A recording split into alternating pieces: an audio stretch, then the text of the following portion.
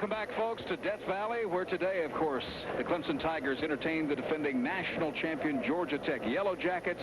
A standing room only crowd, 84,000 people on hand, many of whom, of course, already making their way toward their seats all the way in the upper deck, all the way down to the bottom. The lights are on here. The TV cameras are here. And I'm Russ Castle along with Jim Phillips and Mike Epley. Guys, I don't know about you, but I get goosebumps. If you don't get excited over this, Jim, I guess you don't love college football very much. This is about as good as it gets. Oh, yawn. I knew you'd do that to me. I knew. Hey, you can't kid anybody, Jim. You try to say cool and calm and collected, you get just as pumped as everybody. I'm cool and I'm calm and I'm collected, but I'm pumped. I'll bet you he's shaking, isn't he, Mike? He can't wait to get this game underway. He's on his feet, Russ. I tell you what, guys. Mike and I are sitting with our arms resting on the table in front of us, and we're just taking in the pregame out here. And, you know, we got a little bit of time before this thing kicks off. And then Mike and I get pumped. Yeah, I know Epley. He has to stand up. His adrenaline's getting so much. He has to stand up and everything. But I tell you, guys, out here in the parking lot, it is just quite a sight, obviously. A lot of people. They're all enjoying tailgating.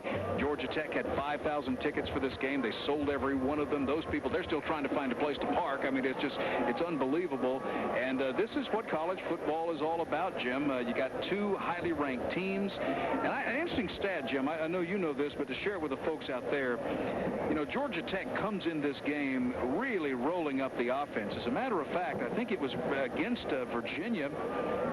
They rolled up almost 500 yards, 526 yards, I think. And they have over 400 yards a game going back like the last 7 games. Yet you got the Clemson defense that's only giving up, I think we figured up 43.5 inches per rush. Something's got to give. 3.5 inches per rush. You figured it down that? 43.5 inches. Oh, okay. Mr. Beret, yeah. That sounds like a Tim Beret statistic. No, listen to this, guys. I mean, the opponents only have 91 yards rushing in 75 attempts through the first 2 games. Opponents are therefore averaging just 43.5 inches per rush. That's about 1.7.5 yards, right? That's exactly right. Yeah, well, I'll tell you what, when you have a situation like that, Russ, you know that you're in for an exciting afternoon because there's great pride on both these teams, and I think Georgia Tech's offense has great pride. Sean Jones, a great leader out there at quarterback, and then the Clemson defense. We know how much pride there is there. We know how upset they were last week when Temple scored first against them. That's right. But this is a game that really comes down to one of the early season highlights in the Atlantic Coast Conference. Mike, how good is Sean Jones? Russ, I think today that question will be answered after he faces the Clemson defense. I think last year he played an excellent game, and I think last year's game against Clemson's defense, when he performed so well, was probably the biggest confidence booster he's had in his career at Georgia Tech.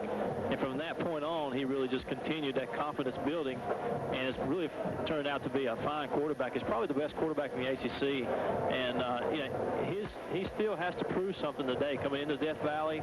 Playing against a tough Clemson defense, the best in the nation right now.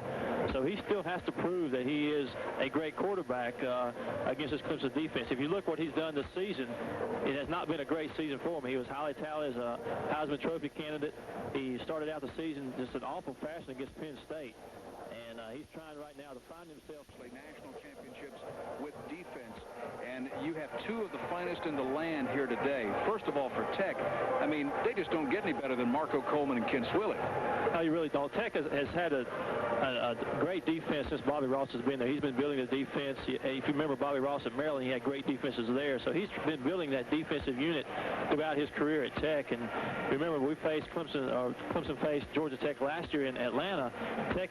The defense had not had a touchdown scored on them when Clemson faced them. So here again, you've got a Tech defense coming in with somebody like Marco Coleman that just roams the field.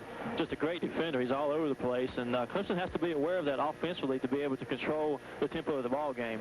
Jim, Ken Hatfield made a point at his press conference on Tuesday that I thought was pretty interesting. He said with the defense like that, the Clemson offense obviously is going to have to run maybe a little bit of a simpler passing attack, because you're just not going to have as much time as you've had to look around really past your primary receiver. True, and they're going to have to be looking for the Georgia Tech blitzes. This is a team that's recorded 15 quarterback sacks already in 3 games, and so therefore they're going to blitz some. And the Tigers think they know pretty much the tendencies of Georgia Tech. They feel they know when they'll blitz, and they're going to be looking for that, and it's going to be up to Deshaun to read all that.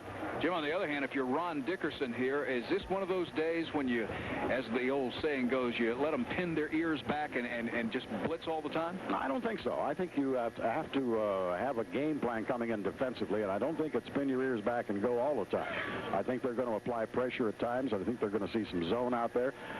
You're going to see some varied defenses, I think. I believe that Ron Dickerson probably has a plan that he wants the defensive team to follow in this game this afternoon. Epley, have you ever had your ears pinned back? Many times, Russ. I agree with what Jim says. If you're just all ears pinned back and coming at the Georgia Tech offense, they've got too many weapons to burn you on. They've got that big play potential, so I think you have to be very careful when you're blitzing against them. They are hurting, though, at running back, even though Jimmy Lincoln comes out. What, Jim had over 200 yards? Yeah. But they're a little lean at running back, so you'd have to figure the passing game may be their main method of attacking today. So Smith will start in place of Hendricks at fullback today. We do know that. Okay. Now, you have two fine kickers, one a veteran, one, of course, a young kicker with a lot of potential. But Scott Sisson and Nelson Welch, Jim, you got to figure are going to play prominently in this game today, especially if it proves to be such a defensive struggle. Well, you nailed it down when you said it's a veteran, the rookie, and the rookie thus far has him certainly not taking a thing away from him because he has done an outstanding job thus far this season. But in Sisson, you're right. You've got one of those guys that falls right into the category of David and Butler and those guys. We saw some great battles between those two. Yes. I would anticipate we'll see a pretty good battle between these two this afternoon. I think the punting game is going to be very important in this game. Yeah, you know, Jim, you mentioned that. Tim Beret, again, came up with a great stat. You know, Chuck Lynch is only averaging 37.4 yards per punt, but the real test of punting is the net figure, and he only has a 37-yard net figure. I mean, his punts have allowed excellent coverage. Opponents have just returned 3 punts for 3 yards so far this season. So I think Chuck Lynch is doing a mighty fine job. Oh, I don't think there's any question about it, and he's also been able to get that ball down inside the 20 on numerous occasions when the Tigers needed that type kick. Okay, guys, so we wrap it all up. Most of the so-called experts say low-scoring contest, a real defensive struggle. Mike, you agree with that? Yeah, and I think that the potential is there on both sides. Both these teams have good quickness, and as a result of that, we could see some big plays this afternoon. Let me get back to one thing, though. That's what you were talking to Mike about just moments ago. What were you talking to Mike moments ago? I had it on the tip of my tongue here. Low-scoring. Yeah, low-scoring. Yeah, okay. Because I thought that we'd see a game between Florida State and Michigan today that would be somewhere around 24-17. Last I heard it's 31-20, 37-23. Yeah, and they're just into the third quarter. So you never can tell in a game like this. It could be wide open. It could come down to defense. It's going to be interesting to see how it develops out here. Yeah, what do you say we kick it off in a little while and find out? Sounds good to me. All right, we'll do that about 3:36. When we come back, we'll do our best to pick. Due to our late start, we have limited pickings in our pick'em contest, but we'll see what we can do when we pick them as the Clemson pregame show continues in just a moment. Welcome back to the Clemson pregame show. Of course, kickoff set for 3:36 this afternoon right here in Death Valley as the Clemson Tigers entertain the defending national champ Georgia Tech Yellow Jackets from Atlanta. Big ACC contest, of course, and there are many other big games across the country, most of them already underway. And before we get off here on the pregame show, we'll try to bring you up to date on some of those scores. The last we heard, Jim, I guess on Florida State, Michigan again was 37-23. There was a report, too, in a big ACC contest this afternoon, North Carolina State leading North Carolina 17-0, and I understand the North Carolina quarterback broke his arm in that game, so that may have a bearing. State. I think it was State's quarterback. Jordan for NC State broke his arm in that game, but they're still winning 17-0. So I'll tell you what, they've looked very impressive. Mike and I have had an opportunity to watch some of that game leading up to the pregame show here, and they have a defense that is swarming all over people, haven't they, Mike? They really look tough. And I'll tell you what, Russ, I'm having withdrawal symptoms up here. It's been almost the month of college football. Yeah. And I haven't been able to pick against the Tar Heels yet. You just would love to do that, wouldn't you? Well, Mike, I'm sorry. We started too late for you to do it today. By the way, I get an update now at 17-7 NC State. Also in the ACC today, Duke and Virginia. Wake is at Northwestern. They're just underway there, and Maryland has the week off. Across the state today, of course, South Carolina and East Carolina. Last report we had on that game, South Carolina leading 7-3. Furman is at Western Carolina tonight. South Carolina State at Southern in Atlanta tonight. Also Catawba at Wofford. Also underway, PC is at Lenora Ryan today. Tonight, Newberry plays at East Tennessee State. And, of course, Cal State Fullerton playing down at Georgia, where we'll be next week. And last report we had, Jim, the Dogs struggling with Cal State Fullerton. You don't think they're looking past that game, do you? Oh, that's difficult to say, but I would think that there is a little thought directed towards next week's game. 17-14, the last report we get. But we'll do our best to pick the other games around the country here before we get our kickoff underway. First of all, this game, of course, part of ABC's regional package today. So let's pick the other two games coming up also at 3:30, Jim. Colorado. Oh, I almost forgot to give the results from last. Yes, I was curious about that. Did we just skip over that? I was curious about that. Mr. Phillips was 3-2 last week, so that gets you to 500 on the year, Jim. Mike was 2-3, so he still leads. He's 6-4 on the year, and I was 1-4. Oh, that's why we almost skipped over this. Let's just skip right, moving right along here. Let's pick Colorado and Stanford, Jim. Colorado is a 7.5-point favorite at Stanford, but many people say they expect a Colorado blowout. Yeah, but a lot of people thought Stanford would be more competitive against Washington a couple of weeks ago, and I don't think Stanford has the team that is going to upset Colorado today, so I'm going to go with the Buffaloes. All right, Mike? No, I agree. Colorado usually plays well on TV also, so this being a regional game out there out west, Colorado probably have a big victory. All right, let's all go where the Buffalo roam on that game. We'll all pick Colorado in that one. I'm sticking close to you guys this week, you'll notice. Pittsburgh is a 10.5-point favorite at Minnesota, Jim. I don't know if the Panthers are going to have any problem with this. Yeah, I got to go with Pittsburgh in that, too. The Gophers, Panthers against Gophers stands to reason. Pitt wins. Mike, you're going to make it unanimous I'll here? make it unanimous. That won't even be a ball game. What are you talking about? Well, I mean, you know, there's always upsets, Mike. There's always upsets. Now, this is a... Well, Russ, why don't you pick them? Yeah. Go with Minnesota. Good shot, Mike. Well, you had to get me there, didn't you? Really good. All right, 11 o'clock tonight. We're really struggling for this. See, the late kickoff messes up here. But 11 o'clock tonight, I know, Jim, you'll stay up to watch Southern Cal take on the Oregon Ducks. That's an even game, by the way. Nobody's favorite. Quack, quack, quack. Where are they playing at? They're playing quack, quack, quack. Oh, in Oregon, yes, huh? Yes. Oregon had a pretty good club last year. I haven't really paid much attention to them this year, but I think Southern Cal is with that on week. They've been off, on, off, and they'll be on. I think Southern Cal will win it. All right. He's picking Southern Cal against the Ducks, Mike. Yeah, how do you figure that out? Southern Cal is just up and down all season long. I'll tell you what, I'm going to go against Jim this time. I'm going to go with the Ducks. I'm going with the Ducks, too. So, Jim, we'll leave you alone. Quack, okay. Quack. All right. Now, let's get down to some real serious football. Nebraska, a 6-point favorite against Arizona State, Jim. That's at Arizona State. Nebraska's still got to be hurting a little bit from last week. You betcha. They went in there. I picked Washington. Did you guys pick Washington? Yes, that was the only game I got right. All right. Well, we were unanimous on that. Nebraska and Arizona State. That'll be a good... They're at Arizona State, yes. too, huh? Yes. Oh, boy, that's going to be a good one. It's going to be a tough ball game. But I look for Nebraska to rebound. I think Tom Osborne hasn't suffered too many back-to-back losses in his career, and I don't expect it to come today. Sounds logical to me, Mike. Wipe out the 6 points at their favor because Arizona State plays tough at home. Go with the home team. He's going with Arizona. He's trying to pull ahead, Jim. Let's see. Who am I? So who are you going to ride this time? Eeny, meeny, miny, mo. Let's see. Heffley lives in Charlotte. I don't have to work with him. I'm going to go with you, Jim. I'm going to go with Nebraska. All right. We'll see. I knew you'd be a Cornhusker today. Of course, Mike's won this thing for the last years running here. Now, wait a minute. I won it last year. That's right. Jim hasn't let me forget that. Oh, yeah, that's right. You got to bring that I up. come in with a little notice every week for Mike. All right, finally, guys, really should be a great matchup tonight. ESPN's primetime game. 2 top 10 teams. Auburn taking on Tennessee, and they're playing at Neyland Stadium, Jim.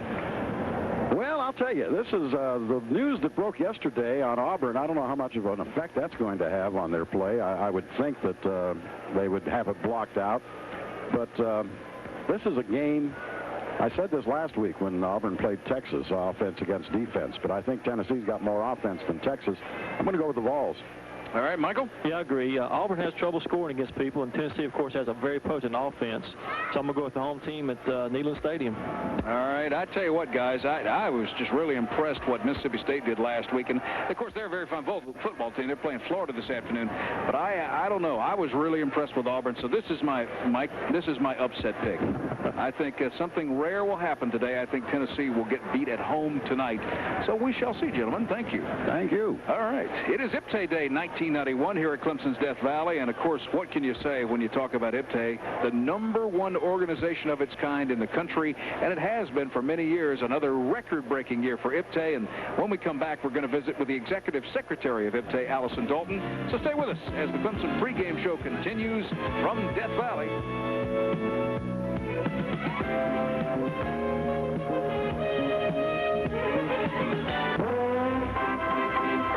This is the Clemson Football Network. This Week in Tiger Sports is brought to you by Budweiser. Remember, no win to say win. A couple of updates on scores for you. At the half, East Carolina leads South Carolina by a score of 10-7. In the fourth quarter, in another big ACC contest, Virginia all over Duke by a score of 34-3. And North Carolina State still leading North Carolina by a score of 17-7. You know, we mentioned, too, in that interview, in the 50-year history of Death Valley, 10 million fans after today's game will have seen a ball game in this stadium. That is absolutely amazing. It always amazes me where the fans come from. Three gentlemen just walked up a little while ago and said, Russ, just want to wish the Tigers good luck. We have driven for 18 hours from Toronto, Canada, just to be at this ball game today. And this is the 5th year they've done it, so good luck to the Tigers from Jeff, Scott, and Glenn, all the way from Toronto, Canada. And wherever you're listening to us on the Clemson Sports Network, we're glad you're with us, too. It should be a dandy of a ball game. I'll see you folks back at halftime. Stay tuned. Jim Phillips with head coach Ken Hatfield in just a moment as the Clemson pregame show continues.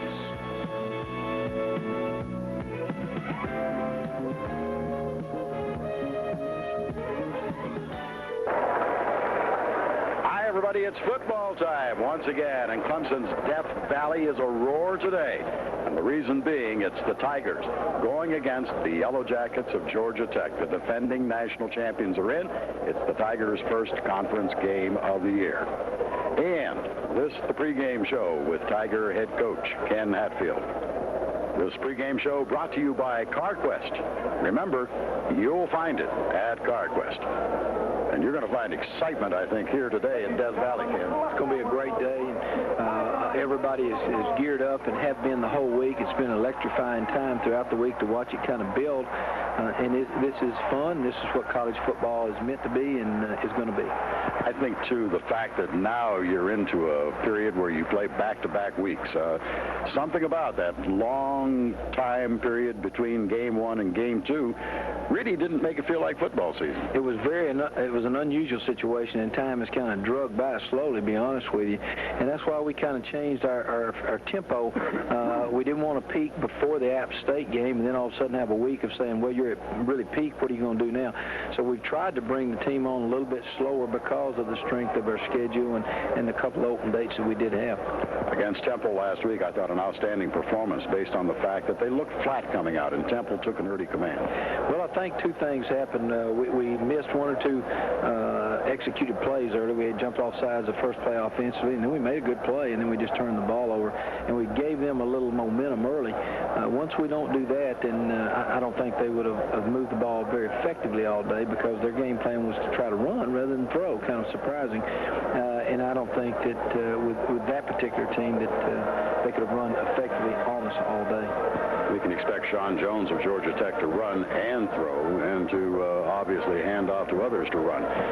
In the same respect, some are saying, well, your secondary, which is young, has not really been tested. You will get a test today, I would think. I think so, and I think that's certainly one of the key elements in the ball game. A couple of years ago here, when Georgia Tech got got their start and beat us. They hit 3 or 4 big, long touchdown passes that really made a difference in the game.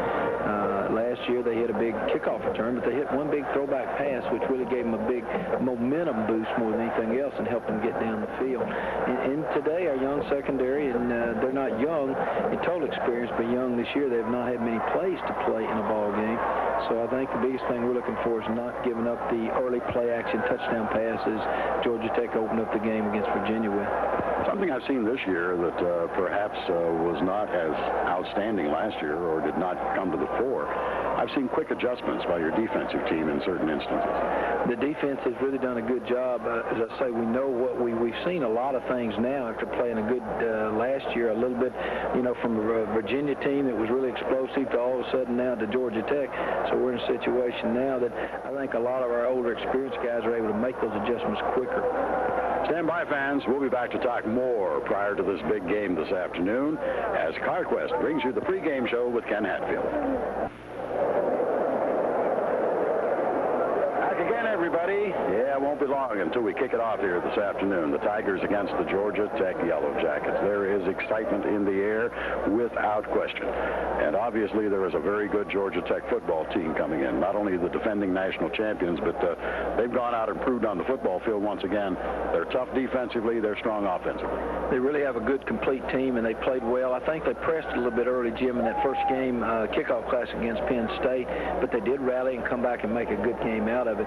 Since that time, they had 17 days before they really got going against Boston College and then against Virginia. So they've really put together, I think their team is hitting on what they're going to be like personality-wise throughout the whole season. And in actuality, they've had a couple of extra days by comparison over you to work on this game. The biggest thing they did is, I don't know that they gave them that much more as far as incentive. I think it gave them more healing time for practice time. But since they only had our Appalachian State game as the only one we had played on those other 3 days they were off, they didn't really gain a lot out of it. You go into this football game knowing that Georgia Tech has 2 years in succession now defeated Clemson. I think the team doesn't like this. I know the fans obviously don't like it, and I'm sure that the coaching staff doesn't like it. No, I think that you look back again, and certainly there's certain teams that have played Clemson extremely hard. In fact, all teams play Clemson hard. That's just part of the tradition that has been established here and enforces everybody to play their best. And that's one reason people like coming to Death Valley, because they like the best exciting atmosphere for college football, and it's going to be here, whether you're the visiting team or the home team. But I like it better as a home team. You've been in several conferences. You have participated in the SEC. Of course, you were head coach in the Southwest. Now you're in the ACC. 4 teams in this conference as of this past week's polls were ranked in the top 25. I don't see all that much difference from conference to conference. A big game is a big game within its conference. It is, and I think that's why they picked up this game on television. And for the most part of the nation will watch the ball game too. Not everybody, but most of the part, especially east of the Mississippi River, will. And I think the biggest thing is you like to see 2 equally competitive programs and schools play one another, and that's why you come to ball game. That's why people go on Friday night and see those great high school rivalries that develop, and you see teams that play one another year in and year out. This is the first one we're really doing that with. Appalachian State and Temple. We're all new people. We really don't play them over a long series period of time. But Clemson and Georgia Tech have played each other for long periods of time, and that's what makes a good rivalry. People like Jimmy Lincoln, who can run the football very well, we found. Sean Jones, who can run and throw the football very well, presenting a great challenge for your defense. They do, and the receivers are outstanding. Lester just really made the big play last week, and Marchant, they do a good job with all their receiving core. And again, it's a balanced attack, and one, I'm sure they're going to make some yardage, Jim. There's no doubt about it, because they're averaging 480-something yards on offense. And the biggest thing is we just can't let them have the big, long pass, and then we've got to tackle good on defense. If we do that, we're going to have a sound game defensively. Their defense has been a strong one again. They, of course, have made a specialty out of getting to the quarterback thus far this year with something like 13 to 15 sacks. They have done a tremendous job, and I think part of the strength of it is they played some teams that all throw the football. Boston College throws it. Penn State now today throws the football an awful lot. Certainly Virginia, it started out with London was going to throw the football some, and they ran it a couple of times, but they ended up throwing it more than they ran it. And certainly they've been teeing off and really doing a good job. We've got to mix up our run pass well, and when we do pass, we've got to work hard on pass protection because they feel very confident of their pass rush.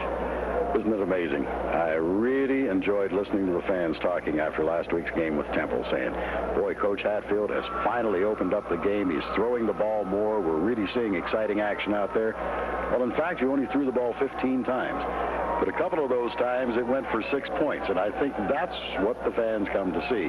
So it's not necessarily how many times you throw, it's how effectively you throw. I think that's the main thing. Our receiving core last week was really good. They scored 3 touchdowns, 1 on the reverse and 2 touchdown passes. So all three of them caught passes and went in the end zone. I think that was exciting. And we had another long one, we just dropped out there that could have been another big play in the ball game. But I'm really happy with our receivers. They're working hard. Richard Wilson has really worked hard with them, but Larry Ryans has done a tremendous job. Terry Smith, who just played well all the time. Dwayne Bryant, Jason Davis. I think all of them are playing extremely well, and they're all back from last year.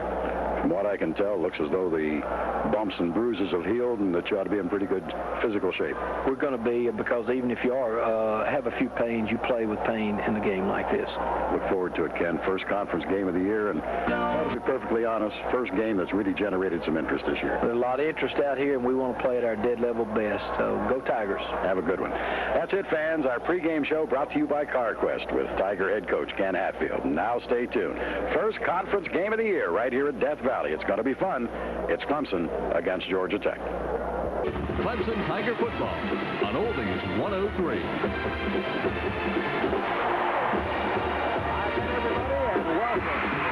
Saturday afternoon at Clemson's Death Valley. It is sunny. It is bright. Temperatures are in the mid-70s. It is a perfect autumn afternoon for football, and a big Atlantic Coast Conference game soon to be underway.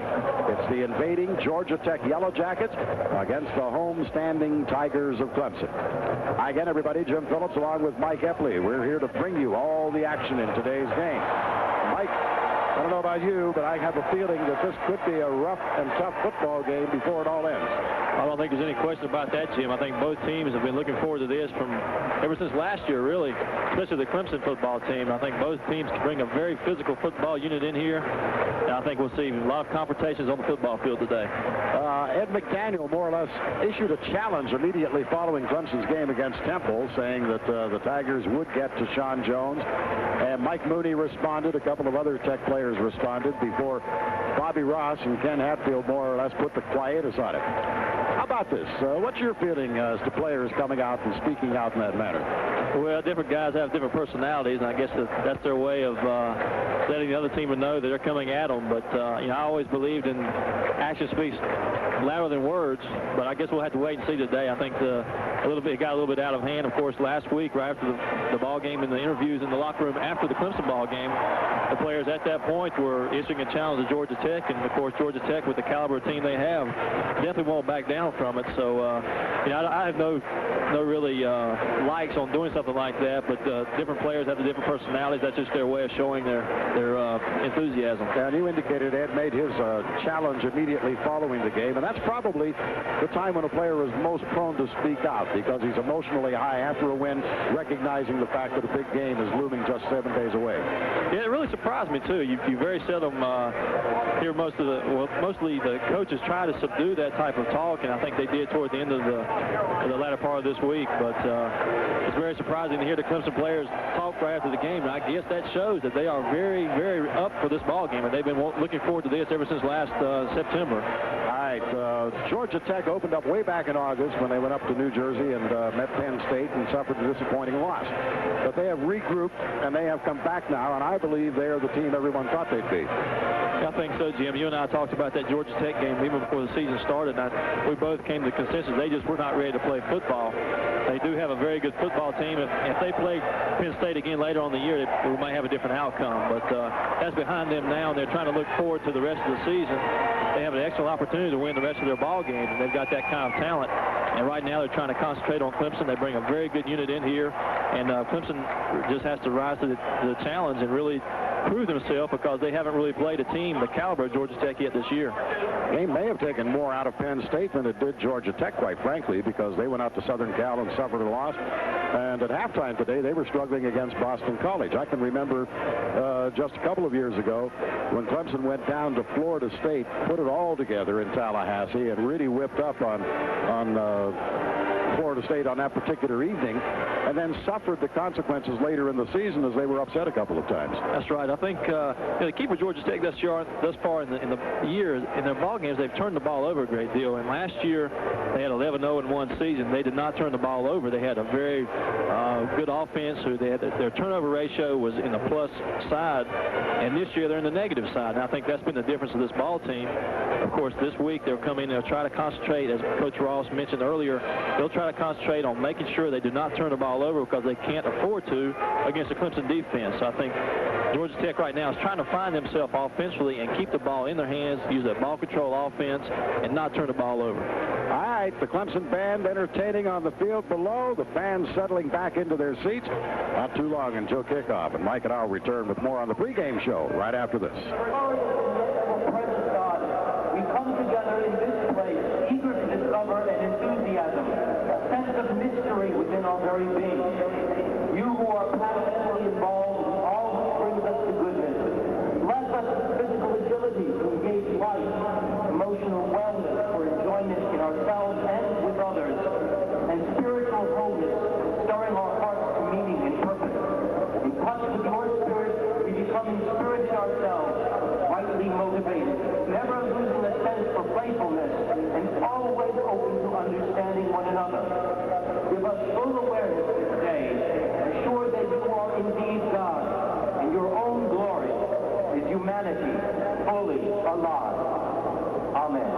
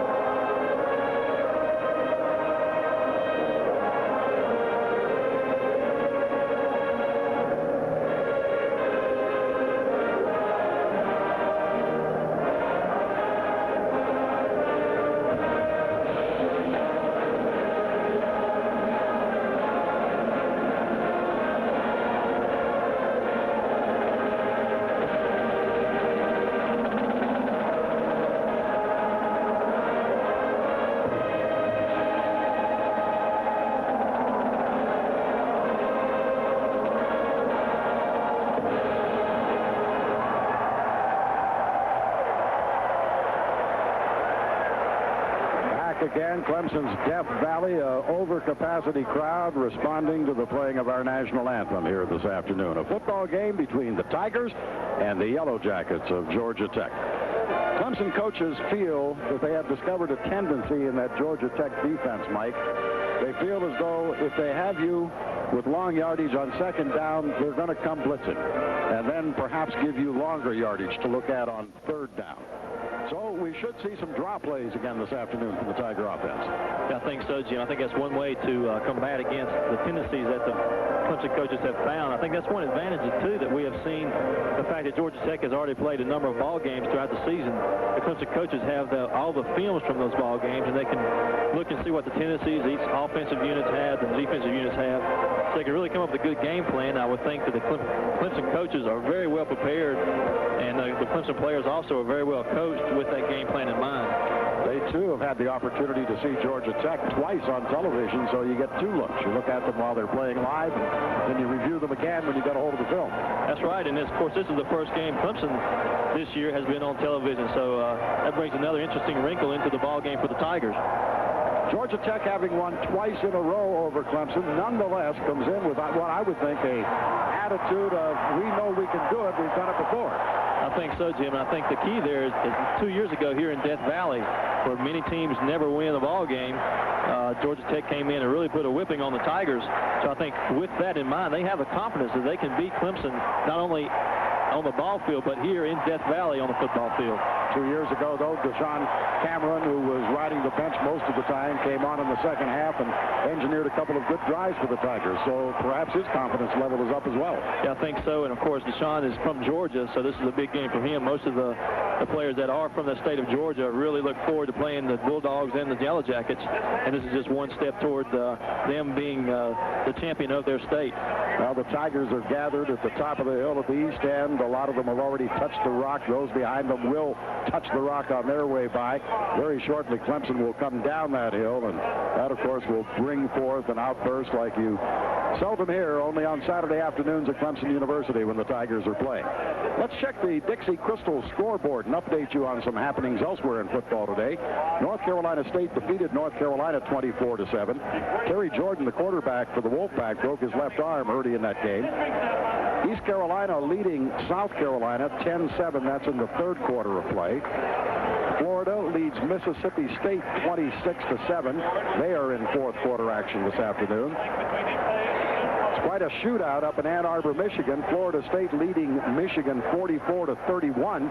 That in the fourth quarter of play.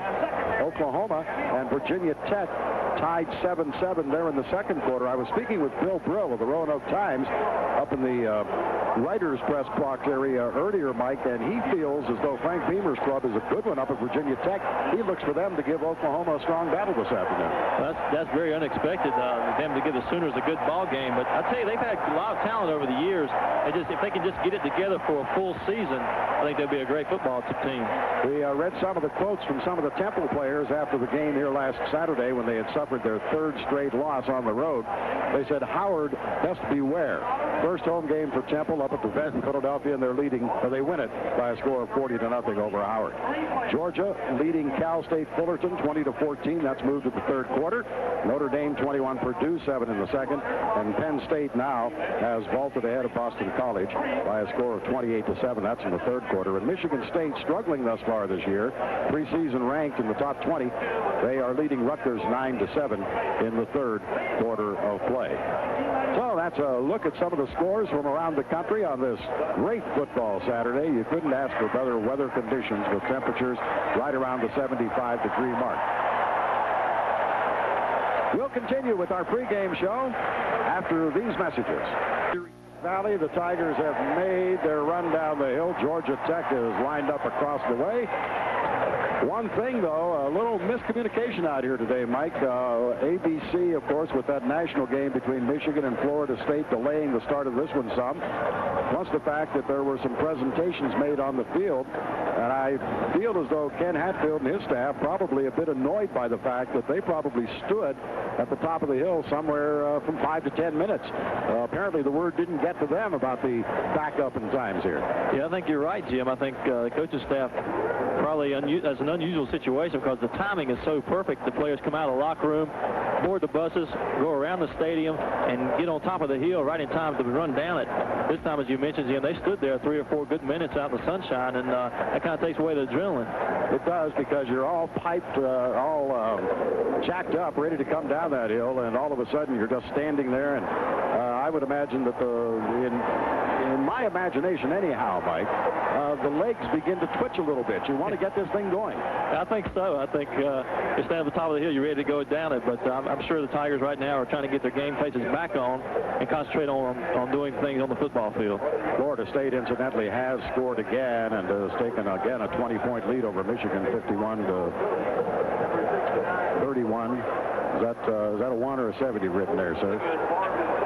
Michigan scored again. Wow, 51-37. They do it quick and fast and furious in that game. Anyhow, Georgia Tech winning the toss here this afternoon. They have deferred, and we should be about ready to get underway with football action. The lights have been turned on even though it's sunny and bright. Reason for that, this game could go into the early evening's dusk, and they get them on, and that, of course, makes the gradual adjustment that much more easy for the teams as they play out here this afternoon. The officials today, James Knight, the referee, umpire Scott Dawson, the linesman Sam Stevenson, Rick Patterson, the field judge, Edwin Jackson, the line judge, Daniel Hogue is the side judge, and the back judge is Carl Harakovic. Some changes for the Tigers. Rodney Blunt will start at tailback today in place of Rodney Williams. Georgia Tech has a number of changes. Scott Gold will be at left guard rather than Kyle Frederick. John Lewis will start at right guard. Michael Smith will be at fullback in place of David Hendricks. And Terrell Swilling will start at inside linebacker.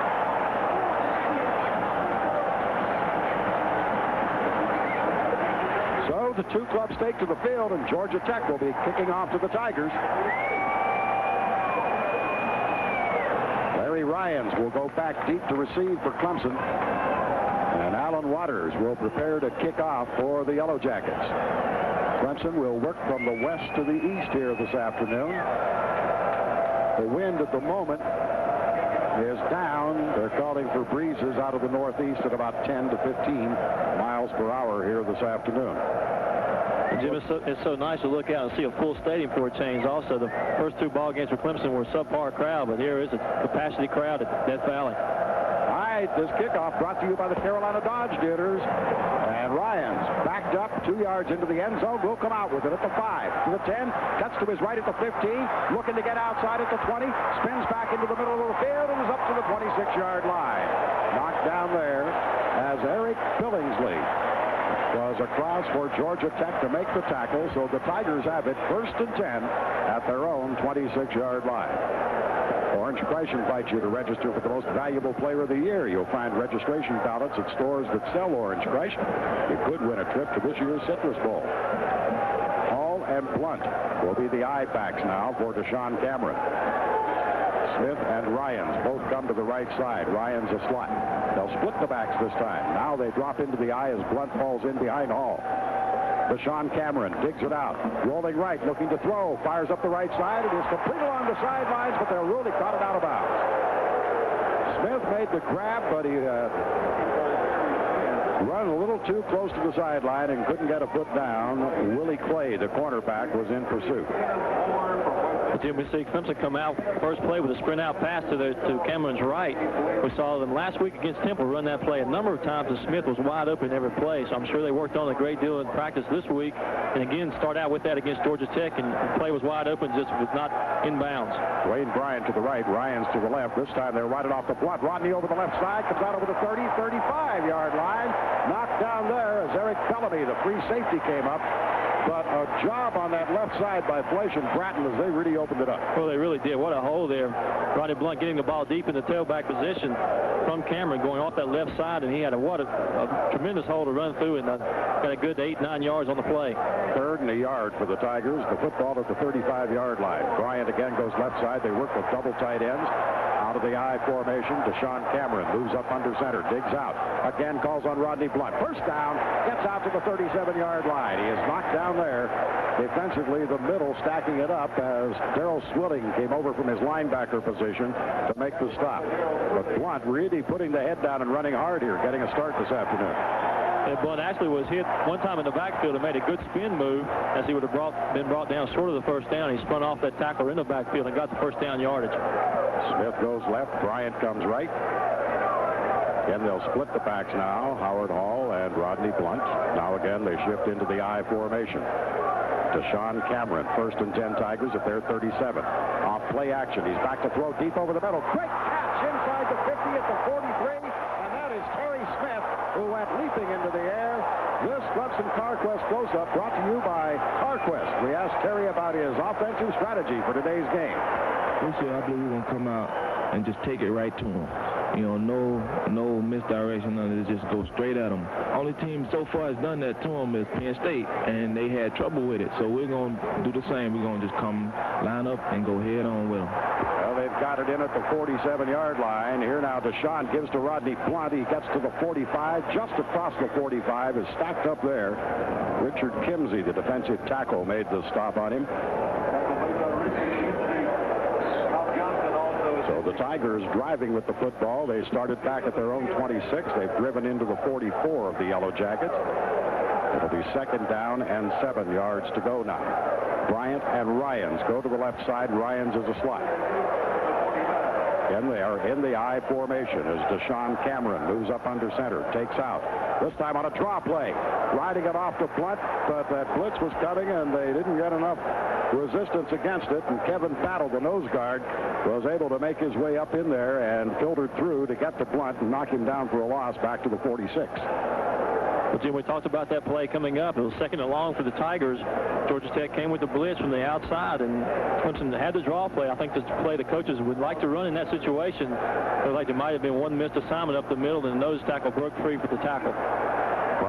Ryans go left. Terry Smith comes right, and now Blunt will be a wing on the right side, leaving O'Neal Hall set in behind Cameron. Play action again. Cameron falls. Feet went out from under him back at his own 47-yard line. As he looked to plant, and looking deep that time for Blunt, I believe, going down his right side. His foot went out from under him, and so the Tigers will have to turn it over now as Chuck Lynch comes on to punt, and Willie Clay goes back to receive for the Yellow Jackets. And again, Jim, we saw Georgia Tech in the blitz formation. They brought the blitz from the outside to Cameron and put the pressure on him. Cameron actually saw it coming and slipped as he was trying to throw. Lynch gets the punt up. It's a beauty. A high punt play with a fair catch at the 15-yard line. And that's where Georgia Tech will take over 1st and 10. So these two teams battling it out here this afternoon. The Tigers looking as though they would get something going. But instead, Georgia Tech now coming up with a big defensive play on 2nd down. And then blitzing again on 3rd down, forcing the Tigers to punt the football, and Georgia Tech takes over at their 16-yard line. Sean Jones will have Michael Smith and Jimmy Lincoln as his running backs. And these fans here who love to see their defensive team play on their feet. Out comes Georgia Tech.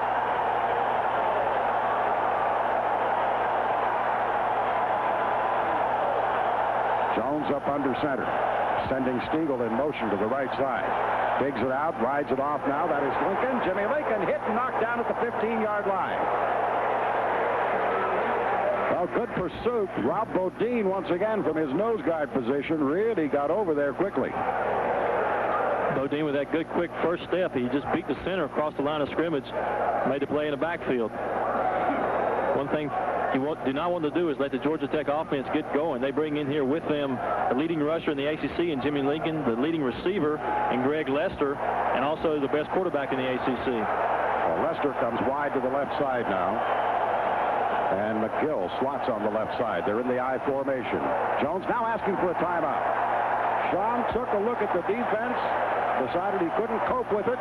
10:52 remains first quarter. Timeout. There's no score.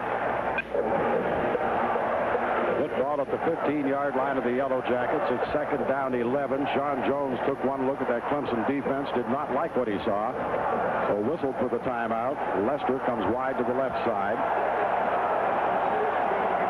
Smith and Lincoln, the I backs now. And in motion goes McGill. Working to the right side. Sean Jones digging out, rolling to his left, looking to throw, firing downfield. He's got a man wide open, and that is Lester. He's got it up around the 32-yard line. Knocked out of bounds. Final now was Florida State winning over Michigan 51-31 on the Dixie Crystal scoreboard. So it's a first down for the Yellow Jackets. The football at their 32-yard line. When we see Sean Jones throw today, the ball for Georgia Tech today, we're going to see him trying to hit that Greg Lester. He's a great receiver, ran a great route that time, got himself open for the first down. Rodriguez goes to the right side, and Lester is a slot there. Stiegel is split to the left side now, and Sean Jones has them in the eye. This time looking to his tailback, and that is Lincoln getting out the wide to the right side over the 35-40, over the 45. He may go. 40, 35, down to the 20. Finally wrapped up from behind by Robert O'Neill, who grabbed him and pulls him down at the 9-yard line. Jimmy Lincoln, a little guy, 5'9", with great speed. And one thing that concerned Clemson's defensive people was the fact that he can hide so well behind those big linemen. But he certainly showed at that time, Jim. He hid, as he went off tackle on the right side, he hid behind a good block from his left pulling guard, and then bounced off a couple tackles before Robert O'Neill could bring him down. The redshirt freshman is off to a great start this year, and Georgia Tech threatens first and goal at the 9. John Jones moves up under center. They're in the eye. He digs out, gives to Lincoln again. This time he meets resistance at the 10. Al Richard was the first there, and he had a lot of help. So the Tigers were seeking out Lincoln that time, and they nailed him for a yards lost on the play. It'll be second down and goal from the 10 now. Jim, definitely not a good play for the Tiger fans to watch with Jimmy Lincoln running the football down the field. But you have to be impressed with Robert O'Neill's speed. He was at a standstill as Jimmy Lincoln ran by him, and he just started up and ran him down. Absolutely right. Lester comes wide to the left side. They'll work with twin tight ends now. Second and goal from the 10-yard line. Now they put in motion Covington. Back to throw Sean Jones. Now he's got room to run. Being pursued out on the far side, but he'll get in for a touchdown.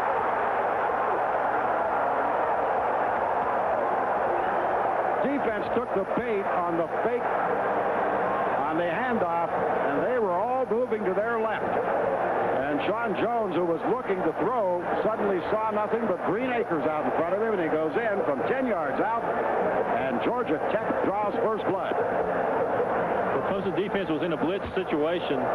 Georgia Tech, of course, running the bootleg with Sean Jones. The inside linebacker for Clemson is assigned to the quarterback. He went for the fake with a tailback going up the middle, which left Sean Jones wide open going around the end. Scott Sisson to attempt the point after. Here's his kick. It is true. So, with 9:43 remaining in first quarter action, Georgia Tech 7, Clemson nothing. This is the Clemson Sports Network.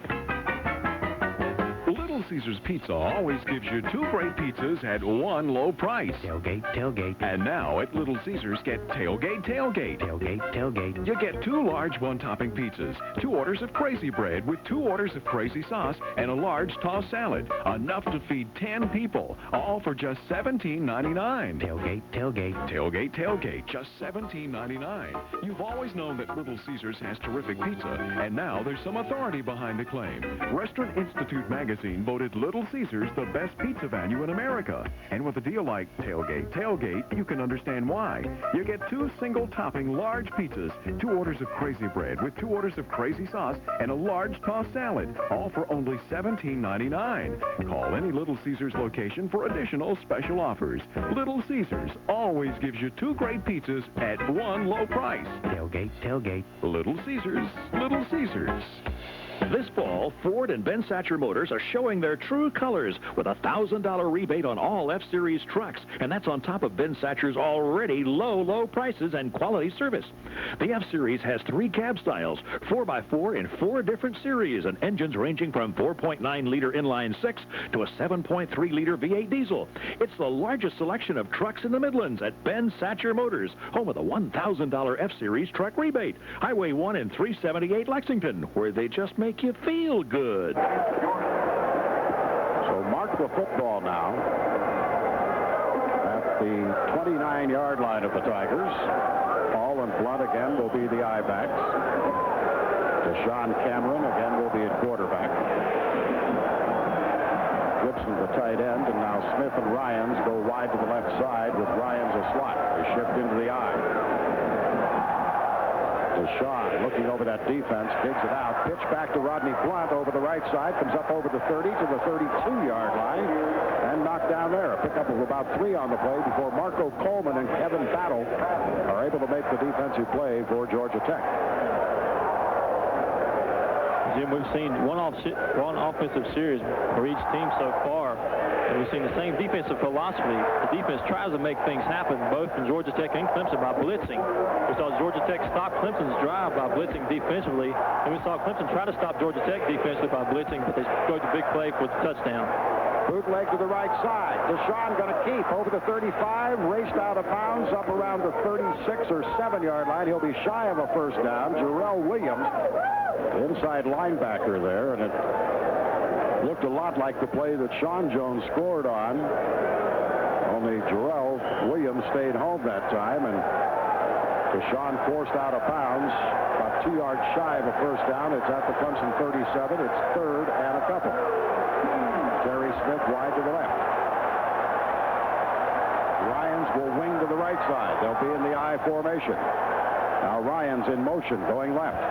Deshaun gives to Blunt. Rodney straight ahead. Did he get the first down or not? I'll tell you, he was looking as though he was going to really break out of there, but then was pounded by Battle as he came up over that right tackle position. I think he got a good spot. It looks like they got a good spot on it. You're right. From here, I would guess that they have the first down. They'll bring the sticks in from the far side, however, to take a look at it. Rodney Blunt taking the pitch from Cameron off that right offensive tackle. As you said, Jim, it looked like he was going to surge way past the first down marker, but was met head on by Georgia Tech defender. He got enough for the first down by about a half a length of the football. 7-0, Georgia Tech on top, 8:50 remaining first quarter here at Clemson's Death Valley. And the football is placed at the 39-yard line of the Tigers. Larry Ryans goes wide to the left. Now he'll slot inside of Bryant. And Terry Smith will come right, but now Deshaun wants a timeout. So Cameron undecided as to what they wanted to run. With timeout, it's Georgia Tech 7, Clemson nothing. We'll be back. It's time for another tailgate update from Bilo, your game day party headquarters and proud sponsor of Clemson football. Back again at Clemson's Death Valley. The Tigers have just gained a first down at their 39, but they're down 7-0 in this game. And Deshaun, I believe, a little unsure of just exactly what they wanted him to run that time, Mike, when he called for the timeout. I think so, Jim. It looked like he was looking at the receivers. They had broken out of the huddle and gone to the line of scrimmage, and he may have not had the right formation out there for that particular play. But he's had ample opportunity to go over now and discuss it along the sidelines, and so the Tigers once again ready to work here. 7-0, Yellow Jackets on top. Midway through the first quarter of action. Now they'll work with Smith wide right. Jason Davis is a slot right going in motion left. They're in the I. Deshaun with a pitch back now to Blunt. Rodney with a cut comes over the 40 to the 42-yard line. We had some rain the last couple of days, and the field looks just a little bit slippery on top out there. A couple of players now on cuts have seen their feet go flying a bit. Yeah, from up top here, from our view, Jim, the field of play looks in excellent condition, but we have noticed a few times that the running backs making sharp cuts have slipped. And you can see a few divots out there, too. Terry Smith wide left. Ryans comes right again. They'll shift into the I formation. It's 2nd down and 7 for the Tigers at the 42-yard line. Deshaun digs it out, drops back to throw. Looking down the right side, deep, overshoots Larry Ryans. He was in around the 40-yard line, but the pass was thrown wide and out of bounds. Willie Clay had the coverage on Ryans that time. It was a good thing that Cameron overthrew that ball because Willie Clay was there right on Ryan's tail, ready for the interception. Cameron may have just been unloading it because he had a lot of pressure coming from the outside again. So Georgia Tech now is going to go to a nickel defense here on 3rd and long for the Tigers. 3rd down, 7 yards to go from their own 42-yard line. Bryant to the left side. Smith wide right. Ryan's a slot right. Blunt comes out as a wing right. And on the quarterback keep, here is Deshaun. First down over the 50 and into the 46-yard line.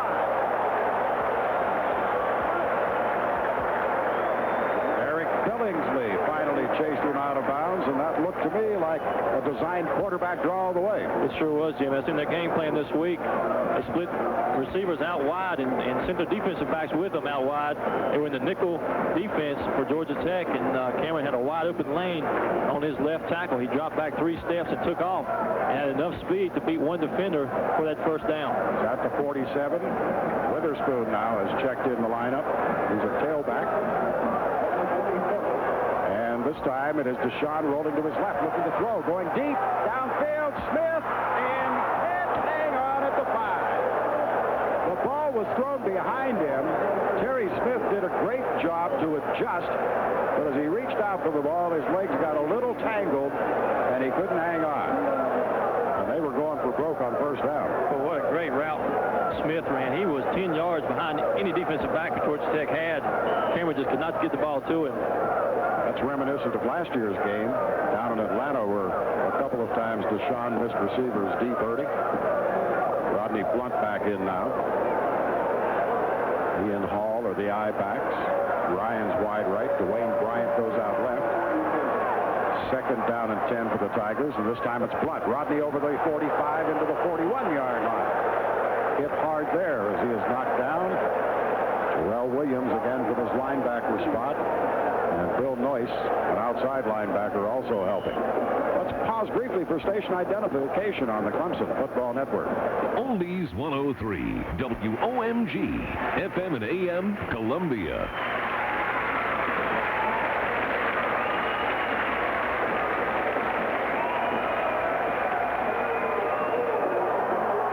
Third and 4 Tigers. They're at the 41 of the Yellow Jackets.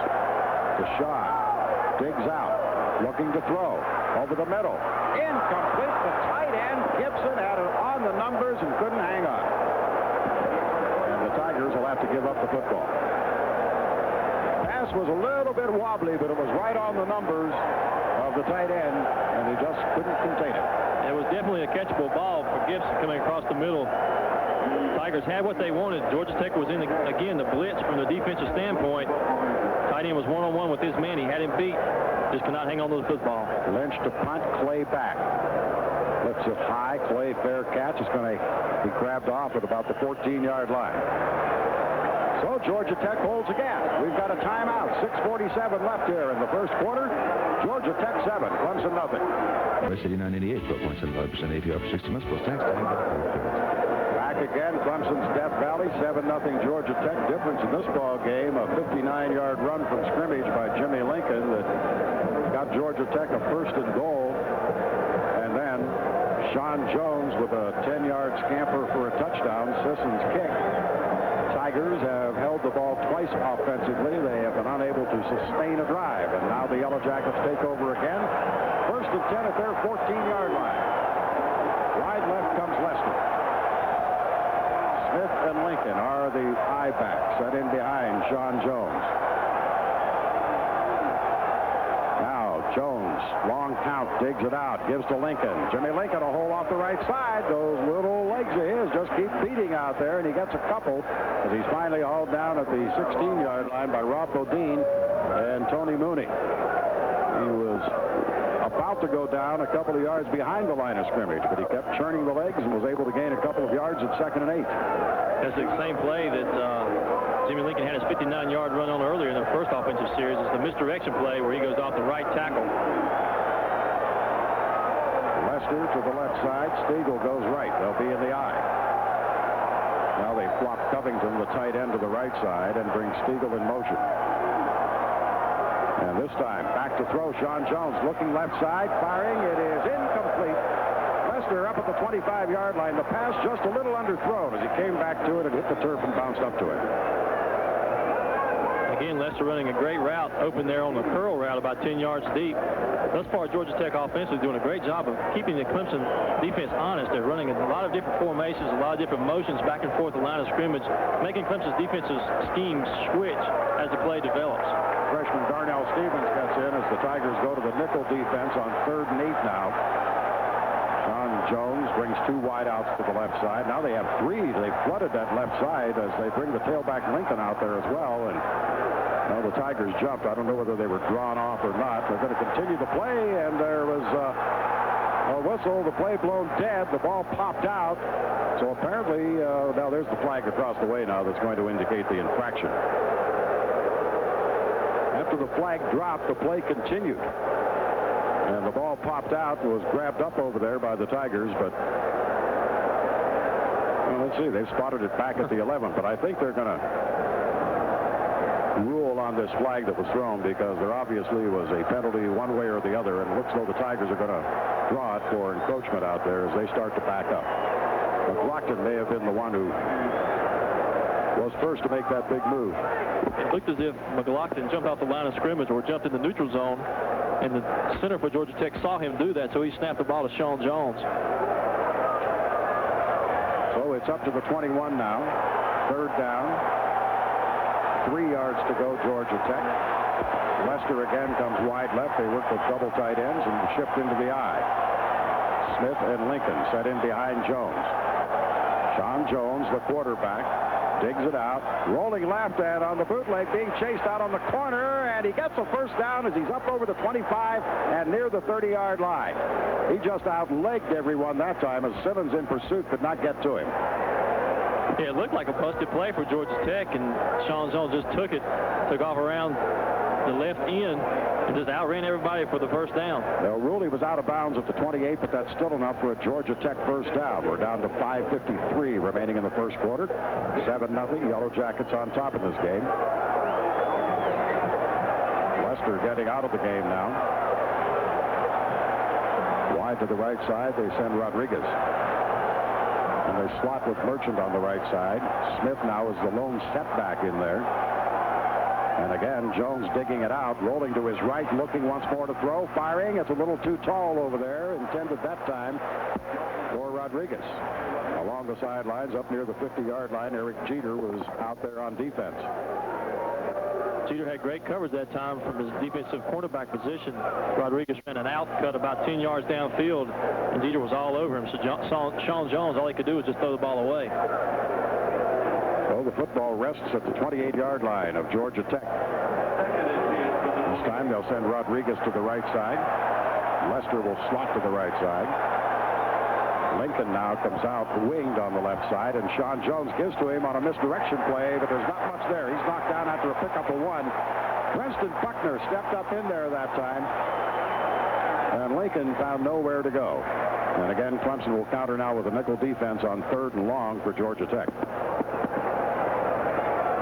We saw Temple last week against Clemson. In this situation, they would run a draw play or a screen play and would get the first down yardage out of it.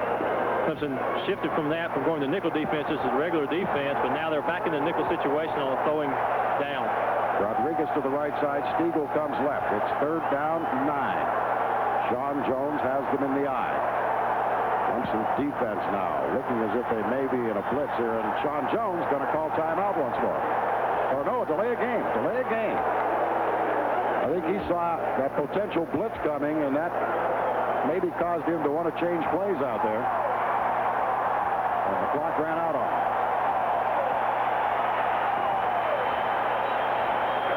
So that'll move it back 5 yards.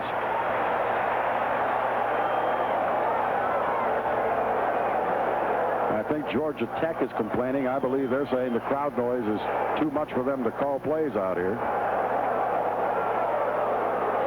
Well, they've set the football back down at the 28.5 again.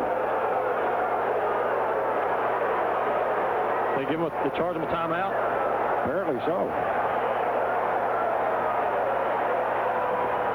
It's either that or they ruled in their favor on the crowd noise. I don't know which, Mike. But that crowd noise will come up to another level here again. Sean Jones digs it out. Drops the throw. Chased around back there. Fires upfield. Incomplete. Intended for Stiegel. And we've got a flag back here around the line of scrimmage.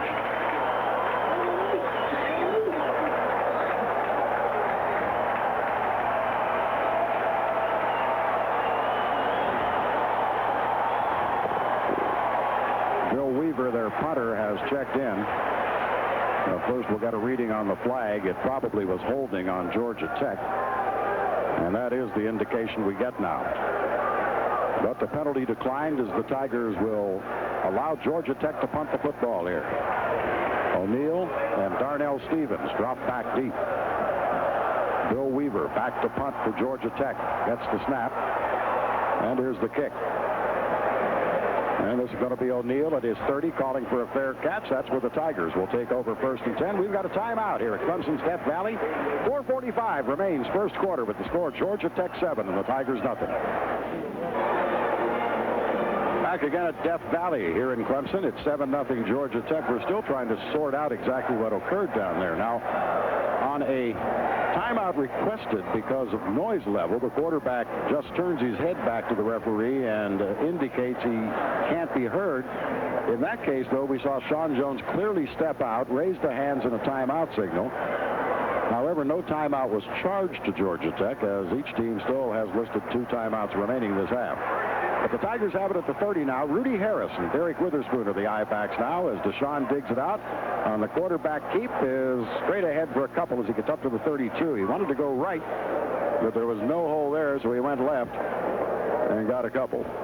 Abishak made the tackle. Excuse me, Mike. Looked as if Jim Cameron was trying to run a reverse option. He faked to the fullback to the left, Harris, and he reversed around to come back right on an option pitch to the tailback.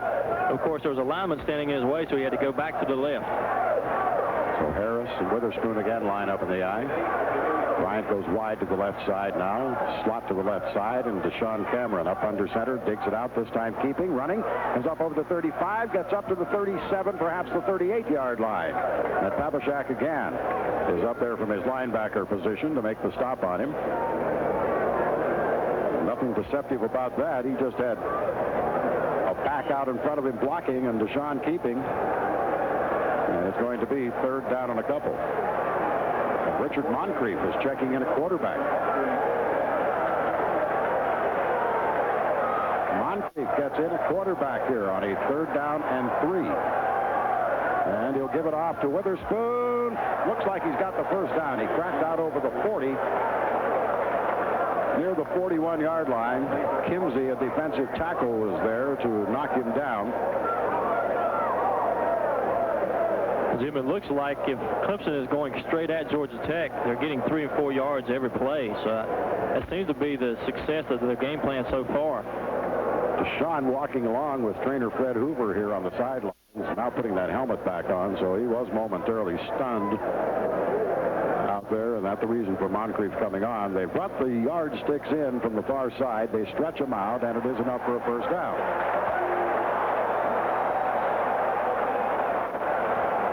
So 3:26 remaining first quarter. The Yellow Jackets on top 7-0. Clemson at their 41, 1st and 10. Bryant goes wide left. Terry Smith comes to the right side.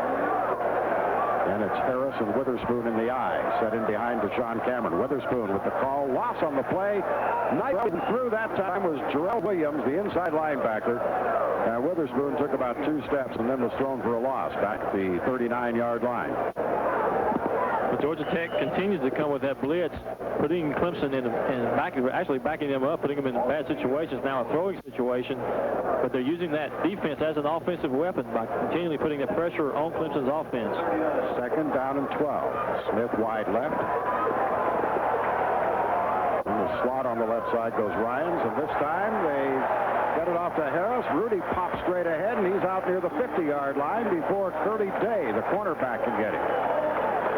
You almost sat here and wondered to yourself, when will Rudy Harris get a call? Because he runs like a tailback out of that fullback hole. Well, he's a converted tailback. We saw in his freshman year running the ball from that tailback position. At that time, Richard Moncrief doing a good job of reading the triple option. He gave to the fullback, which is his first option, and Rudy Harris got close to the first down marker. 3rd and a yard, just shy of the 50. This time, Witherspoon.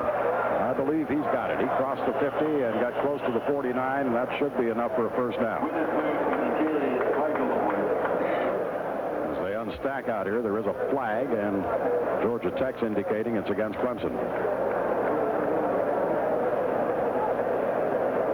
And holding against the Tigers is the call.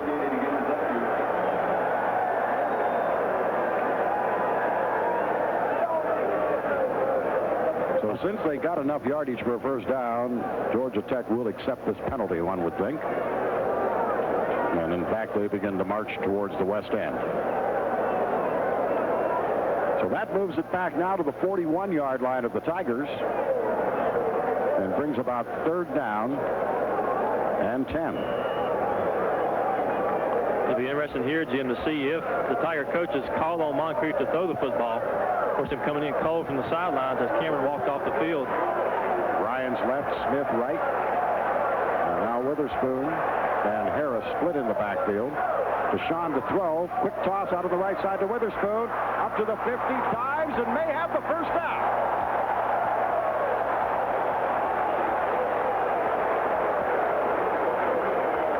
Well, the spot's going to make it awfully close. Witherspoon diving. Fans are unhappy with the spot. I frankly thought Witherspoon was further than that across the 50 when he went down. Well, what an effort by Witherspoon. That's a classic example of knowing where that first down marker is and just selling out to try to get the first down. Well, there's going to be a tight one here. If they get it, it will be by a dimple or two on the football. And the chains again are brought in and stretched out, and it is first down.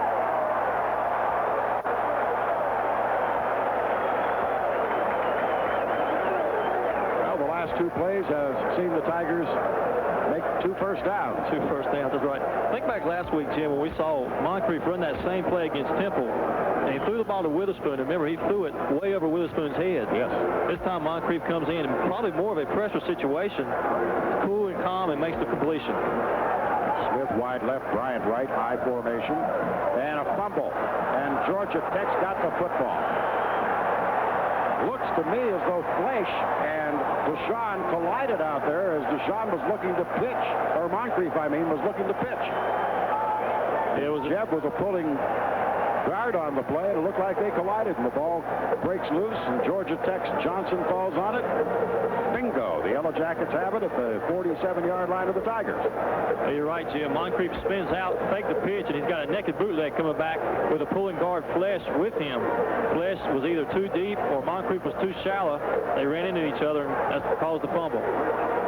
Sean Jones and the Yellow Jackets with a break. Here's Smith and Lincoln now lined up, split in that backfield. And Lester wide to the right side. 1st and 10 at the Tiger 47. There's the bootleg left. Sean Jones now looking to run with it.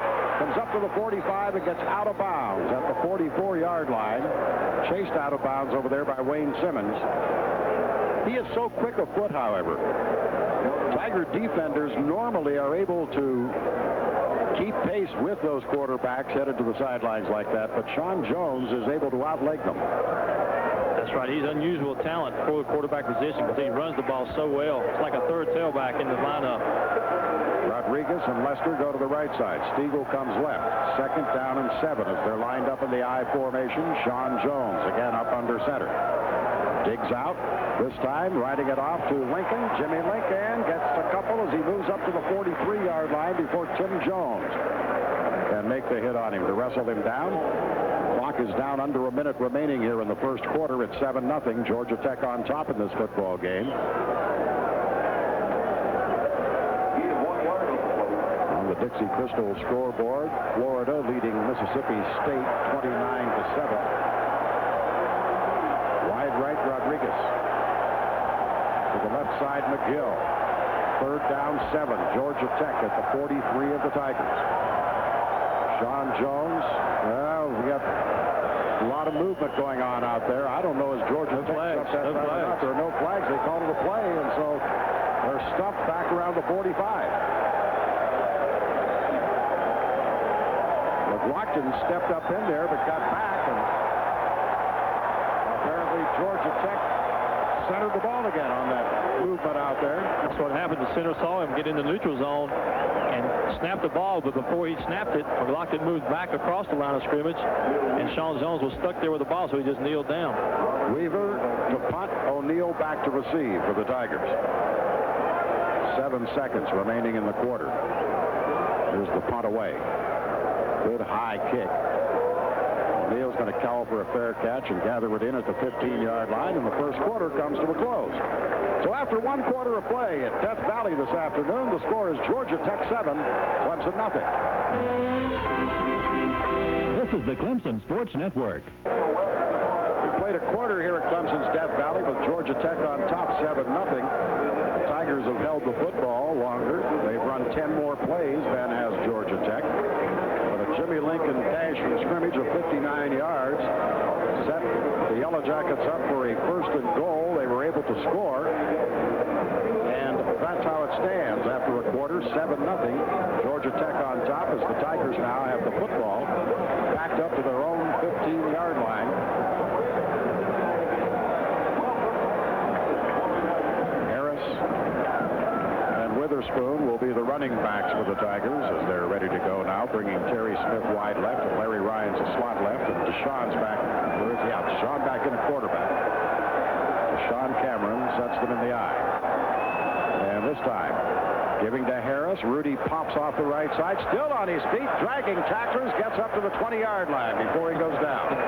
There he is running in that upright position, and he just plows straight ahead. He had Battle and Jarrell Williams hanging on him, but he got 5 yards out of it. Well, it took 7 white jerseys to bring Harris down that time. He's strong. 2nd down and 5 for Clemson now. Bryant goes wide right. Larry Ryans comes left. Just into the 2nd quarter of action here at Death Valley, 7-0 Georgia Tech. Deshaun gives it this time to his tailback, Witherspoon. Got a yard, that's all, 21. He was hemmed in, pulled down. Gallagher was there from a tackle. Marlon Williams from an outside linebacker position. And again, Jim, we see a 2nd down play run by the Clemson offense. Georgia Tech again blitzing. That time, Ken Swilling, the free safety, was lined up on the line of scrimmage and just rushed in from the outside, and no one touched him.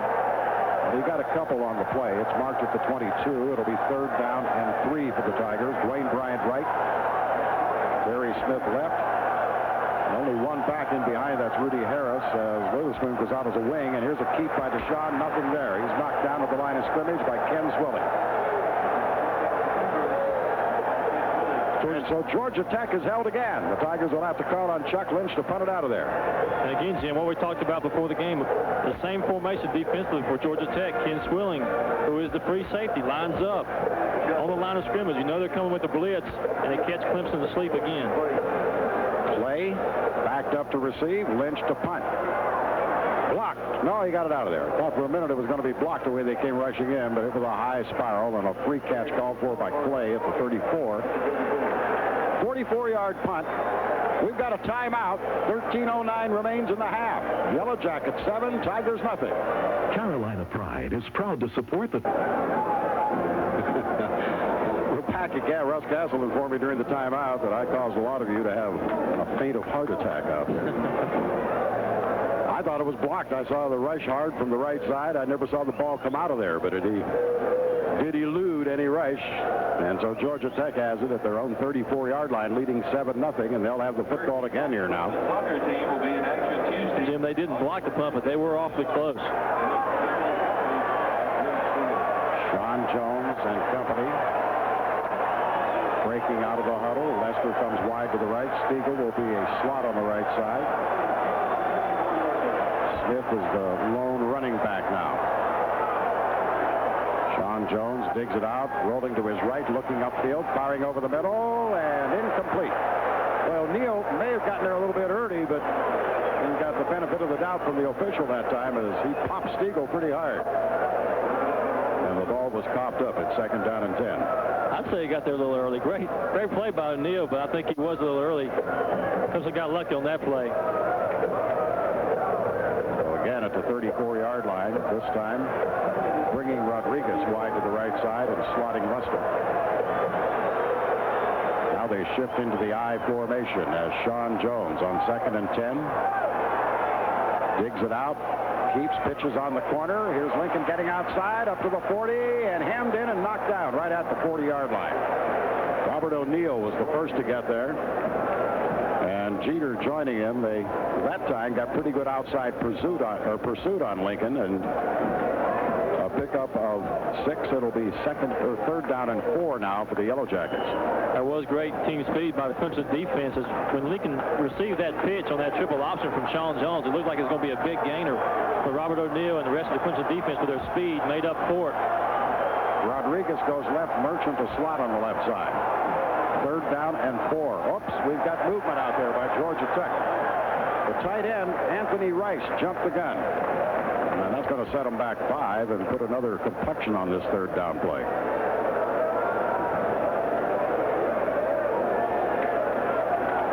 12:21 remains in the half. Georgia Tech 7, Clemson nothing. Orange Crush invites you to register for the most valuable player of the year. You'll find registration ballots at stores that sell Orange Crush. You could win a trip to this year's Citrus Bowl.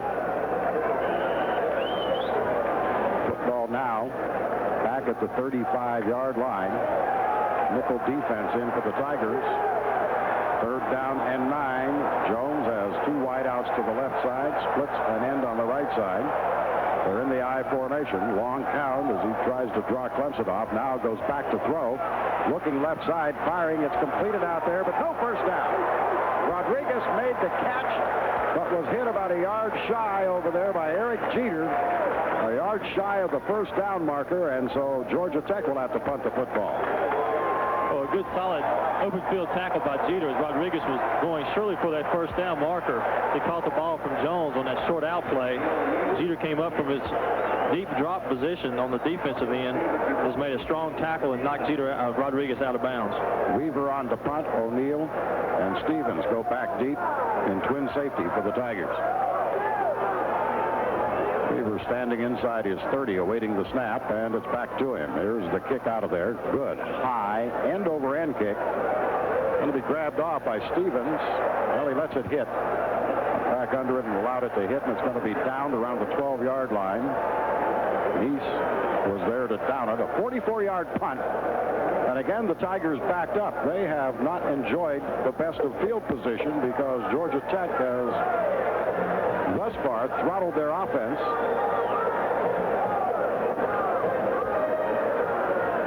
And now we're going to see Ronald Williams in for the first time this afternoon as he and Howard Hall will be the running backs. Ryans comes left, Terry Smith goes right. They're in the I formation. Deshaun Cameron with a give to Ronald Williams. Finds running room over the right side. 10, 15, out to the 21-yard line. Knocked down there.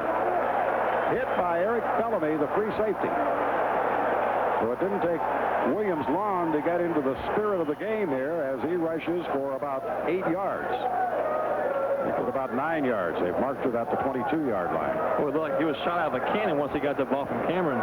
He just hit the hole at full speed. The offensive line did a good job of opening the hole up for him. All right, they'll send Terry Smith wide right, bring Dwayne Bryant to the left side. Again, they're lined up in the I formation on 2nd and 2. Again to Ronald Williams, and he's got enough for a first down as he moves out to the 25-yard line. So Ronald's been standing along the sidelines throughout most of the afternoon up until now, and getting an opportunity to run the football is doing so. Bruce Bratton is coming out of there, limping a little bit now from his left tackle position, and Les Hall has checked in to replace him. 1st and 10 Tigers at their 25. They're trailing 7-0. Smith wide left. Bryant goes wide to the right side, and Ryan's a slot on the left side. Hall straight up the middle, got 1. Rudolph and Battle, tackle and nose guard right there to offer the resistance that knocks him down after a gain of less than a yard, actually. We'll call it 1. 10:25 remaining in the half. Still 7-0. Georgia Tech on top. Tigers looking to get the offense clicking here this afternoon, but that gambling defense of Georgia Tech thus far has kept them under control. Jason Davis wide to the right side. Smith and Ryans come left. Ryans a slot. I formation again in behind Deshaun Cameron. This time he gives to Ronald Williams. Ronald gets a couple, moves out around the 28, maybe the 29-yard line. Marlon Williams, Don Hickson, linebacker and strong safety were there for Georgia Tech. And again, Jim, it was 2nd and long, and the tendency shows through again for Georgia Tech's defense. They come with the blitz. They have the man-to-man coverage in the defensive secondary, and Clemson elects to run the football. Rudy Harris back in at fullback now on 3rd and long. It's 3rd and 7 at the 28-yard line. Williams goes in motion to the right side. Deshaun is back to throw. Rush on him. He escapes that. Looks downfield. Fires incomplete. It was intended for Terry Smith, but underthrown. And so again, Chuck Lynch will come on, and the Tigers will have to punt.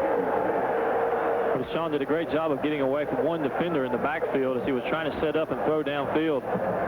Used his athletic ability to get loose and try to look downfield to find someone open, but Georgia Tech had good defensive coverage on all the receivers. Willie Clay back to receive the punt. Today's attendance, 83,500. Snap back to Lynch. There's the kick out of there. Another high floating spiral. Clay gathers it in at his 30. 35, and down he goes.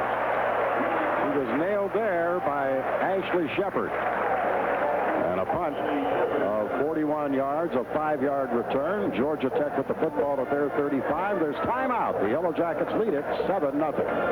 Tailgate, tailgate. Little Caesars, Little Caesars. Back here at Death Valley, let's check our Dixie Crystal scoreboard, where this afternoon Penn State has defeated Boston College 28-21. And East Carolina leading South Carolina 31-14 in the third quarter. Georgia Tech first and 10 at their 35. Sean Jones has them in the eye. Up under center he moves. Digs it out this time. Handing off to his fullback Smith, and straight ahead he pops out over the 40 to the 42-yard line before Ed McDaniel can bring him down. That's just straight ahead power football there off the option. So here's Sean Jones utilizing his first option there off that triple option play, going to the left side, giving to his fullback. His fullback doing a great job of bouncing off Clemson defenders.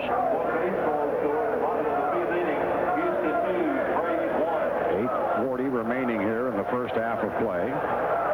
And Sean Jones brings them out with Rodriguez wide to the right side. This time off play action, looking to go deep for Rodriguez, and it's complete across the 50 into Clemson territory. Finally hauled down as he's pushed back around the 50.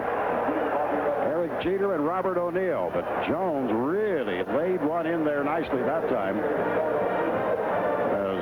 Rodriguez actually was pretty well defended out there. He really was. Jeter was all over Rodriguez.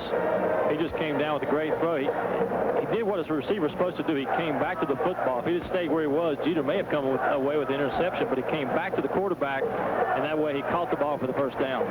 First and 10 now at the Tiger 49-yard line. Georgia Tech leading 7-0, driving again with the football. In motion goes Merchant to the left side. Sean Jones this time riding it off to Lincoln. Jimmy Lincoln gets one, that's all. He's knocked down at the 48.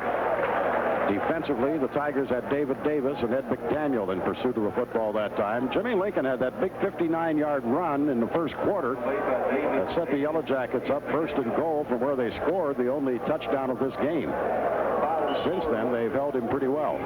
They really have. Both defenses have played well, except for that one long run by Lincoln early in the first quarter. So Georgia Tech coming out now. 3 wideouts to the left side. It's setting up a Hail Mary here on second down. Looking to throw left side, going deep, and it is knocked down at a good play by Jeter. Boy, he had to be watching the intended receiver's eyes that time, because Eric just ran straight ahead and then turned just as the ball was there and batted it away. It really did. It was almost offensive interference because he just kind of grabbed Jeter and pulled him away from the football. A great play by Jeter on that one-on-one coverage. Third down and 9 now. The football at the 48-yard line of the Tigers. Georgia Tech in possession. This time they'll send Rodriguez wide to the left side with Stiegel as a slot left. Split the backfield. Sean Jones. Third and 9. Long count. Popped in there by David Davis. Apparently he thought that someone moved out there. I didn't see any movement in that offensive line, however. And Georgia Tech's indicating that Davis is the guilty party. So there, what could turn into a pretty big mistake. Third and 9 now becomes third and 4. Well, that's just not smart football, because now it puts you in as you said, a 3rd and 4 situation where it was an obvious passing situation. So Georgia Tech with the football at the 43-yard line of the Tigers now. 7:12 still remaining first half. Rodriguez wide left, Stiegel the slot left. They'll split the backs again. Sean Jones. Up under center he goes. Now digs out, drops the throw. Has plenty of time, looks over the middle, incomplete, and a ball is picked off. Enzo Jackson picks up the ball that was knocked out of there when Jeter made a great hit on Rodriguez. And the Tigers have forced a turnover. Well, again, credit Jeter for a great defensive play. Rodriguez came on a quick slant route. Sean Jones dropped back, hit him with the pass for an obvious first down, but Jeter came with a crushing tackle as Rodriguez came down with the ball in the air, knocked it loose, and Kenzel Jackson was there to recover for the interception. Well, maybe that'll stir something up in the offense here now. Tigers have it at their 39, first and 10. For the first time, Jim, we see the Tiger offense start out with pretty good field position. Yep, they're up at their 39. Terry Smith wide to the right side. Howard Hall and Ronald Williams, the I backs, in behind Deshaun Cameron. All right, Deshaun brings them up. Now Ryans, who was a wing right, comes in motion left. Here's Williams on a little counter, fumbles the ball, and it looks like Georgia Tech's got it. They have.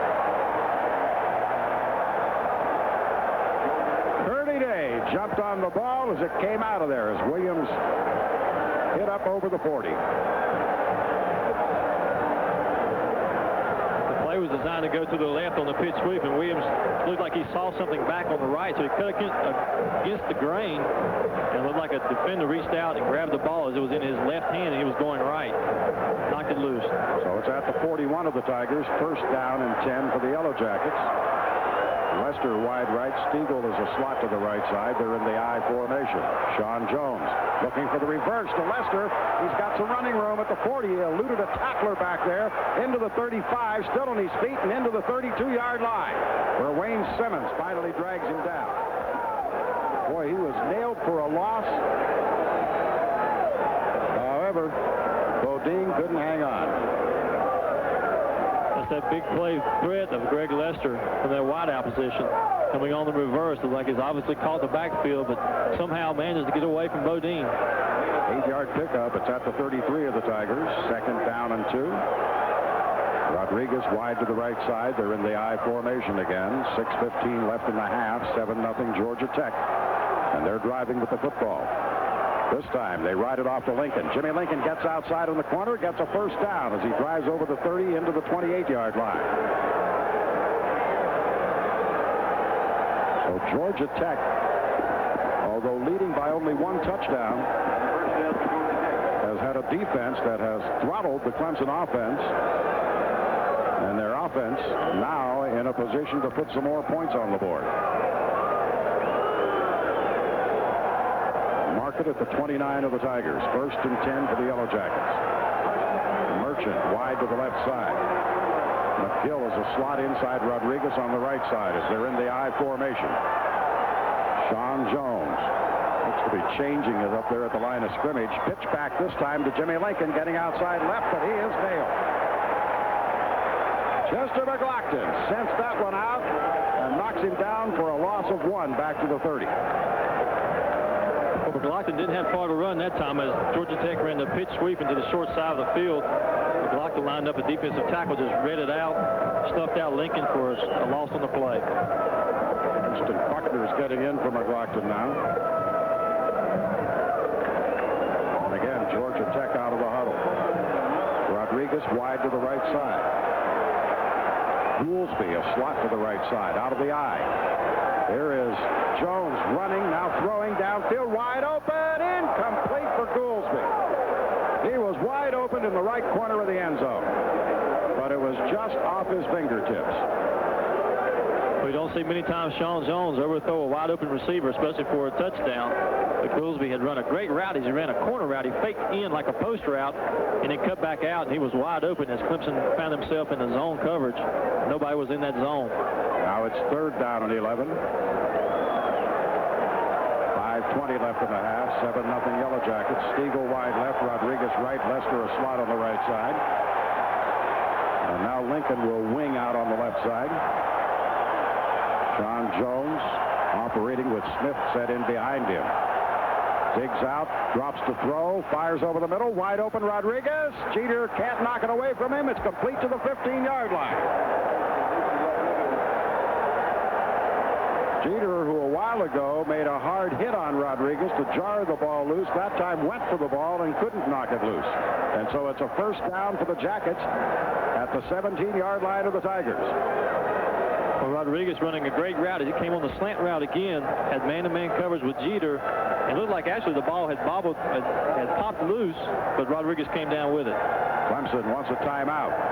4:58 remains, first half. Georgia Tech 7, the Tigers nothing. You got the right one, baby. These days, as soon as you get a hit song, everybody thinks they can sing it better. First singer, please. Irresistible, sippable, uncontestably tasteful diet Pepsi. You got the right one, baby. Football at the 17-yard line of the Tigers. Georgia Tech driving once again, leading 7-0 in this game. And the Ed McDaniel promise is not developed. They have not gotten near Sean Jones today, Mike. And thus far in the ball game, Sean Jones has thrown the ball 11 times. He has completed 4 for 47 yards. Not great stats, but they've been big plays on third down. He has 1 interception. Rodriguez has been his main receiver. He's caught the ball 3 times for 30 yards. Lester wide right, McGill a slot right. They're in the I formation as McGill goes in motion to the left side now, and Sean Jones digs it out, looking for Lincoln, gives it to him. Lincoln over the left side, crosses the 15, gets down to the 11-yard line. Ed McDaniel finally wraps him up there, but Jimmy Lincoln just ran out of the arms of Kenzel Jackson that time. Yeah, it looked as though Kenzel Jackson was making a great play in the backfield of Georgia Tech. But Jimmy Lincoln's so strong, he just outran the arm tackle, and Ed McDaniel had to bring him downfield. 5'9", he's got that low center of gravity.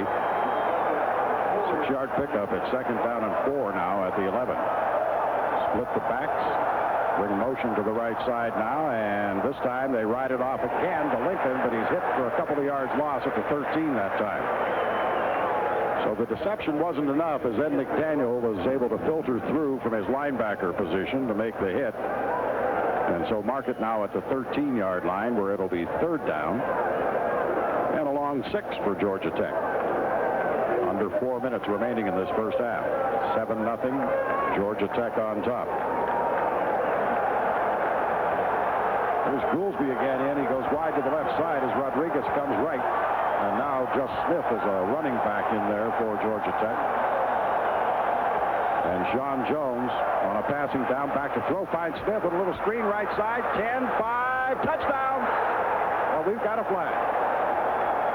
It'll be a clip. Yep, a clip up around the 5 or 6 yard line. 2 flags came out of there. Looks like Covington, who was the tight end blocking on that side, may have been guilty of the clip. What a great call by the Georgia Tech coaches. Yeah, Smith was the lone running back, and he took off on a sprint at the snap, and he was wide open. But the clip is a costly one for Georgia Tech now, as it will come back 15 yards. They called Clemson in the perfect defense to run that play on through. It was a running screen to the right.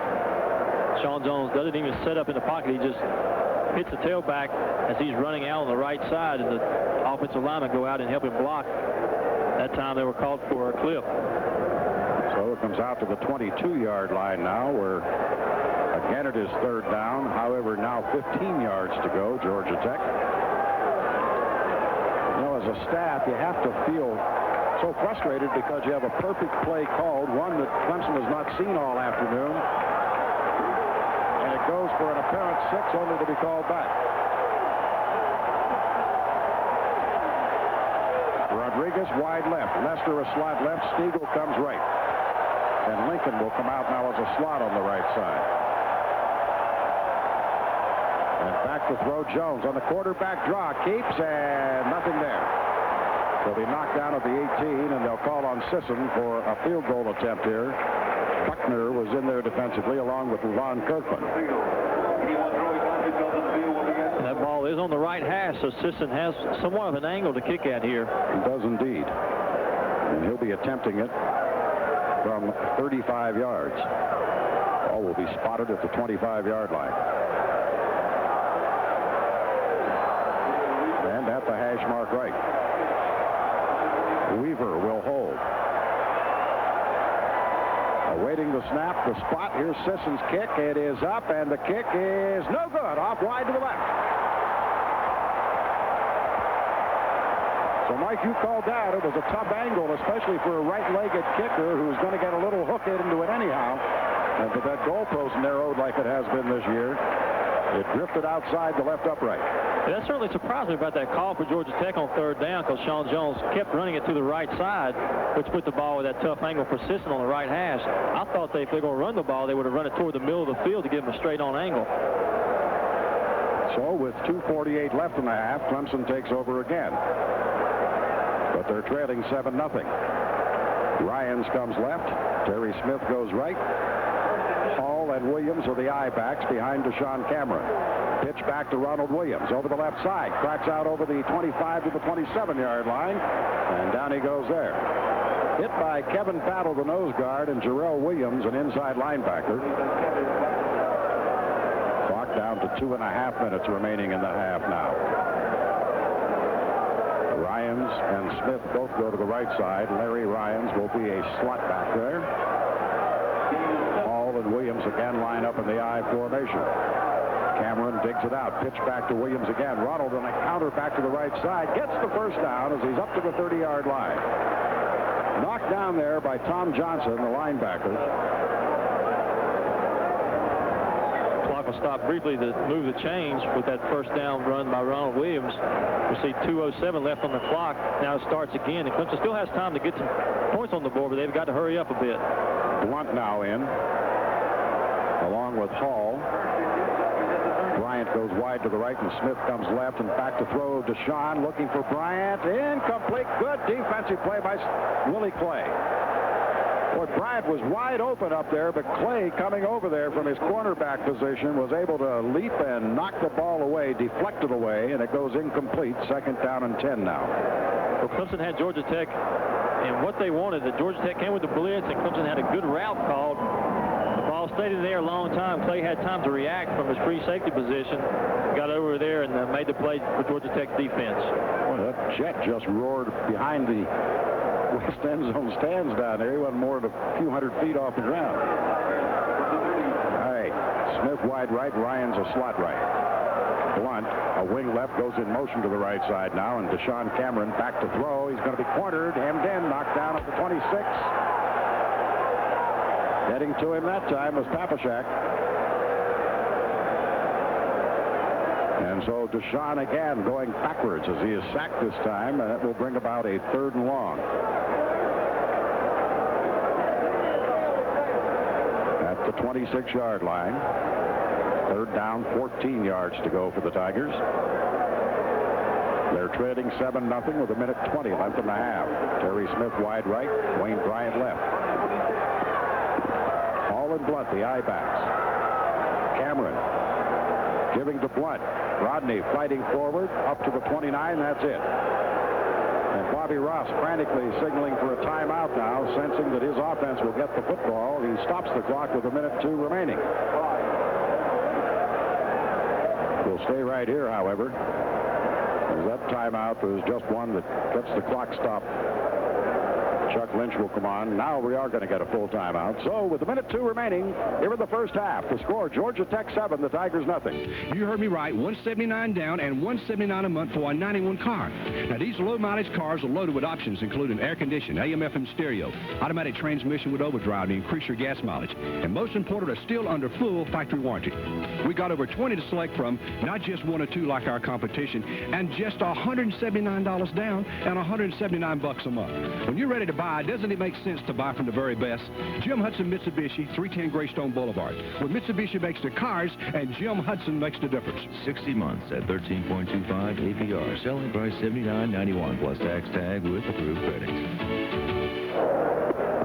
Back again at Death Valley, where Lynch has just punted, and a fair catch called for by Clay. A 34-yard punt carries to the Georgia Tech 36. 55 seconds left in the half. And Tech leading 7-0 with the football. Lester wide to the left side.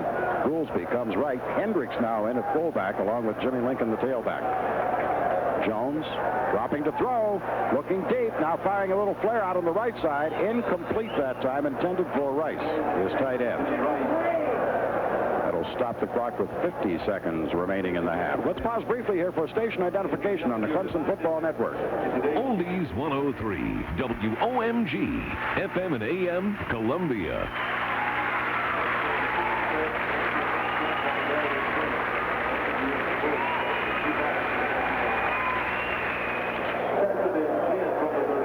Rodriguez goes wide to the left side. McGill comes right. Sean Jones drops to throw. Looking, still looking, fires over the middle. Complete out there to Rodriguez. He's into Clemson territory at the 45-yard line. And Eric Jeter's getting a real workout here this afternoon, having to cover Rodriguez, Mike. Well, they can't expect Jeter to cover Rodriguez all day. They're putting no pressure on Sean Jones. He just sits back in the pocket and overlooks the whole field and finally picks out Rodriguez wide open over the middle. 40 seconds remaining in the half, and Georgia Tech driving again. Dropping to throw once more is Sean Jones. Fires in, complete, intercepted. Picked off down here by Muzan, and he will return it out to the 45-yard line. It was tipped as the intended receiver was Rodriguez, and Muzan picked it up. And so the Tigers have it with 32 seconds left in the half.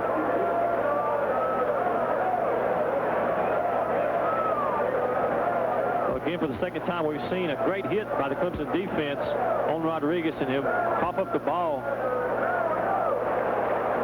like a flag was thrown, but now it's picked up. Well, the football is placed at the 44-yard line of Clemson, where the Tigers have it now. Ryans goes wide right. Bryant will come left. Now, Deshaun looking to throw. Screen pass out to Witherspoon across the 45 midfield, and he is inbounds at the 47-yard line of Georgia Tech. A little shy of a first down. Fans are encouraging a timeout to be called here. Clock ticking down, however. Now timeout requested. Stopping the clock with 11 seconds. The Tigers get the timeout. We got a break. It's 7-0 Georgia Tech as we near the end of the first half. Carolina Pride is proud to support the Clemson Tigers. It takes pride and determination to build a great football team, just as it does to make great Carolina Pride meat products. Clemson fans love Carolina Pride hot dogs so much we...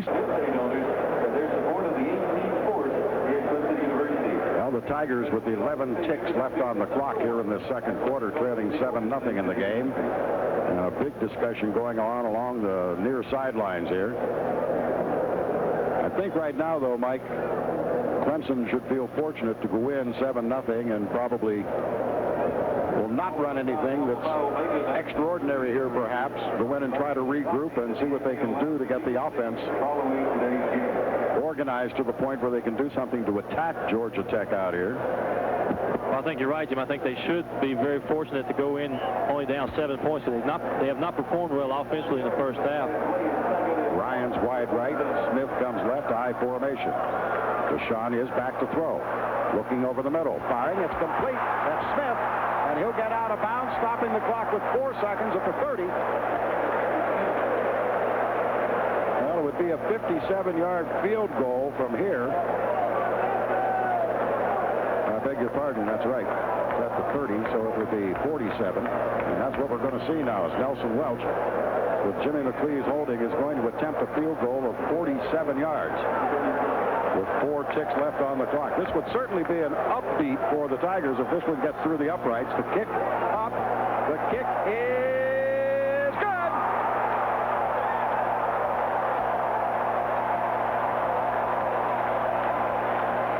Nelson Welch not only remains perfect on the air, but he gives the Tigers some momentum. An intercepted pass, a 47-yard field goal, and we're at halftime. The score is Georgia Tech 7 and Clemson 3. Technicians get their first look at the extraordinary new 2.5-liter M50 engine. Advanced engineering has made it a near-zero maintenance engine, which... Welcome back to Clemson's Death Valley, where I'll tell you, folks, the last 7 minutes of the half probably just about as exciting as you would want to see. But at the half, Georgia Tech still leading the Clemson Tigers by a score of 7-3. I'll tell you, Mike, I don't know where to start, except that let's start where we ended. And momentum is such a big part in college football. What kind of momentum does that Nelson Welch kick give the Tigers? Well, it definitely helps some because the Tigers needed something to pick them up in the first half. I think that's really the only bright spot that they have had in the first half, both offensively and defensively. That kicking game did a good job. Welch, Lynn's doing a great job punting the ball. And that 3 points was definitely needed for the Tigers going into halftime. Let's talk about the problems of the Clemson offense, Mike. Last week we saw a couple of Deshaun Cameron fumbles. We've seen a couple of big fumbles in this game already, but it doesn't look like, even despite the fumbles, that the Tiger offense has quite got everything in sync. No, it really doesn't. They're facing a very tough Georgia Tech defense, and I think Georgia Tech, or Clemson's offense, is playing right into the hands of Georgia Tech's defensive scheme thus far. The blitzes are really hurting the Tigers. They have not picked up the blitzes well all afternoon in the first half. So I think the key in the second half for the Tigers offensively will be the adjustments that the coaches make at halftime. They have to pick up those blitzes. They have to make big plays against that Georgia Tech defensive blitz. On the other hand, Mike, I haven't seen the stats yet, so I don't know this, but I get the feeling that the Georgia Tech offense seems to have moved the ball real well, but they're still only up by 4 points. That's right. They had that one big run by Jimmy Lincoln, and of course Sean Jones with the touchdown run. But other than that, the Clemson defense has really held them when they needed to. The Georgia Tech offense has moved the ball much better than the Clemson offense, but the Clemson defense has certainly risen to the occasions when need be, and they've stopped them from getting more than 7 points on the board. We said at the top that we thought it would be a defensive struggle. We thought it would be a low-scoring ball game. We thought the difference would come down to big plays. Ken Hatfield said, hey, in big games like this, it's usually the team that holds on to the ball, makes the fewest mistakes, that's going to win. So far, it's played pretty much to the script, hasn't it? It really has. We've seen the one big play by Jimmy Lincoln. We've seen really two big plays by the Clemson defense and get those interceptions because they actually stopped Georgia Tech if they were going in for scoring position. We saw the missed field goal by Sisson, and we saw the great big field goal at the end of the half by Welch. So, a few good big plays that really turned this game around. Mike, in the second half, any reason to expect anything other than what we've seen here in the first half? Because it looks like it's going to come right down to probably the last 2 minutes of the ball game. If you were guessing right now, it looks like it's going to come down to the end and who can move it at the end of the ball game. It looks that way, Russ. I think the key in the second half is going to be what the coaches do at halftime. I think both coaches are filling each other out. They're going to make adjustments accordingly to what they saw in the first half. So I think it's going to be a coaching strategy struggle in the second half. Can I ask you a tough question? Shoot. You're a Clemson quarterback. What would you do if you were calling the signals out there right now? Well, I think on the blitzes, you have to call a quick slant or a quick out. Double tight ends. Double tight ends. If you're going to take it right at them, Clemson's success in the first half, they run the ball well when they're going right at Georgia Tech. So maybe you come out with two tight ends, run the ball right at them, and mix up with a little pass, play action bootleg here and there to keep them honest. But I think right at them is where Georgia Tech's weakness is. What do you do if you're Bobby Ross? Well, I think Coach Ross, he sticks with his game plan. He's done a good job with the offense moving the football, but again, they've been plagued by turnovers all year long, and of course they had 2 interceptions here in the first half. If they don't have those interceptions, they probably are up maybe 2 or 3 touchdowns. All right, we'll see what happens. Thank you, Mike. Now let's go to another Mike. Instead of being in Clemson control, though, he happens to be right here in our booth. First game ever at Death Valley. What do you think, Mr. Gallagher? It's a real impressive sight, Russ and Mike, and they let me out of the dungeon of Clemson control this afternoon to take in the game here at Death Valley, and it's everything they said it would be. Well, I tell you, there's a lot of big ball games. This, of course, is a big ball game. The eyes of the country on this one. But earlier, I'll tell you, I don't know about you guys. I'm a little bit surprised. I thought Florida State would win. I didn't think they'd win by 20. Well, there's no question about it. The top-ranked Florida State club preserves its #1 ranking, at least for this week, with a 51-31 win over the third-rated Michigan Wolverines. So it ought to be interesting to see how their season progresses, Russ. Elsewhere, some scores that Clemson fans will be keeping their eyes out for. The Gamecocks of South Carolina continue to have headaches. East Carolina defeating South Carolina 31-20 this afternoon. And next week's Clemson opponent, the Georgia Bulldogs, posting a 27-14 win over Fullerton State. Top 25 action again, as you said, Russ. Florida State big over Michigan by 20. Fifth-rated Penn State squeaks out a 28-21 win over Boston College. Sixth-ranked Florida, the Gators beating 25th-ranked Mississippi State 29-7. In the fourth quarter, it's 7th-ranked Notre Dame over Purdue 40 45-14. In the third quarter, fourth-rated Washington 35-3 leading Kansas State. Also in the fourth, Oklahoma beating Virginia Tech 20-10. Oklahoma, the ninth-ranked team. And some other action in the second quarter of play. 10th-ranked Colorado beating Stanford 14-7. In the fourth quarter, 14th-ranked Iowa big over Northern Illinois 52-0. And 23rd-rated Baylor is beating SMU handily 45-7. In the seventh quarter, 24th-ranked Pittsburgh trailing Minnesota 7-0. Elsewhere, ACC scores: North Carolina State defeating North Carolina this afternoon 24-7. Virginia big over Duke 34-3. Northwestern beating Wake Forest in the fourth quarter 41-14. Army edging Harvard 21-20. Bowling Green by 3 over Navy. And Indiana in the fourth quarter leading Missouri 27-19. As always, John Culbertson and I will have all the scores on the fifth quarter on the Clemson Sports Network after the game, so I hope you can join us then. Pretty interesting stuff on the Dixie Crystal scoreboard. Be careful going back up 123. You shouldn't have any traffic problems, though. It'll probably be easy going all the way back home. All right, Mike, we'll see you on the fifth quarter. We'll be back with more here at the half. Georgia Tech leading the Clemson Tigers by a score of 7-3. Leading the Clemson Tigers by a score of 7-3. It is IPTAY Day 1991. 83,500 fans on hand. And just a moment, Mike, to say a big salute to IPTAY. I know it meant a lot to you, obviously, with your athletic scholarship. IPTAY, 27 years. They have bettered what they've done the year before, and it's an awful lot of money. This year it set a record $5.9 million for athletic scholarships in many of the fine facilities. You just can't say enough about IPTAY, but coming from you, an athlete, what did it mean to you? That's incredible. It meant a lot to me when I was in school, but it means more to me now knowing the value of the education that I got. Boy, tip of the hat to Allison Dalton and the over 18,000 IPTAY members who make it possible. Big salute here on IPTAY Day 1991. Our halftime highlights are brought to you by BC Headache Powders for fast pain relief. The Clemson Tigers had a headache early in this game, Mike. The first big play of the game, really, the Clemson Tigers getting the ball first. They took over at their own 25-yard line, and they seemed to move the ball pretty well. Deshaun Cameron with a big pass to Terry Smith, but in the end, it was a 3rd and 9 play where Cameron actually fell down. It looked like the turf was a little slippery there, and so Clemson is forced to punt. Tech takes over at their own 15-yard line, and Jimmy Lincoln, who nobody knew who this guy was, he had over 200 yards in the Tech game last week. He came through with what the coaches feared, one of those big plays that happens. 59 yards. He scrambles all the way down to the Tiger 10-yard line, and then on 2nd and 10, Sean Jones scrambling as he does so well, and the Yellow Jackets get on the board first. Back to throw, Sean Jones. Now he's got room to run. Being pursued out on the far side, but he'll get in for a touchdown. And with 9:43 to go in the first quarter, Tech jumps out early, 7-0. Then, Mike, a big drop pass that could have been a touchdown. Deshaun Cameron under pressure, couldn't quite get it to Terry Smith, so that hurt early. Then some big penalties hurt early. And then the defenses kind of seemed to settle in there for a while. They stopped both teams really on 4 and out, 4 and out, 4 and out. I've got it written down 100 times here, 4 and out. But then we get down to the last 7 minutes of the half, and I'll tell you, folks, this is about as exciting as it gets. Tech is driving. They have it 3rd and 4 at their own 43-yard line, and a great hit by Eric Jeter forced the interception. The Tigers feel like they're going to get a big momentum shift here, but on their first play from scrimmage, Ronald Williams fumbles the ball, so Tech gets it right back at the Clemson 41, and they're able to move the ball down. Big plays. Lincoln, of course, going in for our first downs. Jones, of course, actually had a touchdown, but a big clipping penalty there, Mike, hurt Tech. And then they have it 3rd and 15 at their 22. They're unable to convert. 4th and 11 at the 18. Usually dependable Scott Sisson, Mike, he missed one. That's hard to believe, because you think that Georgia Tech coming in has the edge on the kicking game, and thus far in the ball game, Clemson has it. So the Tigers get a big break there. They take over their own 20, and after 6 plays, they're forced to punt.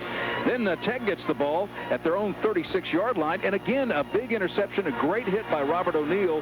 Tyron Muzon, of course, gets the interception. And then, Mike, I was pretty impressed. There was only 32 ticks left on the clock, and they really didn't call a timeout when they should, but Clemson's able to move the ball. Yeah, I think a lot of the fans were looking back at the coaches to see what they were doing. They left about 10 ticks off the clock before calling that timeout. That guy with 11 seconds made a good pass play to Terry Smith, gets out of bounds. Yeah, all it took was 2 big plays. Cameron to Witherspoon to the 47 after they take over at their own 44. And then, as you said, Cameron to Smith to the 30. And then with just a few, 4 ticks left on the clock, they scrambled Nelson Welch, young Nelson Welch, the freshman, onto the field. He told me before we started this season, he said, I said, Nelson, if you had to kick it, how far can you? And he said, I feel like from 50 on in, I can do it. Well, he was right. You said he had, what, about 50 yards? You think in that yard leg, I think. Well, he was confident because the Tigers, with the clock winding down, bring in Nelson Welch from 47 yards out, and here's what happened. The kick up. The kick is good. And that's the way it ended. Tech leading the Tigers by a score of 7-3. All right, we'll be back to take a look at some of the first half statistics in just a moment. All right, back here at Clemson's Death Valley. Russ Castle and Jim Phillips here with you at halftime. Tech leading at Jim 7-3. And again, it's one of those strange stories. You look at the statistics sheet, and all in all, it's pretty even. Actually, the Tigers are ahead in some categories.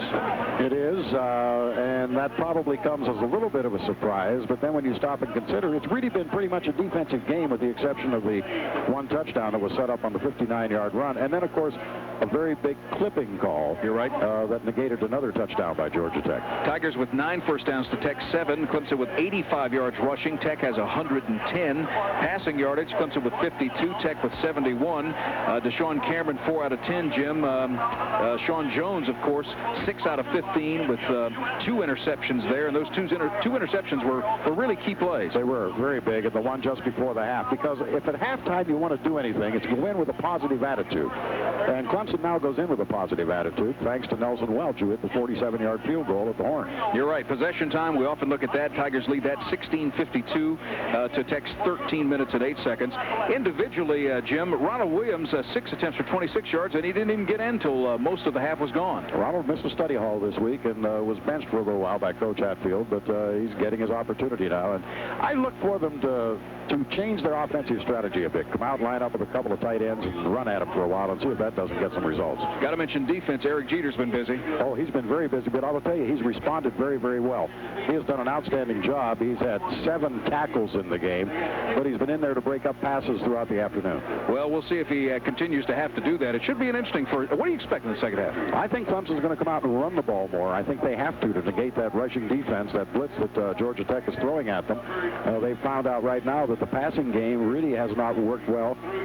Maybe they'll go deep against that blitz. Maybe on a second down they'll go deep or something like that. We'll just have to wait and see, I guess. What do we always say, too? Comes down to the first 5 minutes of the second half. Tech will get the ball first. Tiger defense got a hold of it. Exactly. But I think based on the field goal, the defense is going to come out just that much more inspired, just as the offense will. All right, Jim, we'll see. Teams are returning to the field now. We'll be back with the second half kickoff in just a moment. Back again, everybody, here at Clemson's Death Valley. We're at halftime. It's 7-3. Georgia Tech on top of the Tigers. Jim Phillips and Mike Epley here with the second half of play. And Mike, one thing about it now, it's going to be up to the Tiger defense early, because Georgia Tech winning that early toss and deferring now gets a hold of the football first here and a chance to maybe knock down some of that momentum the Tigers gained from the field goal going in at halftime. That's right. It tends to be a very important series defensively, well, really both offensively Georgia Tech and defensively for Clemson, but defensively Clemson has the momentum from that field goal right before the half, so it would be important for them to carry it over, get maybe 3 or 4 plays, get Georgia Tech's offense out of there and turn the ball back over to the Clemson offense in good field position.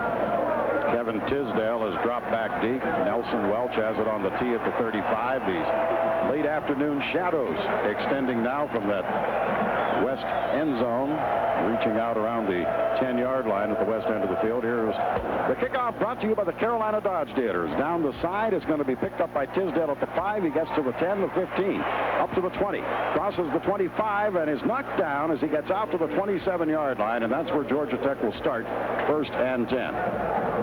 So the second half is underway here at Clemson's Death Valley. James Trapp made that tackle of Tisdale. Well, we'll see if the defense now got any inspiration out of that 47-yard Welch field goal that ended the first half. Lester goes wide to the left side. Stiegel is a slot left. Smith and Lincoln set in behind Jones, working out of the eye as Stiegel comes in motion left to right. Sean Jones giving it off to Jimmy Lincoln. Gets on the corner, 30, and finally bumped out of bounds up around the 33-yard line by Brinston Buckner.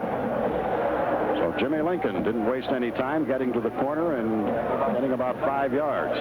They'll spot the football at the 33. So a 6-yard pickup. It's 2nd down and 4 now for the Yellow Jackets. For Georgia Tech, excuse me, Jim, Georgia Tech on that particular play, same one that Lincoln had the long run on in the first half. Just they send 2 pulling guards, and they just wipe out Levon Kirkland. He can do nothing there because he's got run support, and he gets outside off of those blocks. Rodriguez again goes wide left. They slide inside of him, and here now is Sean Jones rolling left, going to run with the ball, and he's going to be cornered, and he's going to be dropped by Ashley Shepard. And Shepard looked like he was down on his knees, just sitting there waiting on him, and wrapped him up. You're right. It looked like Sean Jones just came right to the table for dinner with Shepard.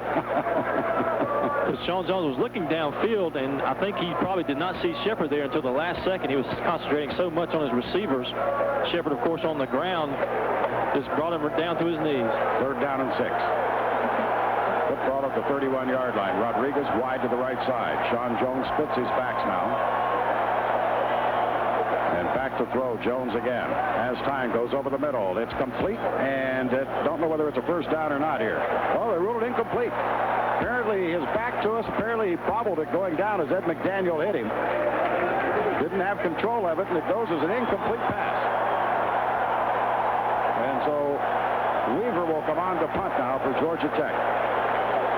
So Merchant, the split in for Georgia Tech, was coming underneath the linebacker cover. They had a deep drop that time. Sean Jones threw the ball low. Merchant dove for it, but just couldn't come down with it. O'Neal and Stevens drop back in twin safety for the Tigers. Snap back, and here's the kick out of there by Weaver. He hits another high kick. Stevens asking for a fair catch. Will gather it in at the 39. The Tigers have good field position at their 39-yard line. 13:21 remaining 3rd quarter. There's timeout. The score here at Death Valley is Georgia Tech 7, the Tigers 3. Football rests at the Clemson 39-yard line. The Tigers have possession of it. They're trailing 7-3 in this game. Let's check the Dixie Crystal scoreboard for followers of the Atlanta Braves. They're in the 8th inning, leading Houston 3-2 this afternoon. Back to football. A final, East Carolina has beat South Carolina 31-20 is the final there. Florida downs Mississippi State 29-7. Florida State over Michigan 51-31. All right, Tigers with the football. Quick opening play here as they get it outside to Ronald Williams on the corner. He's up over the 40 to the 43 and hit by Jarrell Williams. So a gain of about 4 on 1st down. And it'll be 2nd and 6 for the Tigers. Terry Smith now checks in. He comes wide left. Ryans will be a slot on the left side. And they'll line up in the I. Hall and Williams. All right, this time they give it to Howard, and he punches straight ahead, but not much there. He got up near the 44 and was bounced backward as Deshaun gave it to him on the first option that time, and he was only able to gain a yard. So a big 3rd down play now. It really is, and we saw the Tiger defense do the job. They had 3 plays on Georgia Tech's offense and got them out, forced them to punt. Now we need the sustained drive for Clemson if they want to get something going early here in the 2nd half. Jason Davis is in. He's wide to the left side. Smith goes wide right, and Deshaun's back to throw. Has time, goes over the middle deep, complete to Smith. Gary Smith with a grab at the 45-yard line of Georgia Tech for a 1st down.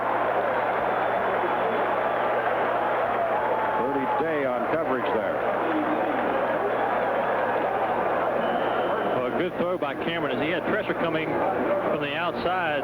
Number 92, Coleman Rudolph, the defensive tackle, was all over Cameron as he threw the football. He saw Smith breaking open across the middle of the field and delivered a strike for a 1st down. Terry Smith wide right. Ryans comes left. Again, the I formation. 1st and 10 at the Georgia Tech 45. Back to throw to Deshaun under pressure. Escapes the pressure. Now is going to be hammered down. He eluded the first rush out there that came from Don Hickson, the strong safety, who was coming on a blitz, but he was not able to elude the follow-up of Kevin Battle, the nose guard, and Williams, the outside linebacker. So it's all the way back to the Clemson 48-yard line. loss of 7. It's 2nd down and 17. Well, Cameron was in a 7-step drop, and that takes a lot of time to develop. If you've seen a blitz coming, you've got to do something quick, maybe a 3-step drop, and that time Cameron was just caught back with his back to the player. Witherspoon and Hall. There's the blitz again. He drops it off to Witherspoon on the right side. Eludes one tackler, crosses the 50 to the 49. That's it.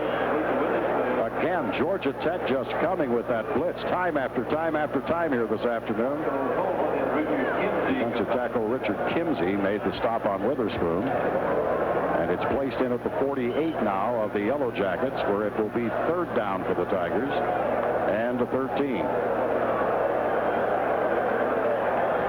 10 minutes and 40 seconds remaining, 3rd quarter, 7-3. Georgia Tech on top in this ACC battle here at Clemson Step Valley. Hall and Witherspoon are the I-backs. And again, Georgia Tech showing blitz. And again, Deshaun dropping to throw. Quick toss. It's complete to Ryans inside the 40 at the 39. But that's not enough for a 1st down. Willie Clay was there defensively to haul Ryans down. Well, good route by Ryans, a good throw by Cameron, but it's still about 5 yards short of the 1st down. And there's a debate as to whether to go for it here or not. Well, here comes Lynch on. He'll punt. Clay drops back to receive. Snap back. Chuck Lynch. It's a high punt. Clay will call fair catch. It will hit at the 5. Take a good Clemson bounce inside the 5. Down to the 2-yard line.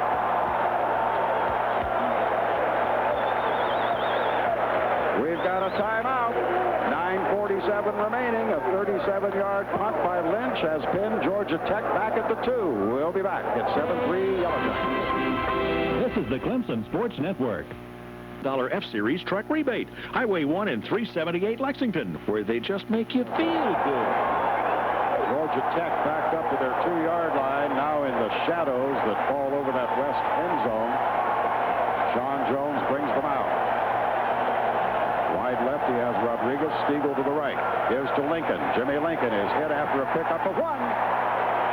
And McDaniel led the charge. They get to Lincoln and knock him down right around the 1, maybe the, or rather the 2, maybe the 3-yard line. Looks like they're still at the 2. No gain on the play. It's 2nd and 10. Well, you can really credit this Clemson crowd today. They've done a great job of keeping Clemson in the ball game. The west end zone now, and the rest of the Tiger fans are really getting up, putting pressure on Georgia Tech's offense. And now they bring McGill wide to the right side as Rodriguez sprints out left, and Lester is a slot on the left side. It's 2nd and 10. Sean Jones gives to, back to throw off play action, firing upfield, incomplete. The intended receiver, McGill, saw his feet go out from under him around the 17-yard line. Eric Jeter was there on coverage. Well, it seems they're really picking on Jeter today, doesn't it, Jim? They really are, but I'll tell you, he has upheld very well. He really has. He's made some outstanding plays defensively because most of the day he's been on one-on-one coverage with the Georgia Tech receivers, so he's done a great job of stopping them. He's had Rodriguez much of the day. That time he had McGill. Georgia Tech's got to watch the clock here. It's down to 12 seconds. Not even out of the huddle yet. Mooney's indicating for that crowd to get it going here. Play clock down to 5 as they get to the line of scrimmage. 3, 2, 1. They got the play off. He gives it off to Jimmy Lincoln. Knocked down shy of the 5. Levon Kirkland got in there. And so the defense did its job. And now at the 4-yard line, Georgia Tech will have to punt the football. Well, an outstanding series by the Clemson defense. Georgia Tech got 2 yards out of that 3-play series. And Weaver backed all the way up to the end zone line now as O'Neal and Stevens are backed up to receive. Snap back. They'll get the kick out of there. It's a wobbly kick. And Stevens grabs it off at the 35 to the 30 into the 25, 24-yard line.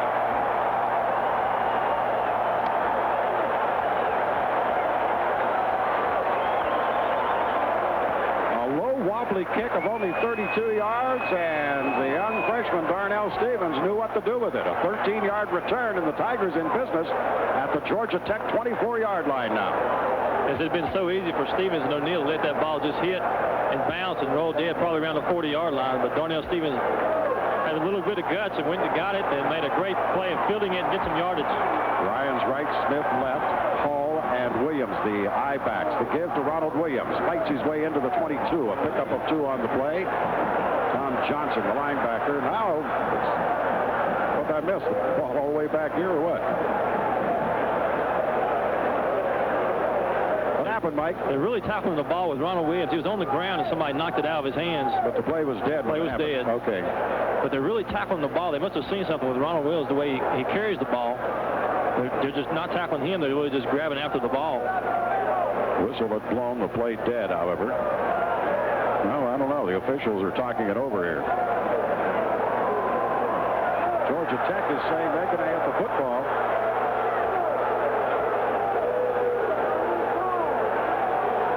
Georgia Tech is going to get the football. Well, I'll be honest with you. I thought the play was dead. That's why I missed that big scramble out here.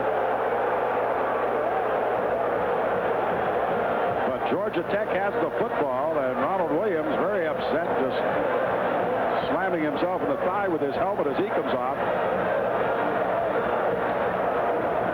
They just showed the replay on ABC, but it was tough to tell from the angle here what actually happened. Of course, all of that is to nil when it comes to college football. You don't depend on replays at all. So it's up to the defense again now as Tech has it at their 24. Sean Jones brings them out. 2 wideouts to the right side. Spiegel in motion from the slot goes left.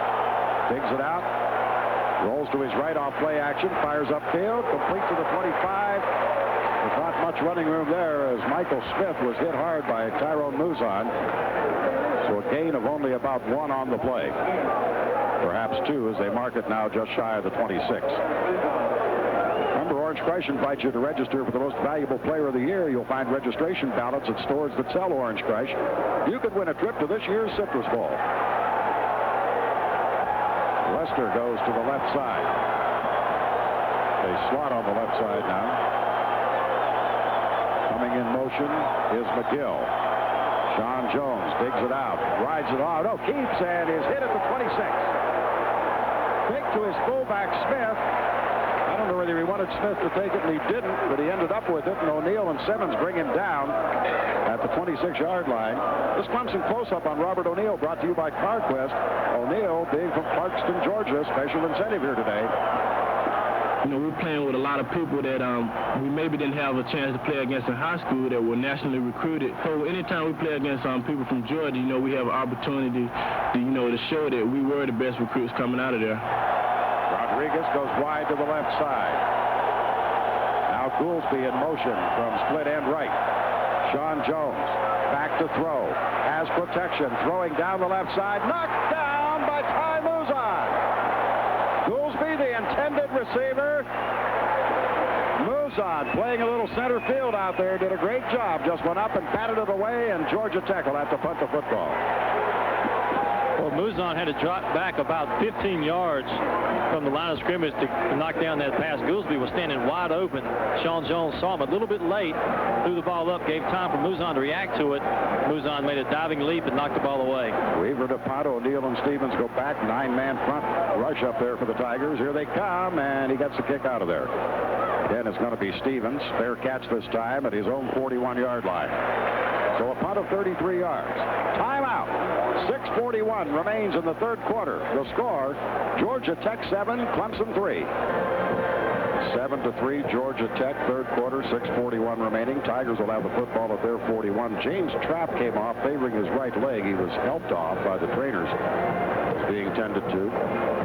Well, a few folks have been privy to our discussion during the breakup here. We're still trying to sort out what happened on the alleged Ronald Williams fumble. They spotted it at the point he was down, yet there was a return of the fumble by Georgia Tech. If, in fact, they recovered a fumble, why did they not get the return? I swear I thought I heard a whistle. Here's Rodney Blunt over the left side and getting about 3 as he moves out near the 45 before Jarrell Williams brings him down.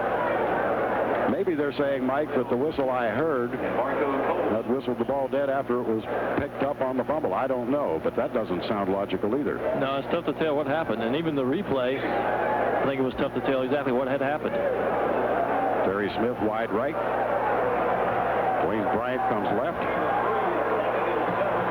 Harris Blunt for the I-backs, and throwing to Sean. Oh, he threw that one away. Just dumped that one over his own bench all the way out of bounds. So now it's going to be 3rd and 7 for the Tigers. Well, Cameron was looking for Blunt on the screen. Chris Hawkins, the defensive tackle, snuffed it out for Georgia Tech, and he knocked Blunt down. So the only thing Cameron could really do was throw the ball away. Georgia Tech scored in the first quarter. Sean Jones went 10 yards on a bootleg. The Tigers got a field goal just as the half was ending, and it's 7-3. And Deshaun back to throw on 3rd down. Looking deep down the left side, firing. It is incomplete. Terry Smith, the intended receiver. A little bumping and pushing on behalf of he and Lathon Flowers, who was the cornerback there, but the pass was thrown out of bounds, and so the Tigers now will have to punt it. And Chuck Lynch will come on to punt. Willie Clay will go back to receive. Boy, it's been a defensive struggle. They're going to come with a rush, and Lynch gets a high boot out of there. Clay again fair catching at his 22-yard line. So Georgia Tech again takes over the football, this time at their 22-yard line. The punt from Lynch, 34 yards. 5:51 remains here in the 3rd quarter of play. And the Tigers' offense really has been held at bay throughout the afternoon by that gambling defense of Georgia Tech. On the other hand, Clemson has played solid defense since the Georgia Tech score in the first quarter. Lester wide to the left side. Stiegel comes right. They line up in the I formation. Smith and Lincoln in behind Sean Jones. Now Stiegel in motion from right to left. Jones digs it out. Back to throw off play action. Fires over the middle. It is caught up around the 30-yard line, and I believe that's Stiegel. Let me see when he gets up out there. Lester, I beg your pardon. Number 25, Greg Lester. Robert O'Neill made the tackle. They've marked it at the 31. So it was a gain of 8. It's hard to tell how Lester caught that ball. He was in between 3 defenders. Sean Jones just drilled it in there as Lester was running a curl route, and he came down with it. McGill left. Rodriguez right. I formation. Jones, long count. Motion to the right side. Now gives it off to Jimmy Lincoln. Straight ahead, pounding, looking for the first down. Didn't get it. He stopped right around the 32. Princeton Buckner was leading the charge of Tiger defenders in there. 4 minutes and 55 seconds remaining in the 3rd quarter. Georgia Tech has not had that much success going right at the Tigers thus far in the football game. Most of their success has been on pass plays and misdirection plays. Here with 3rd and a long yard to go. Clemson needs to rise to the occasion again defensively. They'll come with 2 tight ends and bring Rodriguez to the right side and shift into the I. Smith and Lincoln set in behind Sean Jones. Jones digs it out.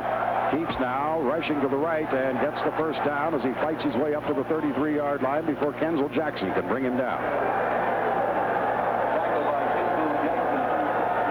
So he got just enough for a first down, Yellow Jackets.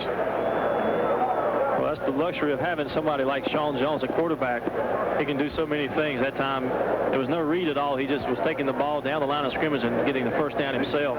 With his athletic ability, he can easily do it. I don't know why they would bring the sticks in unless Clemson has requested a measurement here, because clearly all they needed to do was to get to the 33, and they've got it by 2 lengths of the football as they stretch it out.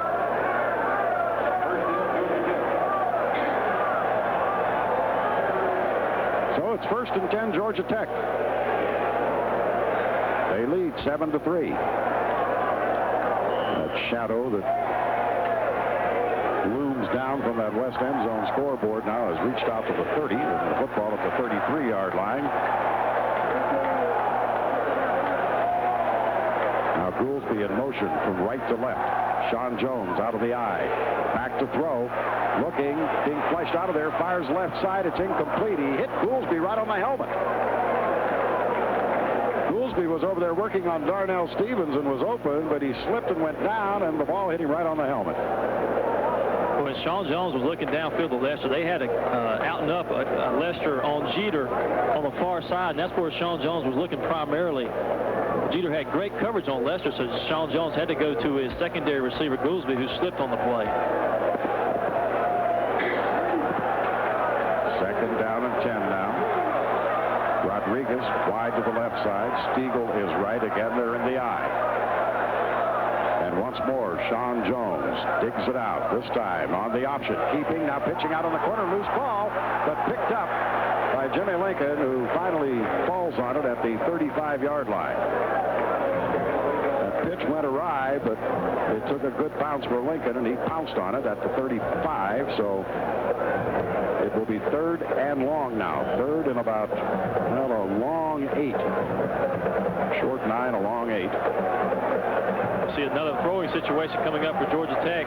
Thus far in the football game, we've not seen great statistics from their Heisman star quarterback, Sean Jones. He's thrown the ball 21 times, 8 completions with 2 interceptions. McGill left, Rodriguez right, and now Lincoln comes out as a slot to the right side on third and long.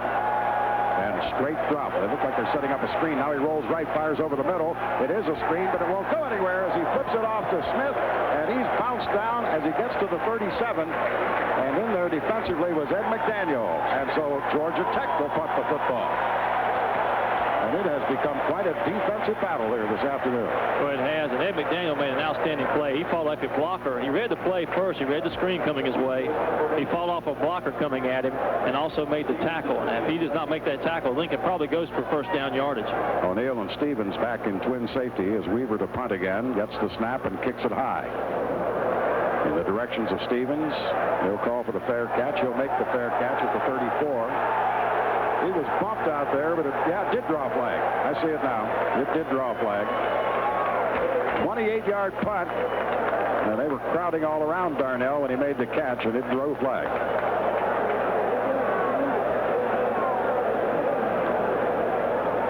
Well, they'll step this off against Georgia Tech. I like that spirit of Darnell Stevens, a true freshman coming in. Just not scared to stick his nose in there and make that fair catch. No, and he definitely was in a crowd. 5-yard penalty, unintentional bump of the receiver on the punt. And so the Tigers now at their own 39. Smith and Ryans both come left. Harris and Williams, the I-backs, to Sean Cameron. Trying to get something generated offensively. Pitch back to Williams. Ronald slashing outside, 45, and bounced out of bounds at the 46-yard line. That time he got on the corner and was able to get about 7 yards before he was bumped out of bounds across the way by Cody Day, the cornerback. So it is 2nd and 3. We've really seen frustrating times for tailbacks, really all running backs in this ball game thus far. And Lincoln, the only one that's really bust loose early in the game. Williams, Witherspoon, and Blunt all have had frustrating afternoons. This time, Rudy Harris bumps straight ahead. Looks like he has a first down as he gets out near the 50. And they continue to wrestle him out there after the whistle, and the fans react to it. Rudy Harris does not want to be tackled. I'll tell you what, he resists being tackled in a manly-like way. And I believe we've got a Georgia Tech player down. We do, in fact. Meanwhile, the football is out near the 50. It is a first down for the Tigers. Ryan's trotting in from the near sideline will carry a play with him. I cannot pick up the number of who they are attending to out there. 2 minutes and 19 seconds remaining on a late Saturday afternoon, this 28th of September, and boy, it's beautiful right now with that sun beginning to fall down in the western sky, nearing the horizon, and those long shadows being cast out here. Orange here, and about 5,000 dressed in the yellow and black of Georgia Tech across the way. Good time to be an artist and pick up the pen and start drawing, wouldn't it, Mike? I was going to say, you did a good artist rendition with your words there, Jim. Well, the injured player being helped off, and it is Cody Day, the cornerback. He is favoring his left leg as he is being aided off to the sidelines. So the Tigers have it, 1st and 10. Call it the 50-yard line. It's across their 49. Ryans will come wide to the left side. Terry Smith will split out right. And they'll line up in the I formation. Harris and Williams. Well, we got movement. Let's see if Georgia Tech was drawn off sides or whether they went of their own.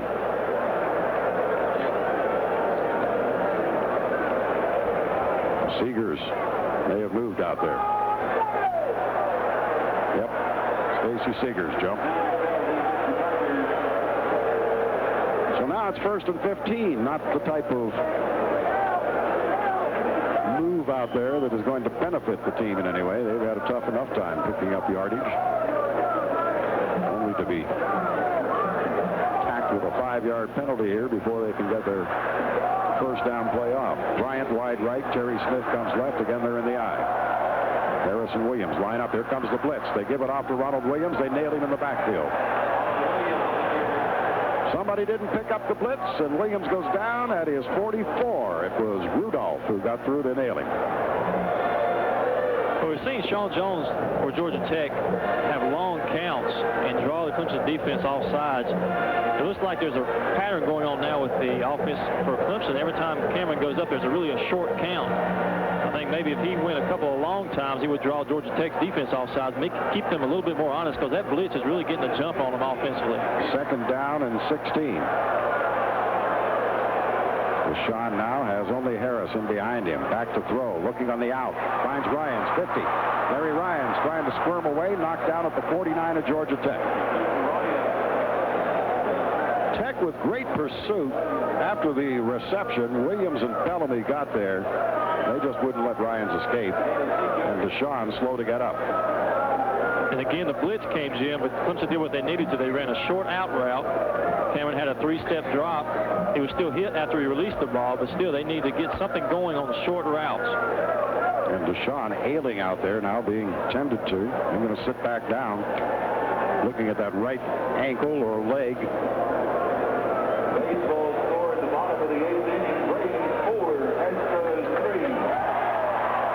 At the 49 of Georgia Tech on the Dixie Crystal scoreboard. You may have heard that. Atlanta leading Houston 4-3 in the bottom of the 8th. And now Deshaun jogging towards the sidelines.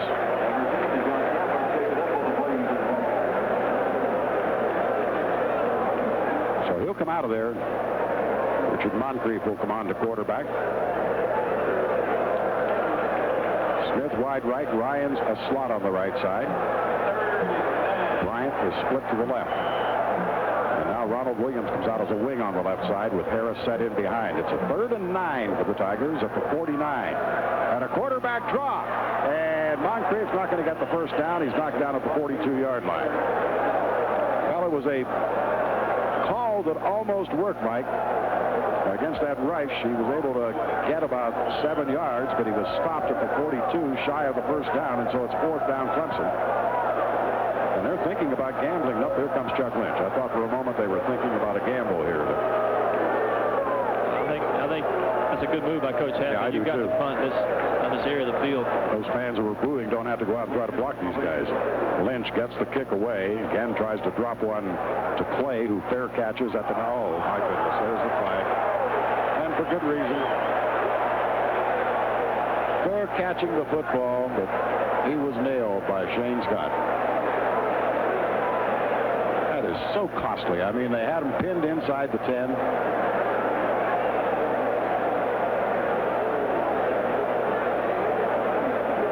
They'll step off a penalty against the Tigers.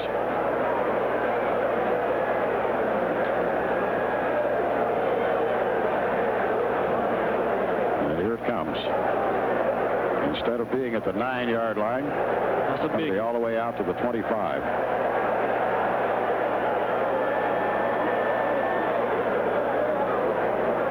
So Georgia Tech takes over the football. 1st and 10 at their 25. We pause briefly for station identification on the Clemson Football Network.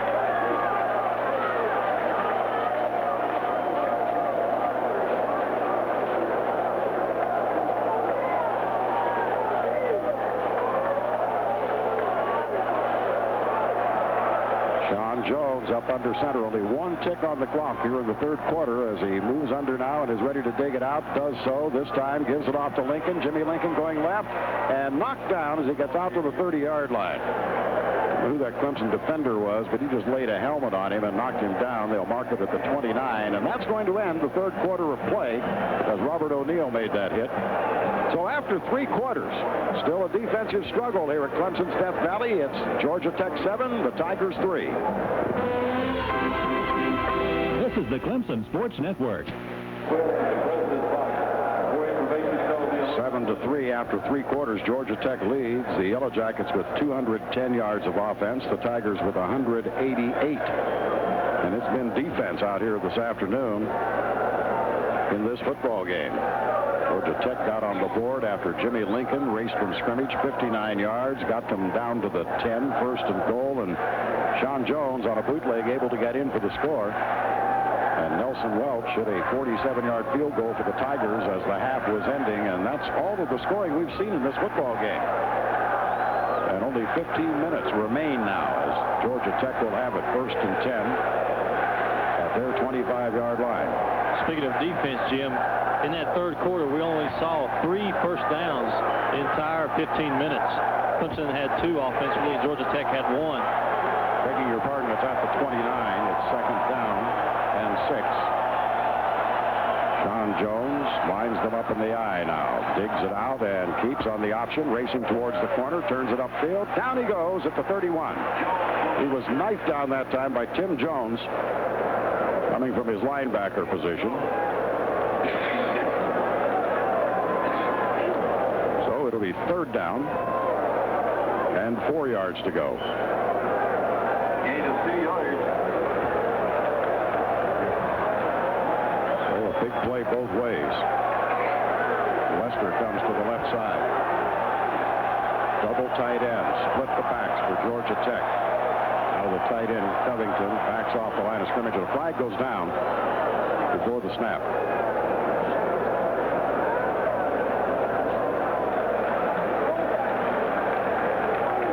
We had an illegal shift here or not, Mike? Yep. Illegal shift is what it was. When that tight end backed up there, the flag immediately went down.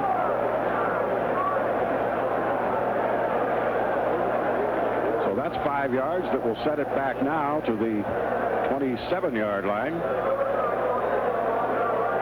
And it will make it third down and 9. Clemson's going to come with their nickel defense here. Georgia Tech again comes out. Lester wide to the left side.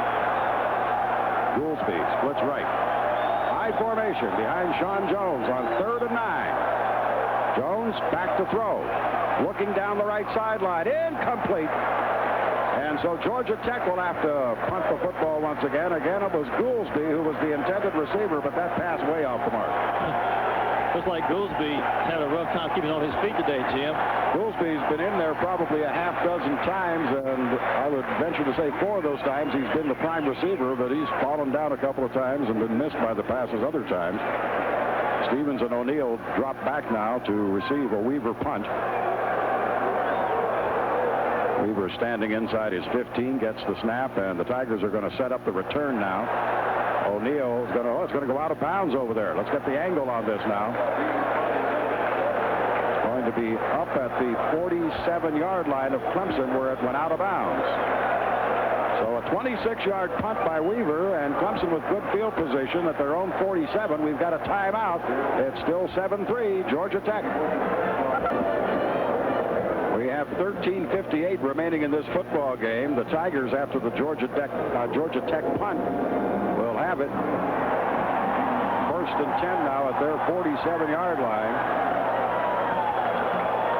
You heard that belching tiger roar on the PA system. Try and cite something here. Oldies 103, WOMG, FM and AM, Columbia. Much. Maybe a yard, maybe 2. Hit by Papashak, the linebacker.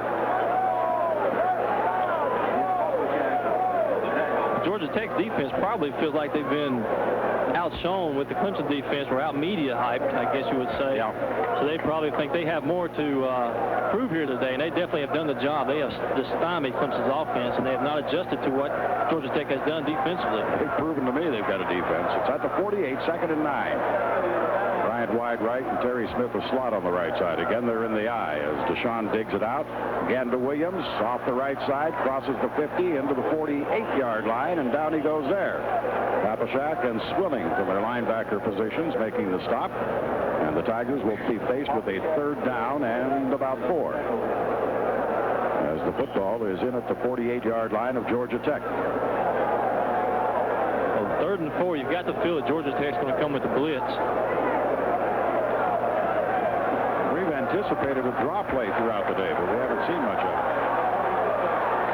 Now Hall is lined up as the lone running back in behind Deshaun Cameron. And again to throw, quick out, and picked off. That is Clay, who grabs it at the 43. Smelled it out all the way, and he laid back, and he jumped up at the right time to pick it off. That's a good example of the fact that Clemson just has not threatened anything long today. We saw Clemson one time in the first half. Terry Smith, I believe, went long and was wide open, but Cameron couldn't deliver the ball to him. Everything else has been really basically short pass patterns. Georgia Tech keying on that defensively. Their cushion between the defensive back and the receiver is only 4 or 5 yards. So they're just sitting on the short routes, and there comes an interception from it. They've got it at their 43 now. Lester goes wide to the right side, and Stiegel is slot right. They line up in the I formation. Sean Jones brings Stiegel in motion from right to left. Drops back to throw. This time rolling to his right. Pursuit out there on aim, being chased, hauled down. He's sacked. And it was Ashley Shepard who got him back around the 34-yard line. Buckner was the man who was chasing him right out there to Shepard. This close-up by Brenston Buckner, brought to you by CarQuest. Brenston, another Tiger from Georgia, said it's going to be decided in the trenches. If we whip their offensive linemen, then our team will have a better chance of winning. If they whip our defensive line, then they'll have a good chance of winning. They're going to do their best to protect Sean Jones because we're going to come after them every which way we can. Well, thus far, up till now, they hadn't got to Sean very often, but they sack him there back to the 35. Digs it out and drops the throw again. Over the middle. It's complete up to the 40, and that is McGill, but he is hauled down immediately. We got a flag over there on the far side. It looks like the play clock ran out on Jones before he snapped the ball. Yep, I believe that's the case, Mike. We'll step off 5 here. Put it back to the 30.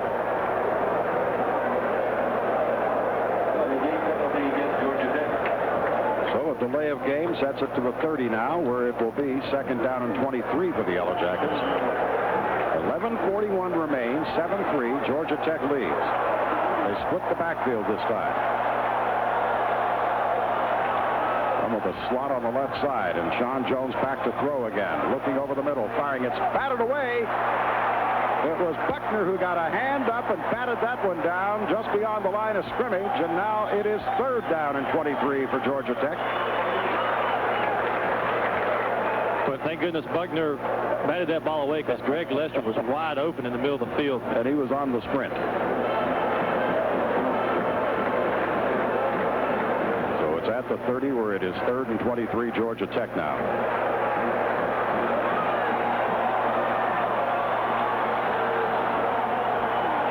Weaver on the punt here. They fake it. And Bodine smelling it out, knocks down Rodriguez.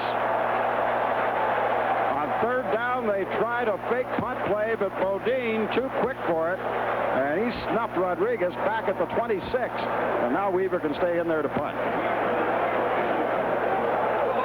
How many times have we seen that quickness for Bodine? He doesn't have great size for the nose guard position, but that quickness just pays off. And apparently was very alert to the situation, too, Mike. Now Robert O'Neill, a single safety back to receive for the Tigers, and now timeout's been requested here by Georgia Tech. They stop the clock with 11 minutes and 8 seconds remaining. We'll be back in 1 minute. It's still 7-3 Yellow Jackets. This is the Clemson Sports Network. Go by either location of Carpenter's Parts Plus Auto Store in Irmo or West Columbia, or Parts Plus Leesburg Road, and register for one of the... Cooper is on to punt. O'Neill is the only deep back. They'll come with a 10-man rush here in an attempt to get to the punt. The snap back is a little low. He gets it out of there. O'Neal waiting for it, gathers it in at the 37, starts to his right, getting to the corner at the 40, up to the 45, fights his way out to the 47-yard line, and is knocked down there by Flowers. And so the Tigers, who have still not found a formula for moving the football this afternoon, again have excellent field position as it's spotted at the Clemson 48 after a 39-yard punt and a 13-yard return. And Jim, we saw Shane Scott earlier on punt coverage make a mental mistake and tackle the defender after he caught the ball on a fair catch. That time he made a key block for Robert O'Neal to spring him on the corner. Ryans goes left, Smith comes right. Fumbled on the snap. Deshaun down for a loss back at the 45. Marco Coleman covered him. Deshaun came out of there, the ball loose. He was fortunate to get it back. They'll mark it at the 46. Loss of about a yard. 2-yard loss. 2nd and 12. See, we talk about this being a defensive struggle throughout the second half. Listen to these figures on total offense. Clemson has 56 yards total offense in the second half. Georgia Tech has only 19. That's a potent offense with Georgia Tech with only 19 yards. 2nd and 12 at the 46. Deshaun digs out. Back to throw. Rush on him. Fires over the middle. It's complete. Smith, 40. Smith loose at the 35 to the 34-yard line.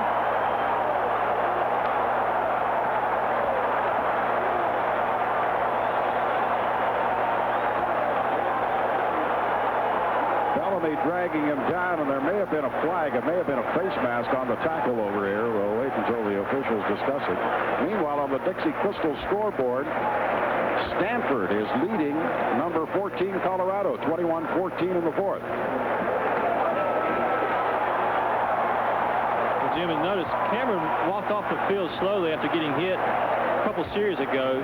Look, he was limping on his right ankle. He's still limping quite a bit. He's getting hit every time he throws the ball. But he's hanging in there. He's a tough competitor. It's at the 29 after the inadvertent face mask penalty. 5 yards stepped off.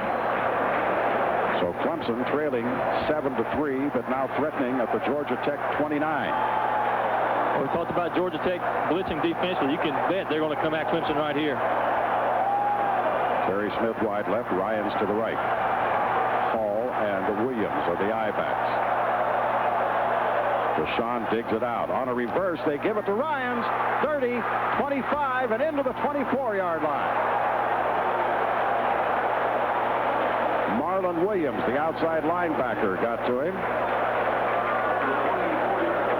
I'll tell you, Jim, Clemson was very lucky at that time because they had the full-out blitz coming on. You don't want to run a reverse on a blitz, but with Ryan's speed, he made up for the difference and got some positive yards on the play. And once he got by the surge of the blitz, he was able to get about 5 or 6 yards there. It's at the 24. 2nd down, 5 to go.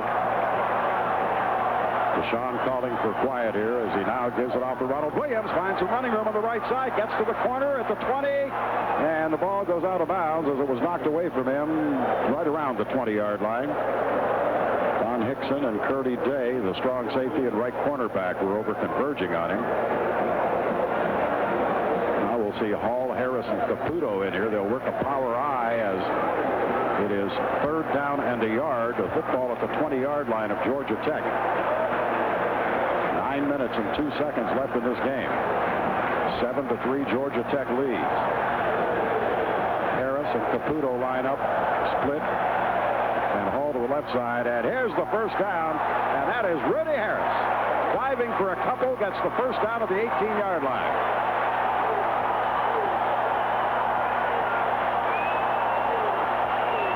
Seegers again limping a little bit as he came out of there. He came out earlier injured, but he's going to stay in there. He's a little gimpy, but he wants to keep on pumping out there. Well, Seegers doing a great job up front blocking that time along with Kelvin Hankins, opening up that hole for Harris to get that first down yardage. Terry Smith wide right, Ryans goes left. Football at the 18-yard line of Georgia Tech. Pitch back to Ronald Williams. Finds a little crease. Gets inside the 10 to the 7. And he exploded around the 15-yard line out of a host of would-be tacklers. Willie Clay and Eric Bellamy finally dragging him down as he got to the 7-yard line. And that should be enough for a first down, I believe. Nope, it's a little shy. Just a little shy. Bruce Batten and Howard Hall making key blocks on that. Bruce Batten pulling from his guard position. Howard Hall leading from the fullback position, making key blocks for Ronald Williams to get around the corner. Hall, Harris, and Caputo again are all in there. 5 on the play clock, 3 on the play clock, 2 on the play clock, 1 on the play clock. Did he get it off? Apparently so. Rudy Harris for negative yardage.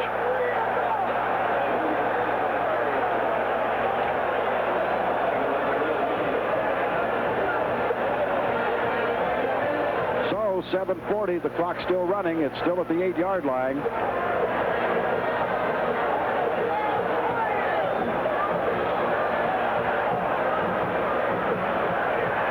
Big third down play, Mike.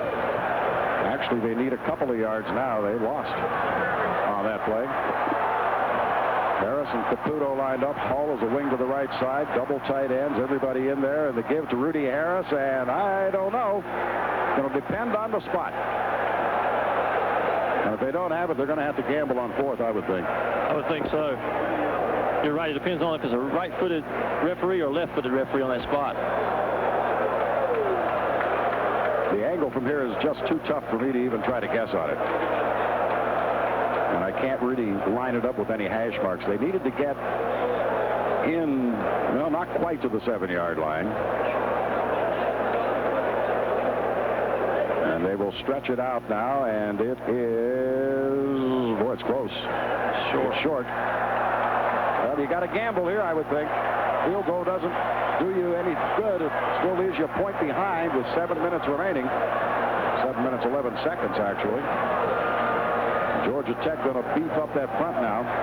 Well, we found out last week against Temple that Coach Hatfield is a gambling man. Well, Bobby Bowden had a situation like this today on 4th down and 1 at the 9, and he threw a touchdown pass. Tech kicked the ball away. The officials respot it, and this time it should be enough for a first down. Harris took it over the left side, and I think he got a first down out of it. I think you're right, Jim. Again, a lot depends on the spot. It looked like his initial surge got across that first down marker. Georgia Tech's indicating they didn't get it, and they'll call the sticks in.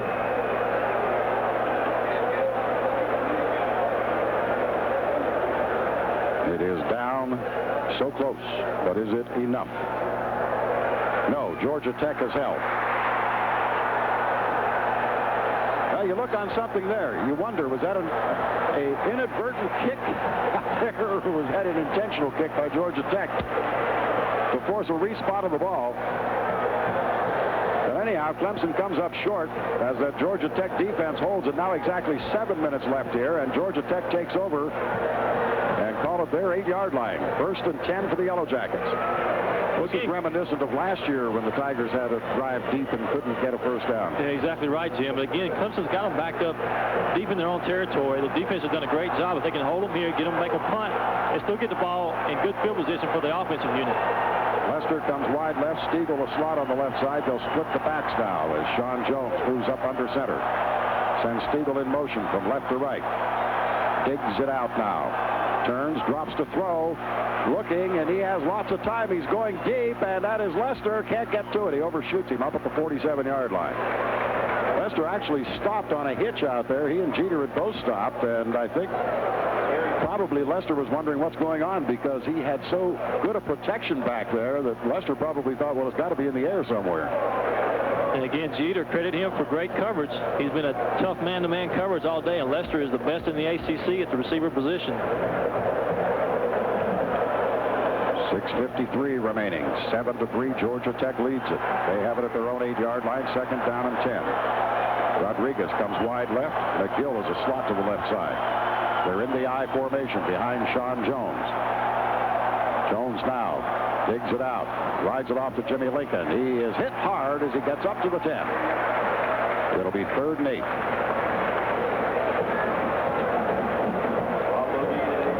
Jim, I'm kind of confused. I see a number of people leaving the stadium as if the game was over, but the game is far from over. 6 minutes, 35 seconds left on the clock. Clemson can hold them here. I find that a little difficult to understand myself, Mike.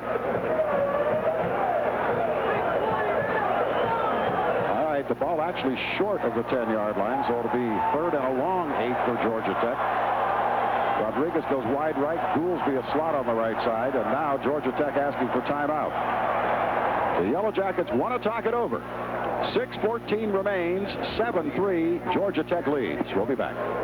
You got the right one, baby. Yeah. These days, as soon as you get a hit song, everybody thinks they can sing it better. First singer, please. Georgia Tech facing a 3rd and a long 8 from just shy of their own 10-yard line, leading 7-3. Clemson knowing that with the clock down to 6:14, it is in a stage now where the defense must come up with a play to stop Georgia Tech. If the Yellow Jackets fight their way out of this for a first down, it could hurt big time. Rodriguez goes wide right, Goolsby comes left. Lester lines up as a slot on the right side, and they're in the eye. Sean Jones back to throw.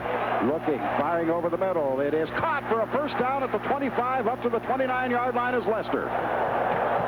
And he got wide open out there, and he was just sitting in a squat position waiting to throw, and it was perfect on the numbers. It really was. Lester ran a great route.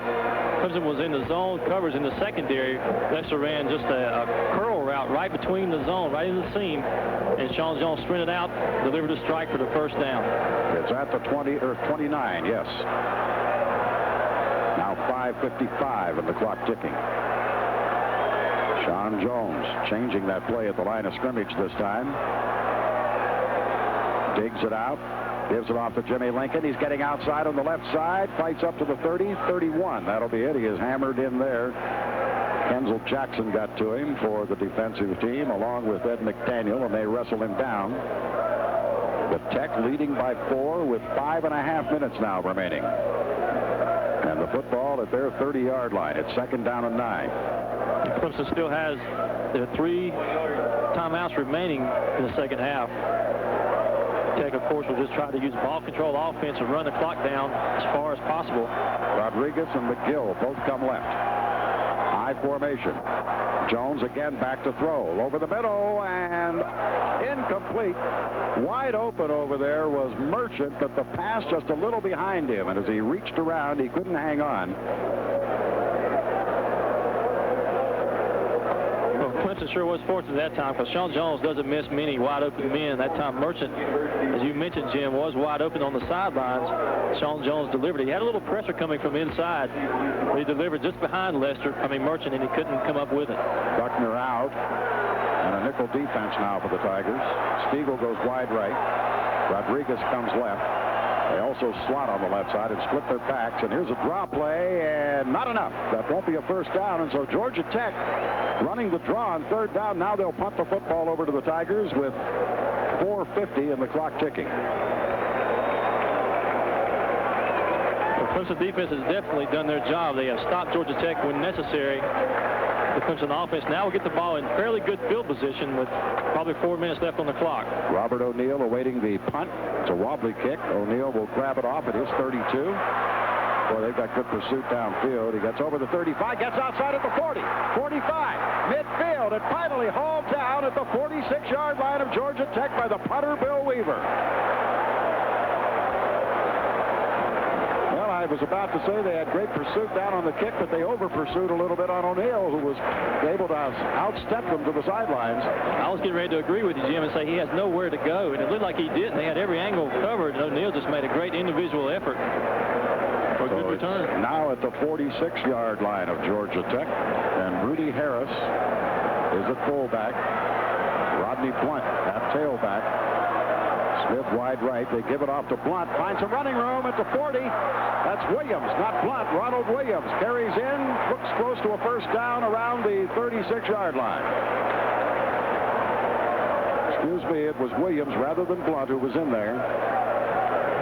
And Ronald just a little shy of a first down, I think. Maybe enough. They're going to bring the sticks in and take a look. That stops the clock with 4:13 remaining. But they did open up a big hole for Williams that time. They did, Jim. And the blitz came again from Georgia Tech. It came from the outside, and Williams was quick enough to beat the blitz inside off the tackle. It is shy of a first down by a foot or so. Second down, call it 1 for the Tigers now. They're trailing 7-3, and the clock down to 4:10. Terry Smith, wide right. And again, they give it to Williams. This time he's got the first down as he cracks in near the 35-yard line. That'll stop the clock with 4 minutes and 1 second remaining. Boy, it has been some kind of bitter confrontation out there. I'm not speaking of the nasty kind. I'm just talking about a hard-hitting defensive football game here this afternoon. Both these defenses have really come up with big plays. Smith and Ryans come to the right side. Harris and Williams line up in the eye behind Deshaun Cameron. Deshaun pitches back to Ronald Williams. Over the left side at the 30, 25, 20, down to the 18-yard line.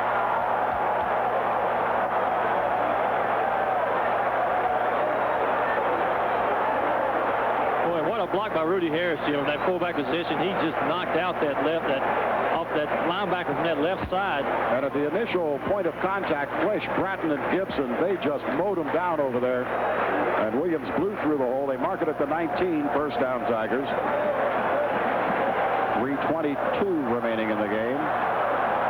Smith wide to the right. Again, Ronald Williams again at the 15, at the 10, at the 5, to the 4.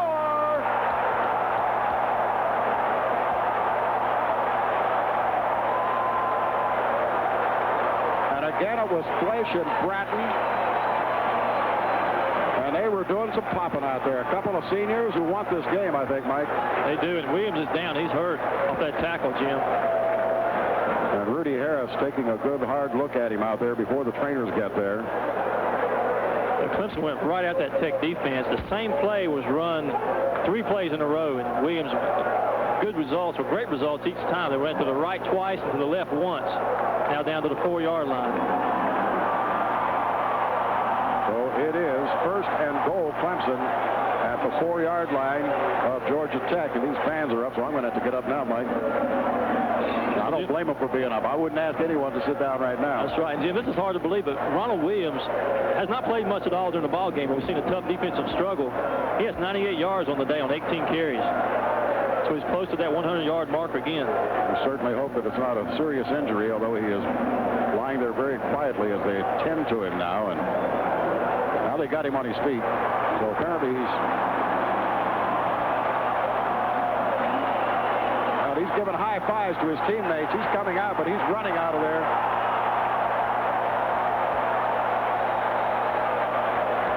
And it'll be Blunt who gets in now, a tailback. But you're right. Ronald Williams hitting 3 straight times on that slash off left tackle, and boy, the blocking was up there, and he was hitting the hole. And now it's first and goal at the 4. Bryant comes out wide to the right side as they're in the eye. And it is Rudy Harris straight ahead. Not much. Back to the line of scrimmage. I don't believe he got beyond that. Earl Swilling, a linebacker, made the tackle there. Second down and goal. There was no gain. And see, this is where Georgia Tech defense. And here's Williams coming back in. Williams trying to inspire that offense by showing guts coming back in there with a little hurt. You can bet they'll go to him. Second down and goal. Deshaun Cameron digs it out. Pitch to Williams. Left side and into the 3, and he's upended there. Turned to somersault coming down. It's third and goal now. Clock continues to run now. It's stopped with 2:21 remaining. I believe Georgia Tech whistling for a timeout here. Or was it Clemson? No, we got an injured player out there. That's Bratton. Bratton is the player who's down. Williams again got up limping from that tackle. Les Hall is quickly trotting out there as Bratton is being tended to now. Well, this, last year was a higher scoring game, Mike, but this game in many ways is so reminiscent of that game. It really is, Jim. Clemson was able to get the ball down deep on Georgia Tech and was just unable to push it in last year a couple of times. Exactly right, and both defenses really played well last year. And really we saw 1 or 2 big plays for Georgia Tech last year. That long throwback to Lester who set up 1 touchdown. That Lincoln run today set up a touchdown. So very reminiscent of last year's game. It's at the 3-yard line. They're still attending to Bratton. Reminder that next week the Tigers are on the road. They'll play a night game down in Georgia. They'll be going against the Bulldogs, and they're going to call for a stretcher now to get Bratton off the field. They've just indicated that they need the... They don't call them stretchers anymore, but they're means for getting a player off the field. I'll tell you what we'll do. We'll break here for 30 seconds and return. It's 7-3 Tech late in this ball game. This is the Clemson Sports Network. Carpenter's Parts Plus Auto Store in Irmo and West Columbia and Parts Plus Auto Store on Leesburg Road puts a new spark into your life with champion spark plugs and at a very special price of 99 cents each. And right now, you need to register for pairs of tickets being given away to each Clemson home football game. Winners announced each Thursday before the home game. It's absolutely incredible. Things are so much better now that we've got champion spark plugs, Carpenter's Parts Plus Auto Stores, and the Parts Plus on Leesburg. Bruce Bratton now being placed on that litter in a sit-up position. And it's one of the legs. I can't tell really the way they're crowded around him which leg is the one that is injured, but they were very careful in placing him. The situation is this. The football is at the 3-yard line of Georgia Tech. The Tigers have it. Number 65. They have 2 cracks to get it into the end zone. If they don't, their chances are probably gone. They are trailing 7-3 to Georgia Tech here. And as they wheel Bratton off, he gets a big hand, but right now, a lot of eyes suddenly shift back out to that huddle out there where Deshaun Cameron and Ronald Williams drop to it. I thought it was interesting, Jim. Both head coaches, Coach Ross for Georgia Tech and Coach Hatfield for Clemson, called their teams over to talk to them. I'm sure Coach Ross was telling them, you've got to stand up here and stop them. And Coach Hatfield, of course, saying, just get it up and get it in. 3 yards is all you need. It's at the hash mark on the left side. It's 3rd down and goal. Deshaun digs it out, gives it off to Williams. Did he get in? Touchdown!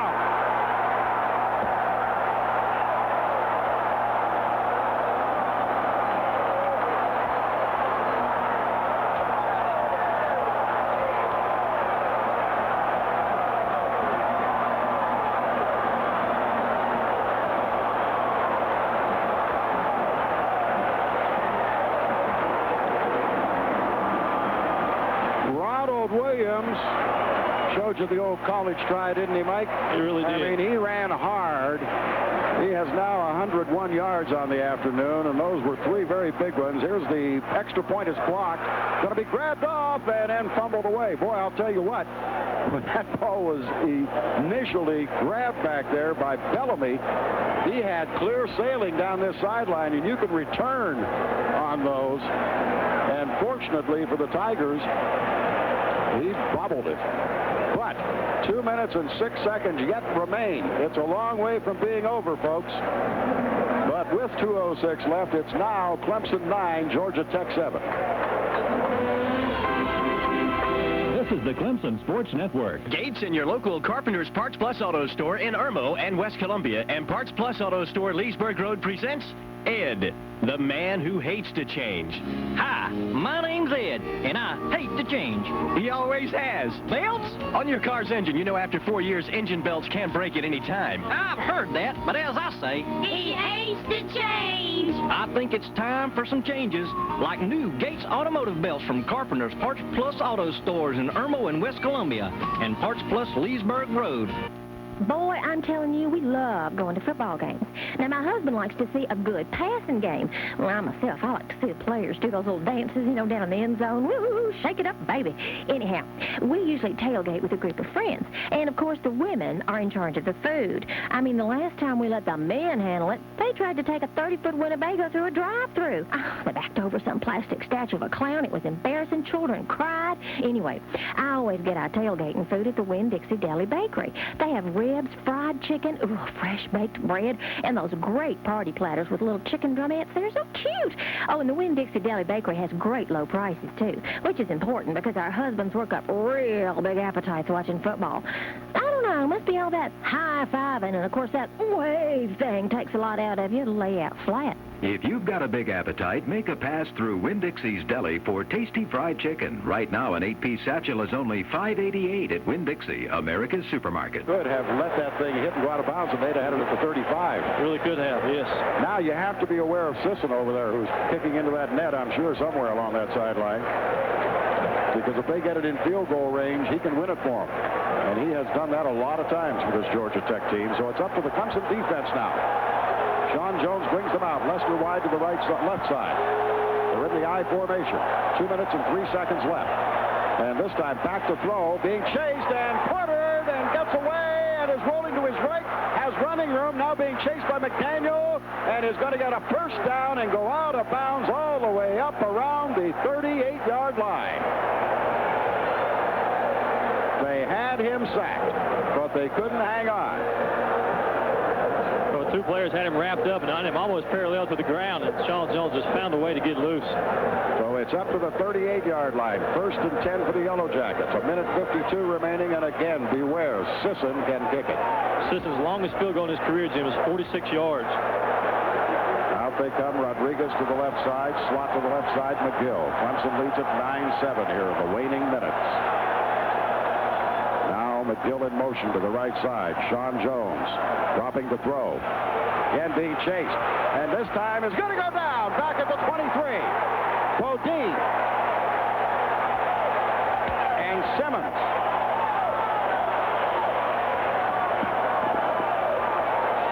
Georgia Tech's lining up with no huddle here. Trying to catch Clemson off guard. Well, the Tigers are ready, though, defensively, I think, here. Well, maybe not. They're still running around trying to set their defense. So again, Jones back to throw. This one's going to be complete to Rodriguez up at the 37-yard line.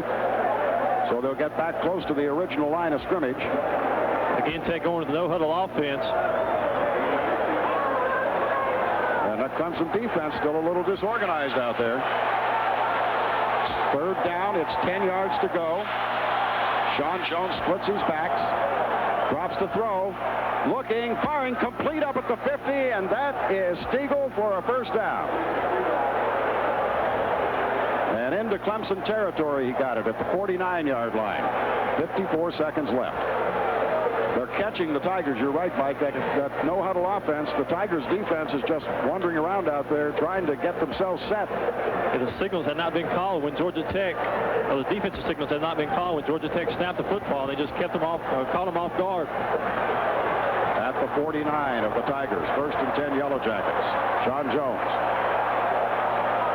now sends Lincoln out as a slot up. They got 3 wideouts to the right side. Lincoln's one up. Back to throw. Jones. Oh, he's hit as he fires, and it's incomplete. And that was Levon Kirkland, who was able to get in there and hit his arm just as he delivered. Stops the clock with 48 seconds. Levon Kirkland came from the outside. Sean Jones saw him coming at him because he was facing right at him. Kirkland just fought off his block and got to Jones as he was releasing the ball and caused him to throw it short. 2nd down and 10 at the 49-yard line of the Tigers. McGill trots in with the play. 9-7. Clemson leads. 48 seconds left. Georgia Tech with the football. Rodriguez wide to the right side. They slot on the right side with Lester. In the eye. Jones back to throw again. Has time. Fires over the middle. It's complete at the 40, and that's Lester down inside the 35 to the 33-yard line. And now they're getting into an area where Sisson can be a big man. They're in Sisson's range just about now. 5 more yards, and they're within his range. 41 seconds left. It's going to be a heartbreaker for whichever team loses, I'll tell you. Rodriguez to the right side. Merchant to the left side. Sean Jones calmly moves up under center, has them in the eye. Sean Jones ready to dig it out. Does. Looking to throw. Little screen left side. That's complete. And that is to Lincoln, who is hit at about the line of scrimmage. Right at the 33 by Ed McDaniel. Clock now ticks down under 30. And Georgia Tech quickly lines up here. 24 seconds left. Sean Jones looking for about 10 more yards. Fires and caught. And did he get it to foot down? He did, apparently. And now now they are definitely in Sisson's range as he got a foot down at the 22 where he was bumped out of bounds. Well, Merchant with an unbelievable catch, went high in the air and somehow right on the tight wire of the out of bounds marker just got 1 foot in. And he's hurt. He hobbled as far as midfield at the 40, but he can't go any further. Well, that's the minute 10 to him. But now, 13 seconds left. Scott Sisson, they are well within his range. He has made a habit of winning football games for Georgia Tech. The Tigers have tried to make a habit here of late of coming up with some big plays with their kicking team. His career long is 46. That's the one that beat Virginia last year. This one would only be 39 if they kicked it from this spot. You have to think that Sisson has on the top of his mind the fact that he did miss one in the first half from an angle on the hash. However, he's on the other hash this time, Mike, and that's to the advantage of the right-footed kicker, the left hash. It sure is, but you might think that Georgia Tech still may run it toward the middle of the field just to get him set up. They have one more play. They have one timeout left, and they've got 13 seconds on the clock, so they can still run one play toward the middle of the field and set up for a Sisson kick. And Merchant being helped to a sitting position now.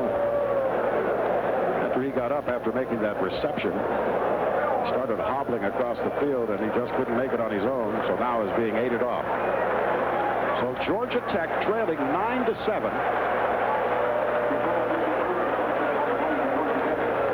Has the football at the 22-yard line of the Tigers.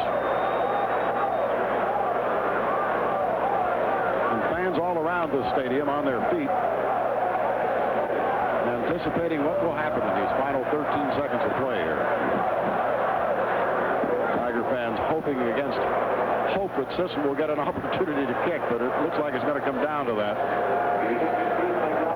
Unless they strike with something that would come as a major surprise here. I agree with you, Mike. I think they'll try to get it set up in the center of the field now to give him a straight-on look at that goal post down there at the west end. So here we go. Tech comes out of the huddle. Rodriguez goes wide right. Lister is a slot to the right side. Stiegel comes left. John Jones. Clock run out. No, offensive guard. Tackle move. Okay, that'll move him back 5 yards. Move it back to the 27 now.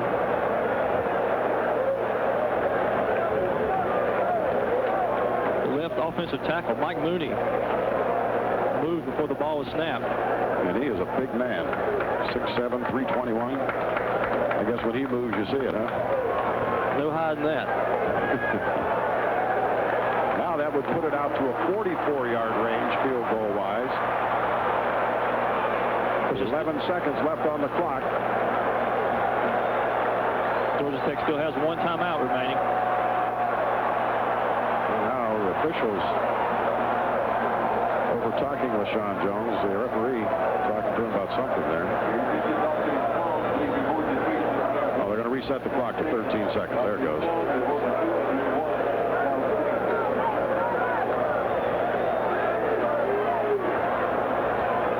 First down and 15. But that's not the important part. Jones up under center. Digs it out. Gives it off to his tailback, Jimmy Lincoln, and he'll be knocked down right around the 27.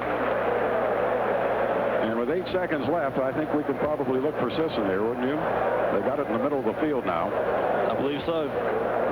He's going to be kicking about 44 yards.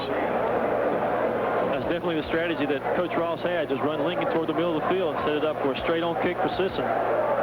So it all comes down to this. 8 seconds left. Sisson on to attempt a field goal of about 44 yards here. I'm sure Clemson will use a timeout to make him think about it.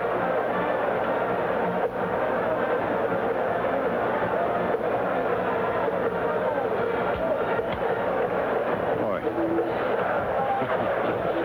You know, you never know what to think coming into a football game. We talked earlier. We thought that Michigan and Florida State might have a reasonably low-scoring battle. It ended up with 82 points being scored. We thought this one might see some points put on the board, but here we are with 8 seconds left, and it's 9-7, and the potential is there in the leg of Scott Sisson to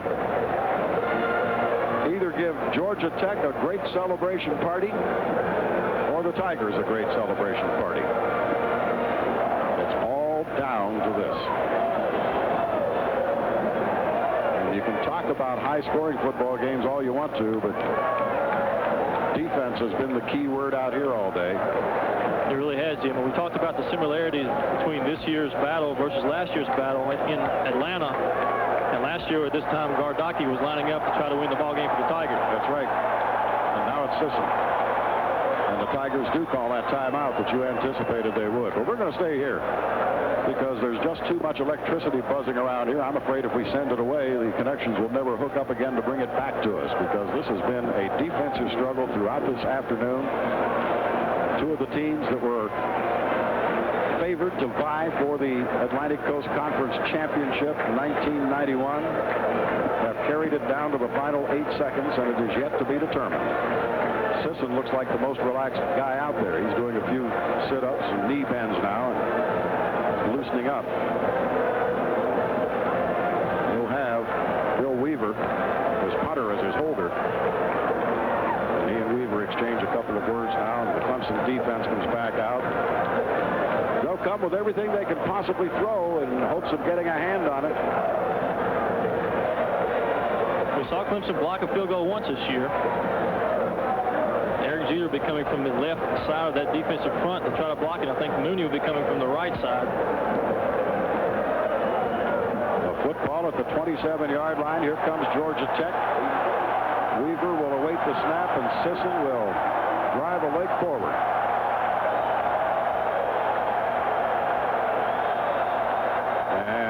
And the snap and the spot, and the kick has the distance, and the kick is no good.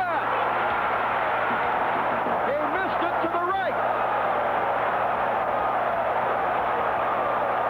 Scott Sisson missed it to the right.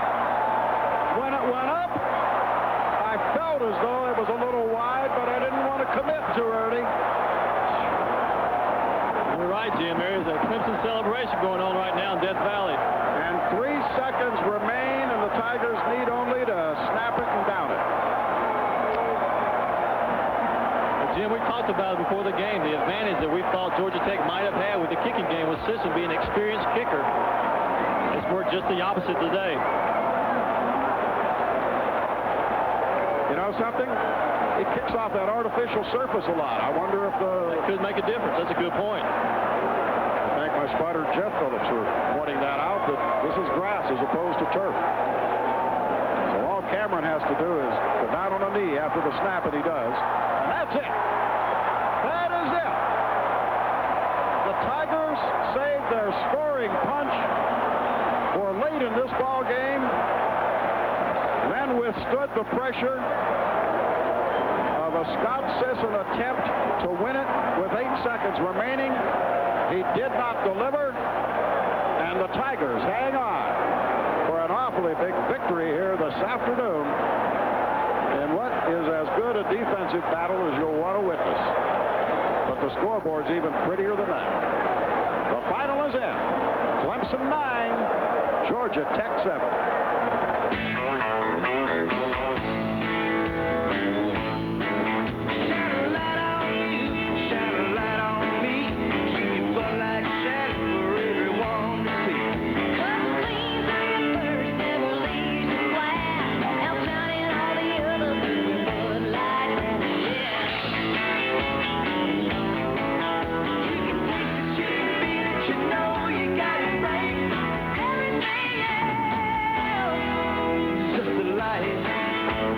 When you're looking good, you want Bud Light beer.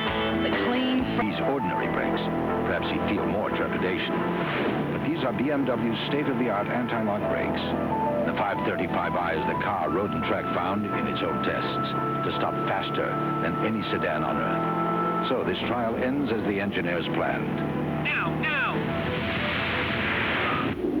Uneventfully, as the 535i stops in a straight line, very much in character for a company whose every effort is devoted to creating extraordinary driving cars.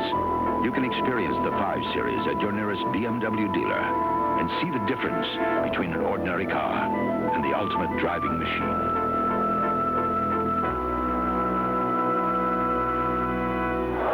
They are still celebrating here at Clemson's Death Valley. You know what crossed my mind, Mike? You made point of the fact with about 5:58 to go that there were a number of fans walking out. I wonder how they feel right now. Really, it was confusing to see that once Clemson did not score on that 4th and 1, that a number of the fans just got up and left with 5 minutes left, and of course, plenty of time left. They missed really the exciting part of the ball game. But you're right. I wonder how they feel right now.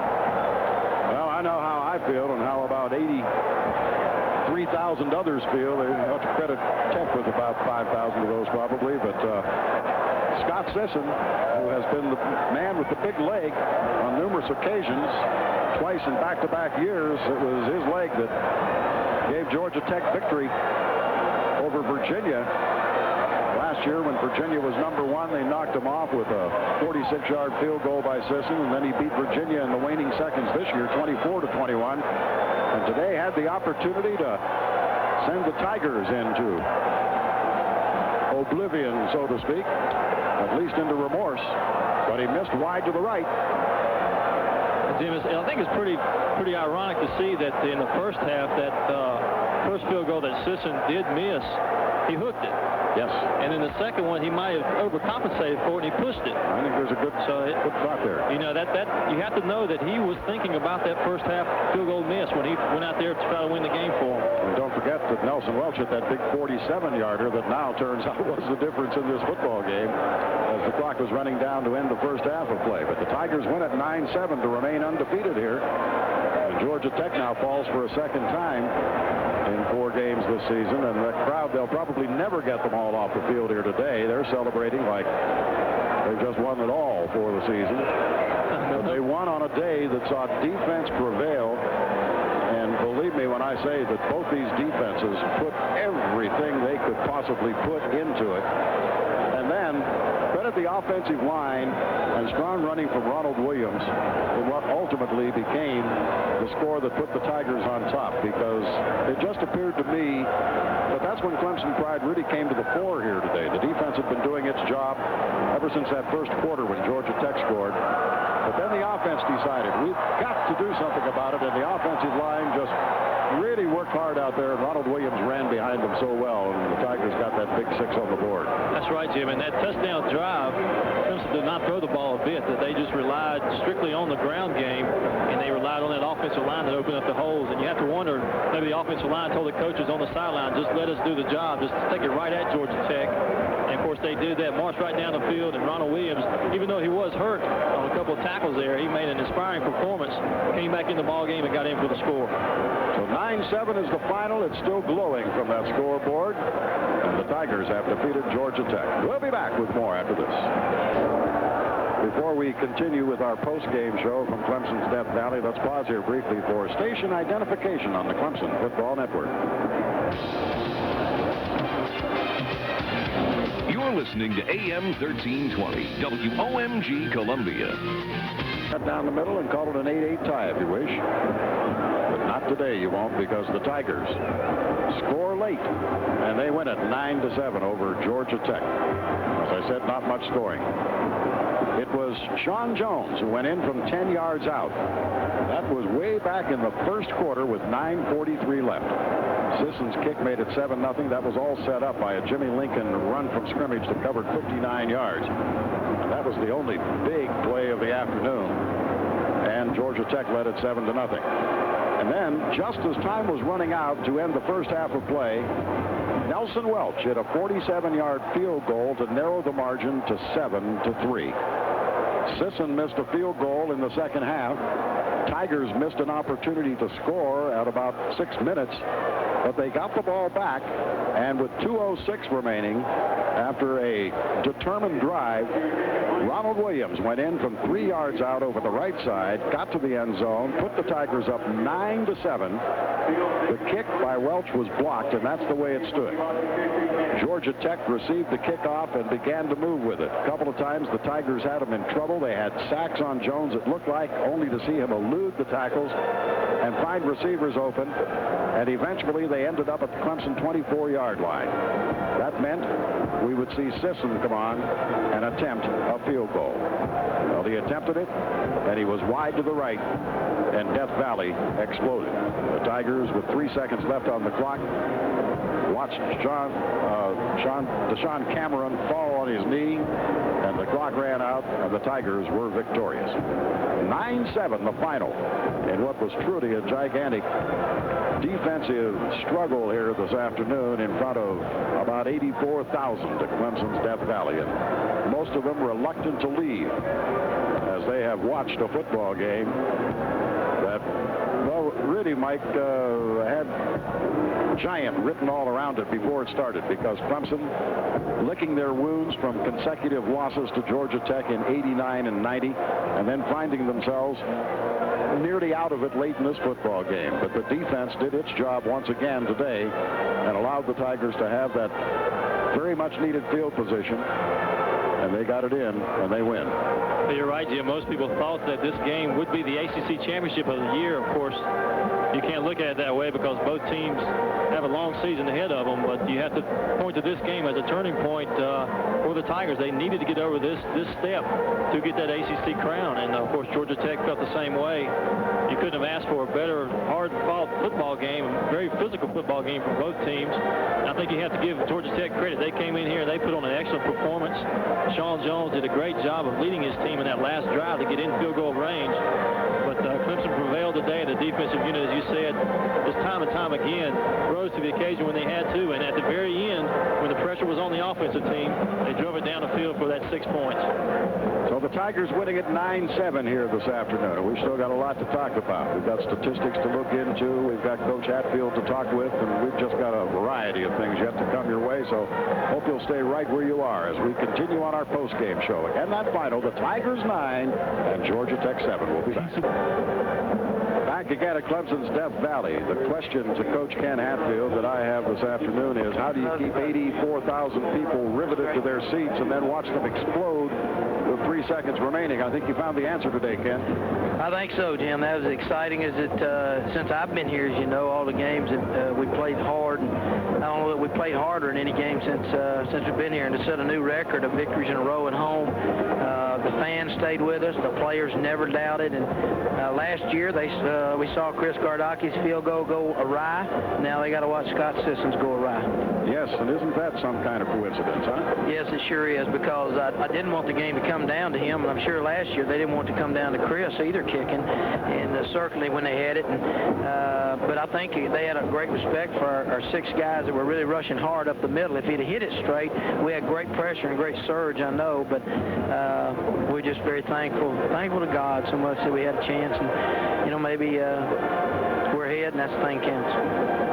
Coach Hatfield, about that kicking game, it just seems that all day long, really, Lynch did a great job in punting position of keeping Georgia Tech pinned back in their position on the field and turning the ball over for the offense really in good position with the defense holding. And then Welch coming through with that key field goal right there at the end of the first half. Well, we got a term we use called bonsai kicking. That means attack, attack, attack in all the kicking games. And I keep talking to them before the game. I said, bonsai kicking. I said, the big plays are going to be made in the kicking game in a game like this, and they always are. Nelson Welch field goal, I mean, a thing of beauty right before half. Getting that ball back on a turnover like that and catching that one pass from Terry Smith, you know, that's a darn big play. The field position of keeping them backed up the whole second half, that was phenomenal. I mean, and, you know, and it turned out to be. We got great punt returns. A bigger play in the game now came from a freshman, Darnell Stevens. For him to have to handle that many punts he did in the third quarter, looking into that heavy sun, and handle that ball as well as he did, that was as critical a part of the game as there was. Yeah, I agree, Coach. And what about bonsai offense? That last drive there, just took it right at Georgia Tech.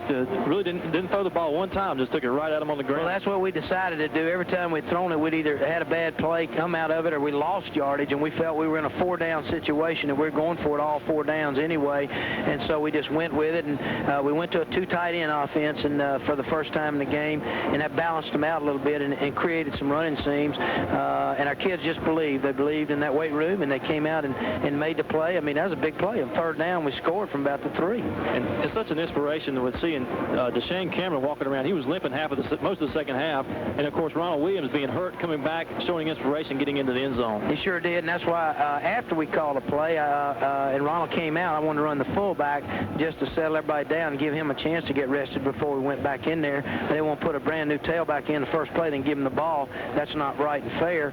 So we ran a fullback. Didn't make but a yard, but I wanted just to settle and give Ronald a break at that time. Then after that, I think it just to get in the end zone from the 3 was a big, big play. And then, you know, and setting up, letting the extra point get blocked. I don't know what happened there because that was a big, big play. Because in a ball game this early, a tie, you know, early in the season, a tie wouldn't have hurt either team. So that 3-point, the extra point was a big, big play. And we're going to have to correct that. I want to mention Fleisch and Bratton on that last drive, too, and that brings me around to Bruce Bratton. Is it serious?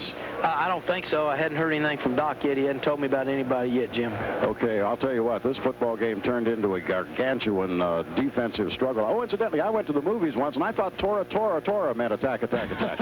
It depends where you are, Jim. At the movies, it does. When you're on the team, Bonsai means it. Well, Bonsai was awfully good today, I'll tell you that. And big part of the game. It was an exciting game. I think our fans stayed in the ball game, even though we sputtered and sputtered and sputtered and kept getting big plays against us. But we knew we had I think we knew our defense was good, and then we knew if our kicking game could just continue to hold up, and it did. We didn't break down, except the extra point was the only real breakdown in the whole kicking ball game all day, and I think that was encouraging. And eventually, all those things added up, and certainly the last field goal missed was our advantage, even though he had already missed one earlier, the same way Chris had missed one last year before the halftime. Well, listen to these statistics. Unbelievable. Clemson, 75 snaps, 278 total yards. Georgia Tech, 70 snaps, 282 total yards. That is good defense, both sides of the football. And as you say, it took the grit that your team could get mustered up out there to come back, because when you're held without a touchdown for as long as they were, only 2:06 left in the game when Ronald Williams went in there, and be able to come back and do that, it's just outstanding. But it was, especially when we just got stopped on that 4th down play down there by half an inch, and that's one that really could have killed everybody's spirits. You know, it just seemed like how many other times you keep coming, but the team still believed. The defense got the ball back again. We made another good punt return, had great field position again. Terry Smith makes a big, big play, and he continues to make big, big plays. I mean, there isn't anything bigger than that pass he called right before half and was able to get the ball out of bounds. Oh, indeed, indeed. Ken, I know you got a lot of people you're going to have to talk to down there and a lot of explaining to do here this afternoon, but you're on the winning side, and it's going to be an awful lot easier than it was a season ago against Georgia Tech. There's no doubt about it, and we're just mighty thankful for all of our fans that came out and stayed with us to the bitter end, and it was pleasing. I know they'll have a good trip back, and so we just, I told our guys, go enjoy it tonight. It's a very special feeling to be part of this. You'll never forget it, and neither will the fans. Congratulations, Ken. Thank you. All right, Coach Ken Hatfield from the victorious Tiger locker room, and Clemson winning it here this afternoon over Georgia Tech. And our post-game show will continue with more. That final score was Clemson 9, Georgia Tech 7. Back again at Clemson's Death Valley. Let's go to the statistics of today's game. Brought to you by BC Headache Powders for fast pain relief.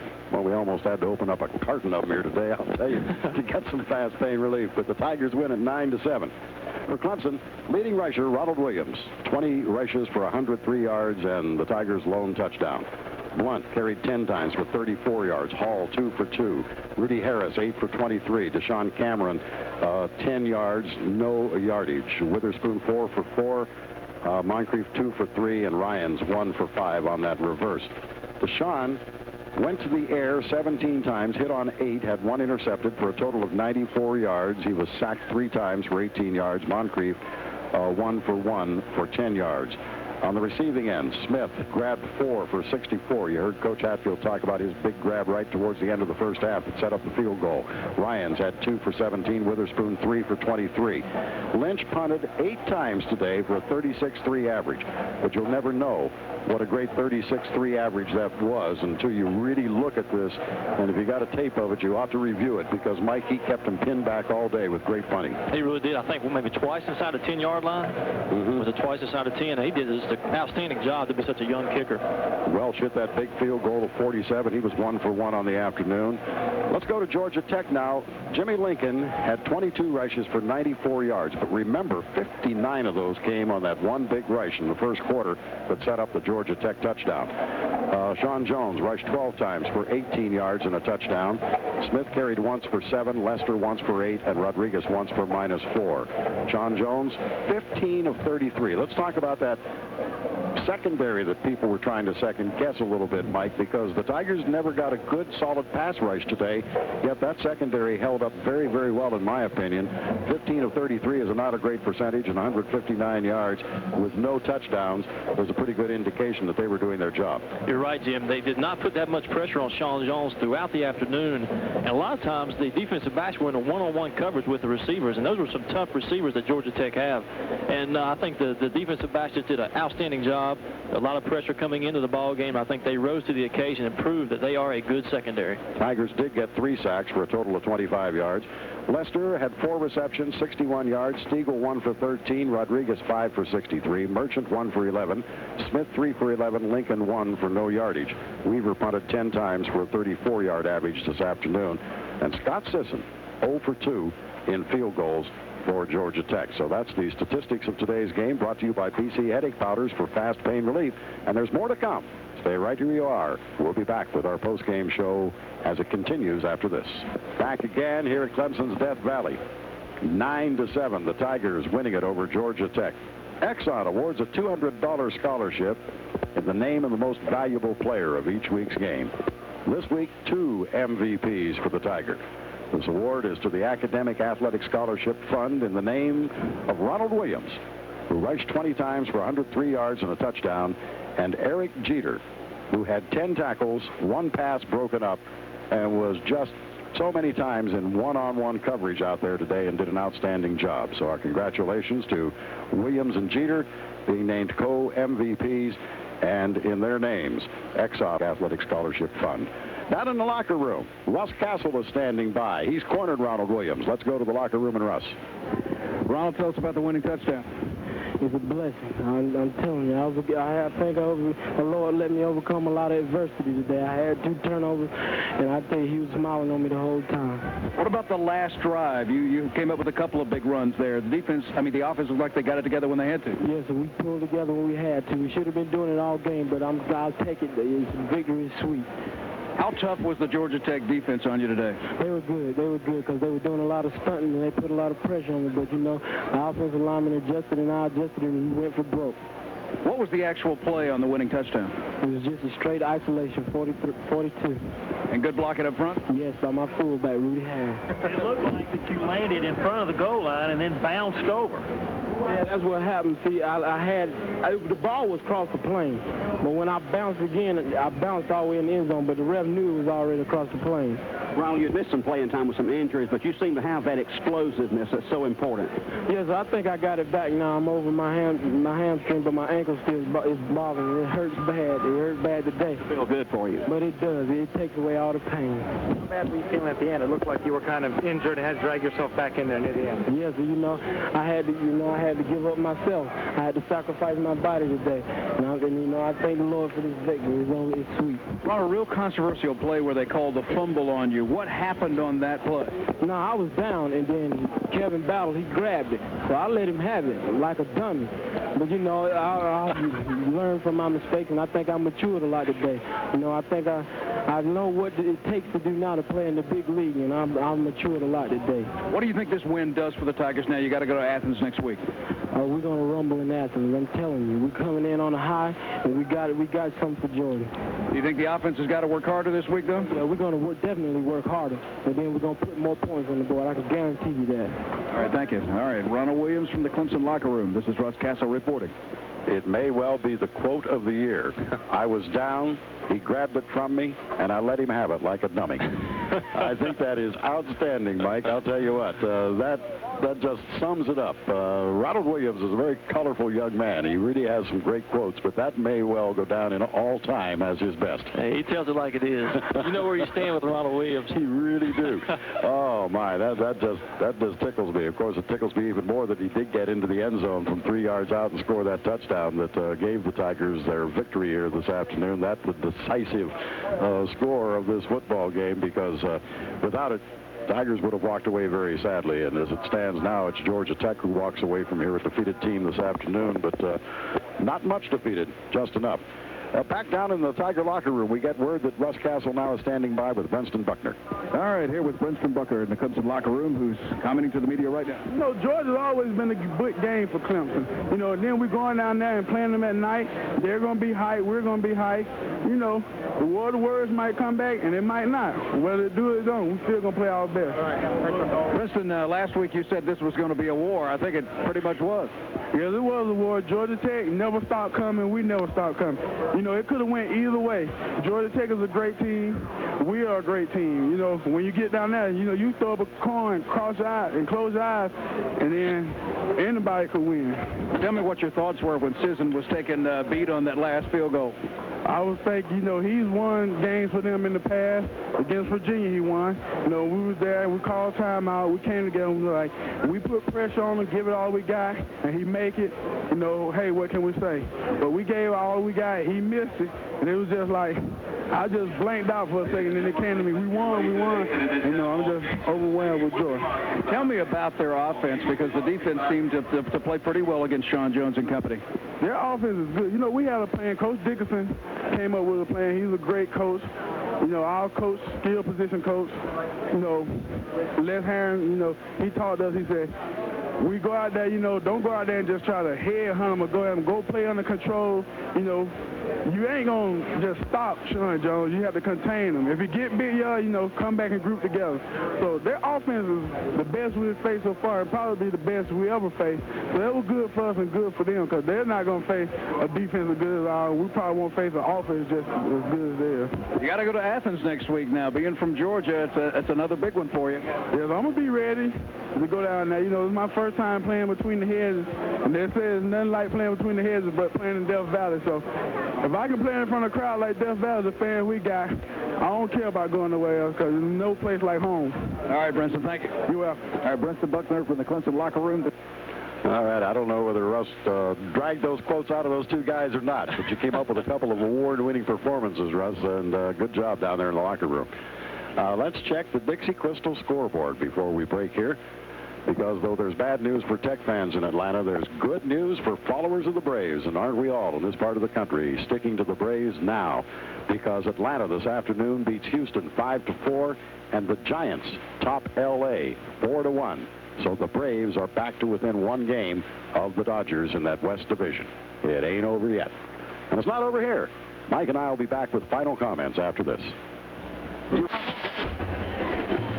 Ladies and gentlemen,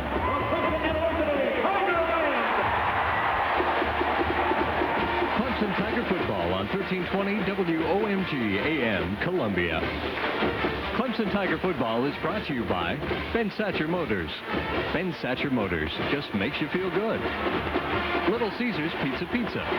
Little Caesars, where you always get two great pizzas at one low price. Carpenter's Parts Plus stores in Irmo and West Columbia, and Parts Plus Leesburg Road. Winn-Dixie. Winn-Dixie is America's supermarket. And Jim Hudson Auto Dealers. Jim Hudson makes the difference. And now, Clemson Tiger football on 1320 WOMG AM.